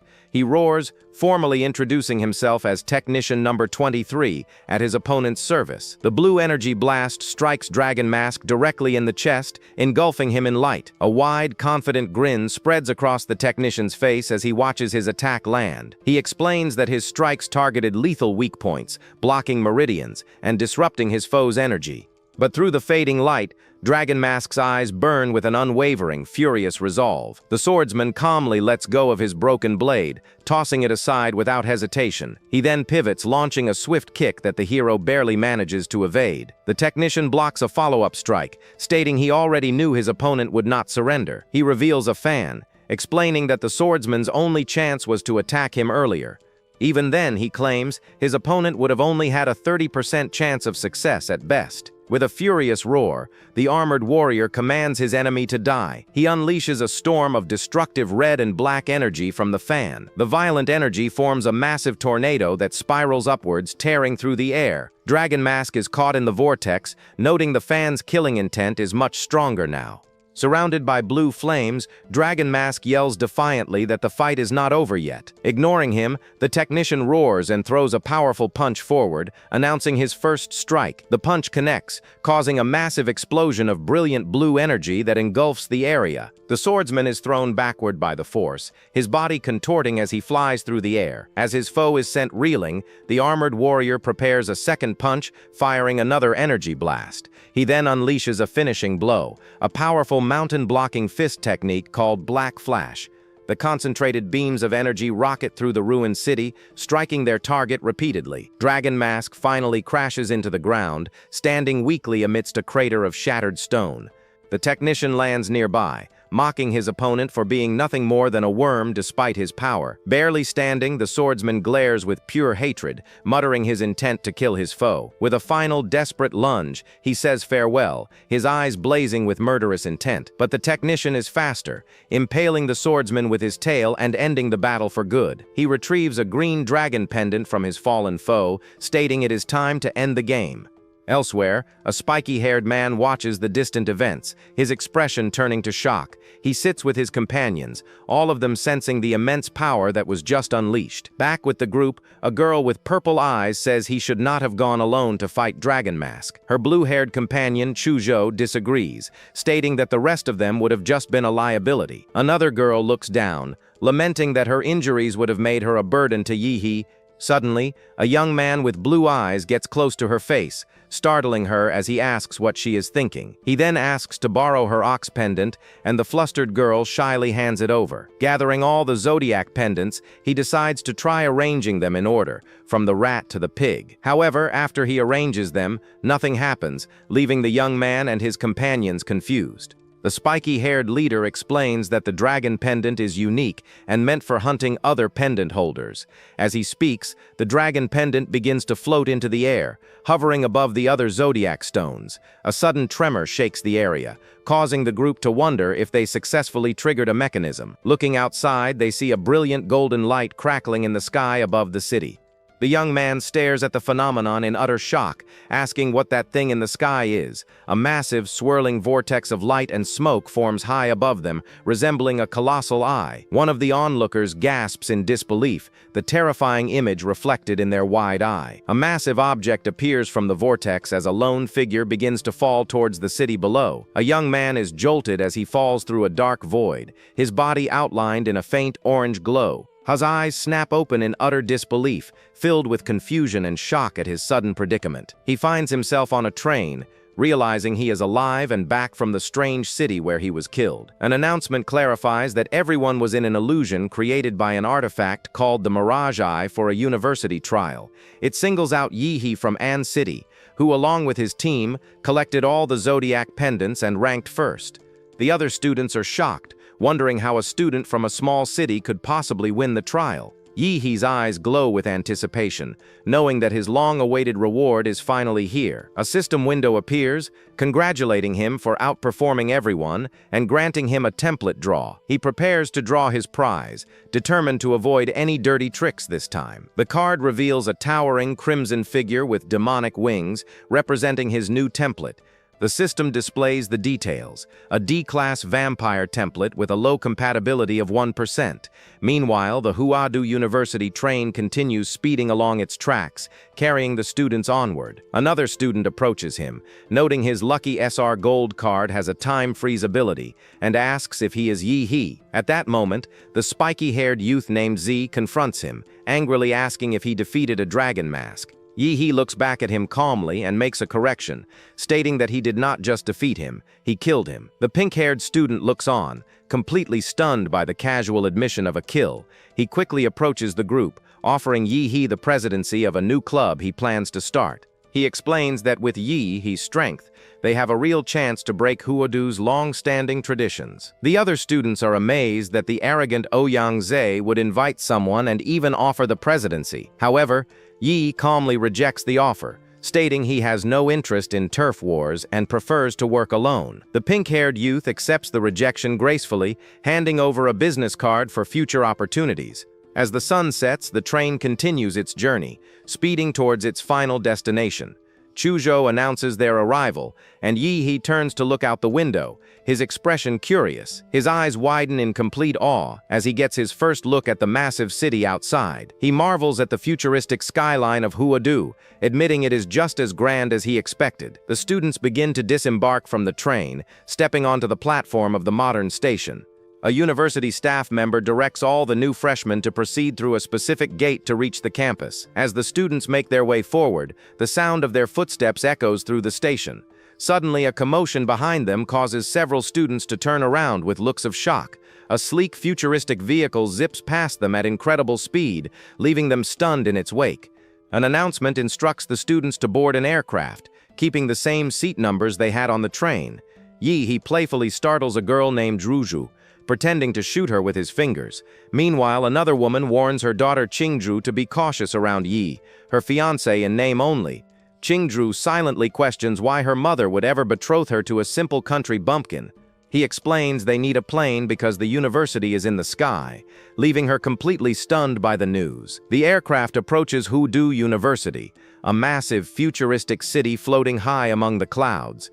Their vehicle passes through a glowing hexagonal energy barrier that protects the entire floating campus. One of Yi's companions notes that the net must be for defense, as his own detection abilities are now weakened. After they land, a university staff member begins handing out their official student identification cards. Yi examines his new ID card, which displays his photo, name, and a prominent S-class rating. They are then instructed to proceed to a maglev station to take a train to their dormitories. The dorms are located inside colossal skyscrapers, with external elevators zipping up and down the massive structures. On the train, one student excitedly points out they have arrived at the world's highest city, annoying the others. Inside the elevator, Yi mentions his room is on the 42nd floor, while Chuzhou confirms his is on the 45th. He enters his new home, a luxurious 100-square-meter single dorm, realizing Huadu students live the dream. He is amazed to find the latest model computer, fully equipped with a high-end gaming setup. Exploring further, he discovers a luxurious massage bathtub in his private bathroom, leaving him ecstatic. He throws himself onto the large, comfortable bed, remarking that it feels just like a 5-star hotel. After relaxing for a moment, he grins, deciding it is time to get down to business and max out his vampire template. Sitting on his bed, he uses his phone to log into the Huadu Pass app, having already converted his money into academy points. He is horrified to see the conversion rate, realizing that 100,000 coins only gave him a single academy point. Despite the awful rate, he uses his points to purchase a large quantity of blood attribute magic cores. A moment later, a drone arrives with his package, and he is impressed by the incredibly fast delivery service. He opens the box to reveal glowing blue crystals, eagerly preparing to eat them all. After consuming the cores, he clutches his hand in pain as his fingernails sharpen and turn red. A system notification confirms his compatibility with the vampire template is now 100%, unlocking a new form. Looking at his reflection, he sees his eyes are now red and fanged, but he marvels at the incredible effects. He pulls back his lip to get a closer look, noting how much sharper his fangs have become. With these new fangs, he thinks biting into enemy flesh to drink blood will be as easy as sipping tea. He flexes his hand, admiring his new razor-sharp fingernails that have grown into deadly claws. His eye glows with a newfound power as he contemplates a bold idea to test his new abilities. Without hesitation, he strikes his own throat with a powerful, swift blow to test his regeneration. Staggering into the bathroom, he clutches the sink, feeling the immediate effects of the self-inflicted wound. He coughs up a mouthful of dark blood, a direct result of the powerful internal damage he just caused. The gash on his neck bleeds for a moment, a clean, deep wound from the force of his own attack. Almost immediately, the flesh begins to knit back together, healing at an astonishing rate. He looks at his now healed skin, noting that the vampire's regenerative ability is at least noticeable. He concludes that the bodily mutations are secondary to his new power, the Crimson Calamity. He walks into a private training room, impressed that even the dorms have such advanced facilities. Standing in the center of the room, he focuses his energy, a red aura beginning to swirl around him. His eyes glow with intense blue light as he prepares to test the true extent of his unlocked form. He summons a manifestation of his Crimson Calamity power, a red demonic creature that mirrors his movements. With a smirk, he challenges the summoned creature, daring it to give him a punch. The red demon swings its powerful fist, aiming a devastating blow directly at its creator. Just before impact, a shadowy ethereal substance forms a perfect shield, effortlessly blocking the attack. Behind his summoned demon, a new thorny figure covered in roses materializes from thin air. Without warning, this new creature throws a devastating punch with blinding speed and immense power. He quickly crosses his arms in a defensive stance, bracing himself for the powerful incoming strike. The punch lands with incredible force, creating a shockwave of red energy that reverberates through the room. The bones in his arms glow, absorbing the kinetic energy as he withstands the overwhelming force. Even with his defense, the impact is too strong, sending him hurtling backward across the training room. Bruised but thrilled, he decides the power is fierce enough and moves on to test his time-stop ability. He kneels on the floor, activating the Crimson Calamity's time freeze skill with a burst of energy. Time grinds to a complete halt around him, and he begins to count the seconds as they pass. As he reaches 5 seconds, the field of frozen time begins to crack under the immense pressure. Refusing to accept this as his limit, he pushes his power further, extending the duration to 5.1 seconds. Blood pours from his eyes and nose from the strain, but he grits his teeth, pushing the time stop even further. He successfully holds the freeze for 5.4 seconds before the summoned creature begins to distort and break apart. The frozen space finally shatters, and he notes that 5 seconds was the template's original limit, but not his. The next morning, having fully recovered, he and his companion Chujo walk through the bustling campus city. He shields his eyes, complaining about the bright sunlight. He explains his new vampire template makes him dislike light, though it is not fatal. His companion asks if he saw the news about the university's academic reforms, but he admits he was too busy training all night. Chujo explains that the university has adopted a new mentorship system where students will study under a main mentor and assistant mentors. He realizes they need to find a mentor, but his friend corrects him, explaining that he is the only one who needs to. He shows him an announcement stating that since he collected all the pendants, he can choose any mentor he wants without refusal. They soon arrive at the large athletics hall, where the mentor selection process is set to take place. Inside, students are lining up in groups of 3 for assessment, after which mentors will select their disciples. He tells his companion to go ahead, since his special privilege means he does not need to rush the selection. He wanders around the campus, feeling that the whole process of picking mentors is rather boring for him. Suddenly, a distinct red stream of a scent drifts past him, catching his new vampire senses. His eyes widen in surprise as he immediately identifies the captivating aroma as the scent of blood. He realizes this is no ordinary blood, as it carries a hidden murderous intent that resonates with his own aura. Driven by his instincts, he feels an overwhelming urge to find the source of this intriguing scent. The trail leads him to a silver-haired girl crouching nearby, howling softly as she eats from a small packet. He is startled when he sees a trail of blood pooling on the ground right next to where she is squatting. The path leads him to a secluded spot on campus, surrounded by simple bushes and paved stone. He stares in disbelief, wondering how such a cute little girl could possibly be the source of that terrifying aura. The silver-haired girl's unique orange eye snaps open, sensing his presence as she turns her attention toward him. Standing up, she holds a small snack and asks the youth if he trains in the flesh demon physique. He asks how she knew, confused why she looks like a child but acts like a grumpy elder. She reveals she helped improve the technique herself. He is shocked to hear her mention Xiaohu, realizing she is talking about Lu Chenghu, who then appears in a vision confirming it is him. The girl explains that Lu Chenghu was her disciple over 90 years ago, leaving Yuhi utterly speechless. He knows grandmasters can look young, but her innocent vibe seems impossible to fake. Her eye glows with a menacing red light as she asks him if he does not believe her words. Yuhi scoffs, replying it would be more believable if he claimed to be Emperor Qin himself. Suddenly, a terrifying vision overwhelms him, showing his head locked in a guillotine under a blood-red sky. A dark, thorny silhouette looms in the oppressive red landscape, a manifestation of the girl's immense power. Her eyes glow ominously as she stands over his fallen form, her killing intent palpable in the vision. Snapping back to reality, Yuhi is terrified, wondering if it was a hallucination that felt like a real beheading. With a look of pure horror, he recognizes the nature of the power she just used on him, the Crimson Calamity. She then offers him one of her favorite strawberry-flavored gummies, placing it in his mouth as he remains stunned. Gongke apologizes for going overboard, pleading with him not to report her. She explains she only gets 2 supervised hours of release per week. Still chewing the candy, the youth recovers enough from his shock to finally ask who she really is. She winks playfully, introducing herself as Gong Kei, a powerful grandmaster who once made the university president cry when he was just a kid. Upon hearing this, Yihi immediately drops to his knees, his sudden movement startling the petite grandmaster. He realizes she is the perfect mentor for him and formally declares his wish to become her apprentice, having finally found his master. The silver-haired girl is completely dumbfounded by his request, her expression showing pure confusion. Leaving the athletics hall far behind, the two of them head towards a different part of the sprawling campus. Their destination is the imposing Huaodu Research Institute, a massive and modern structure. The young man follows his new master as she leads the way, seeming a bit flustered by the sudden turn of events. They walk down a sleek, futuristic hallway as an automated door slides open to grant them entry. Inside an elevator, he asks if she lives here. She confirms Huaodu settled her here decades ago because she used to hurt people, making him her first student.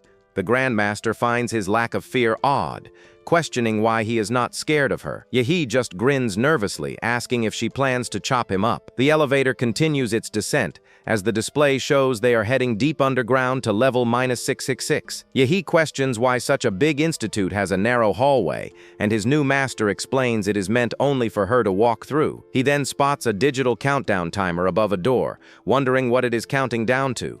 Realizing they are out of time, Gong Kei urgently shoves him through the doorway, yelling for him to get inside immediately. She explains that a timer starts whenever she leaves, and if she fails to return, she will be hunted by the university, shocking her new student. He lunges forward, grabbing his master and pulling her through the door just as the countdown hits 0. The moment they are clear, 2 massive vault doors slam shut behind them, sealing the entrance. A hexagonal energy field activates over the sealed entrance, confirming they made it just in time. Inside, Yihi senses a strange magnetic field that prevents him from gathering martial energy, weakening his abilities. Gong Kei turns to him and casually reveals that this place is her personal confinement cell.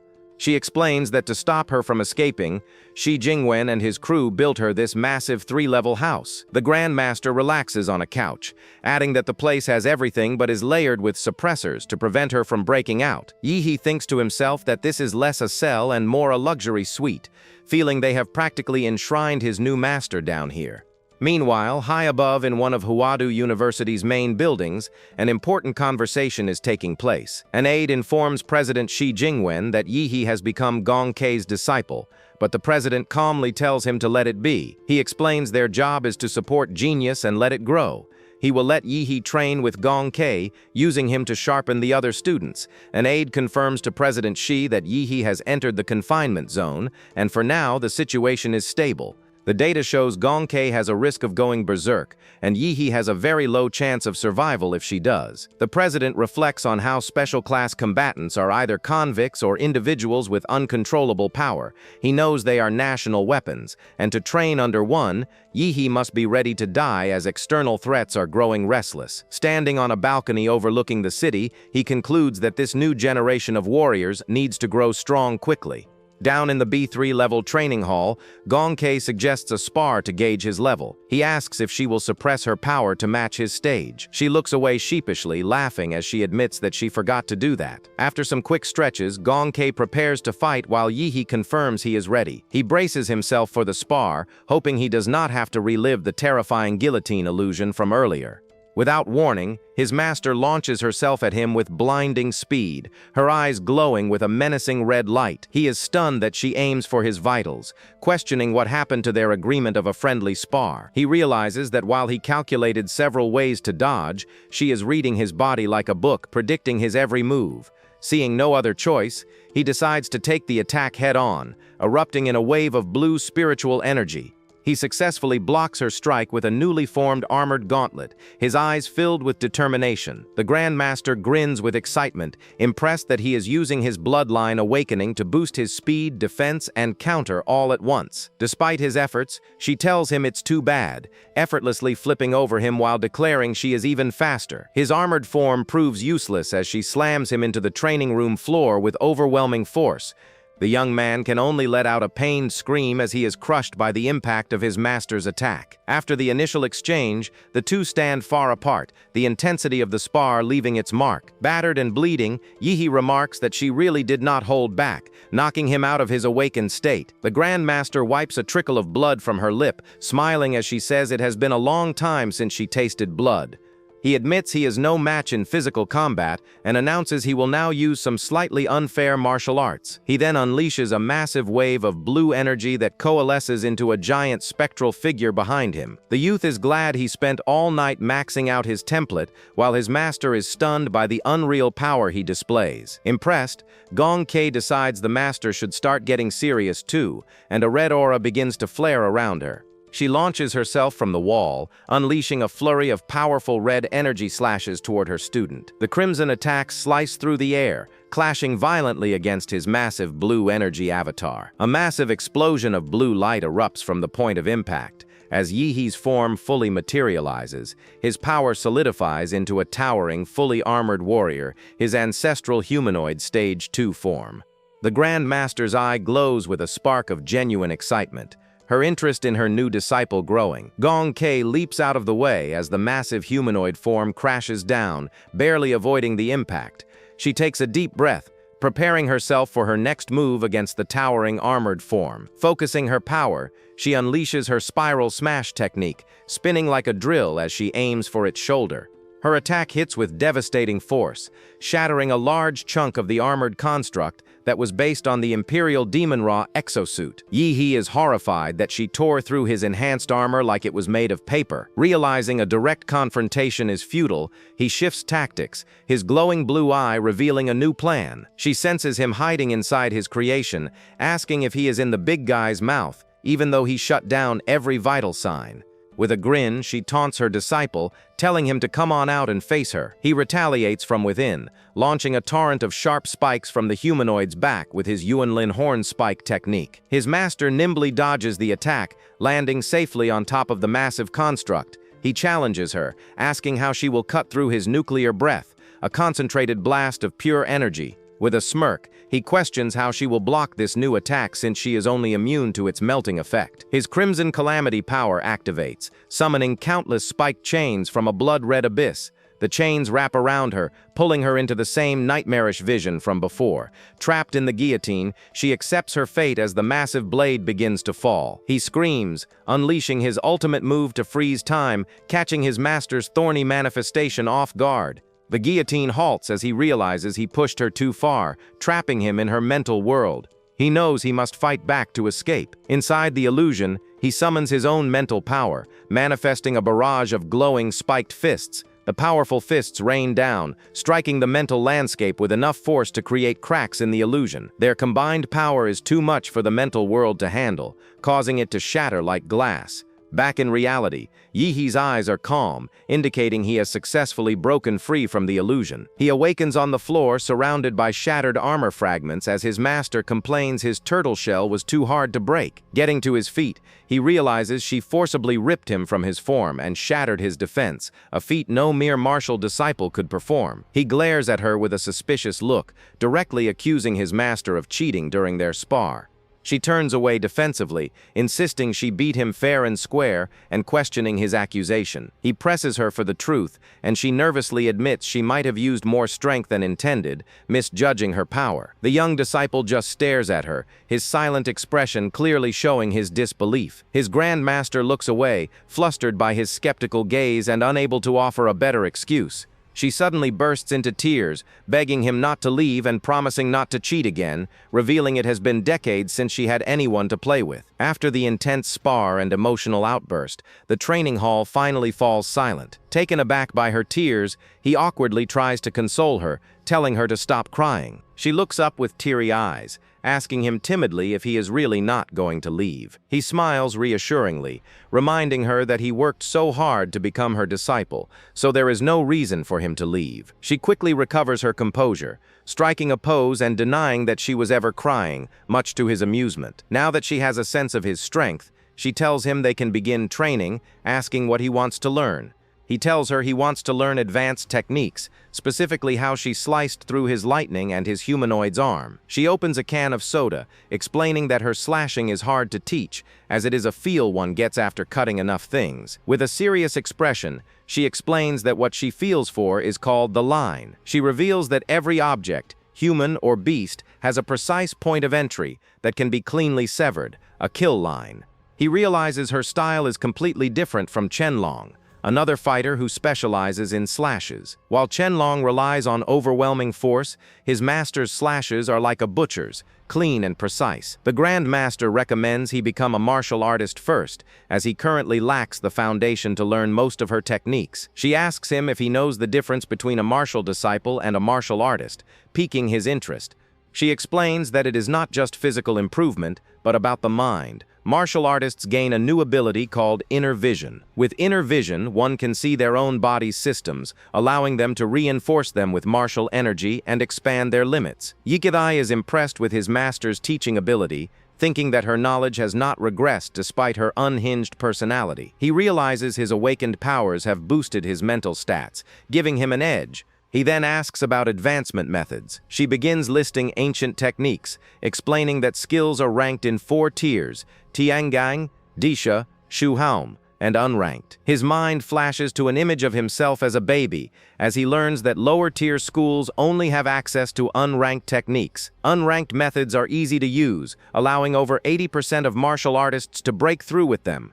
Students at Huadu University, however, start with Shuhaun tier methods at a minimum, putting them at a significant advantage. Curious, he asks about the 2 highest tiers, Tiangang and Disha.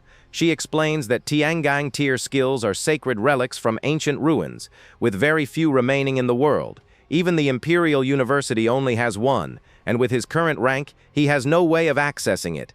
She then pivots, telling him that while he cannot learn a Tiangang skill, he can learn a Disha tier technique. Her eyes glow with a red light as she prepares to reveal the technique she has personally mastered. She presents him with the Killer's Bodhi Heart Sutra, the Disha-level technique that inspired Xiaohu's own methods. His eyes sparkle with excitement as he eagerly declares that he wants to learn it. She agrees to start right away, telling him to get ready to experience a killing intent domain she created for this training. He looks on with dawning horror as he realizes he is about to be put through another intense, life-threatening trial. He finds himself trapped in his master's intense killing domain, a swirling vortex of red energy. Gong Kei grins with delight, confessing that she just loves the smell of blood. Sometime later, under the moonlit sky, the floating city of Huadu University stands peacefully. After their classes are dismissed, students begin to leave, including Yui's friend, Chuzhou. The blue-haired youth spots his friend walking alone and decides to catch up with him. Chuzhou approaches Yui with a friendly smile, asking how his first day went. Suddenly, his battle instincts take over, and he defensively draws a spectral blade in a reflexive motion. Chuzhou is forced to summon his own weapon to block the unexpected attack, his eyes wide with surprise. Yihi snaps out of his trance, his intense focus softening as he recognizes his friend. He quickly apologizes to Chuzhou, explaining that his defensive reaction was just a reflex from his training. His friend is completely stunned, wondering what could have happened to trigger such a response. He gets a chilling glimpse of Yihi's aura and asks what kind of trial he just went through. Elsewhere, students are amazed to see that the deans of the 5 major schools are present as mentors. One student dismisses the idea they would care about freshmen, but another insists they are there for Yihi. It is revealed the Zodiac competition was a live broadcast for faculty, who evaluated students on their reactions and skills. The evaluation revealed that Yihi was the only student to receive the highest score in every single category. What truly shocked the deans was that he killed Dragon Mask, a secret boss who was not even supposed to be part of the trial. Dragon Mask was actually a simulation of a legendary martial artist from decades ago, Fu Hongsheng. Even without a perfect replication, Fu is considered the strongest martial artist in history, and no one has surpassed his records. Defeating this model proved Yihi's extraordinary talent, guaranteeing his future as a grand master if he grows without issue. As the deans excitedly await his decision, an aide rushes in with bad news. He informs them that Yihi has already chosen former Professor Gong Kei as his mentor, leaving them all in complete shock. The scene flashes back to Yihi's first encounter with Gong Kei, where he first found her on the campus grounds. He holds on to her, asking to be her student, and declaring that he recognizes her as his master. She informs him that she has already been expelled, making it impossible for her to be his mentor. He eagerly offers a deal, promising to find a way to get her freedom back within 2 years if she takes him as her disciple. Her eyes light up with stars as she happily accepts his offer, sealing their new master-disciple relationship. But just as they celebrate their agreement, their moment is suddenly interrupted. A group of powerful figures, the deans of the university, arrive on the scene to confront them. One of the deans reminds Gong Ki of her promise not to interact with students, stating she is not suited to teach in her current mental state. Gong Ki ignores the dean, instead asking her new disciple for his name. He bows respectfully and tells her he is Yui. With a new sense of purpose, she invites him to come home with her, ready to begin their training together.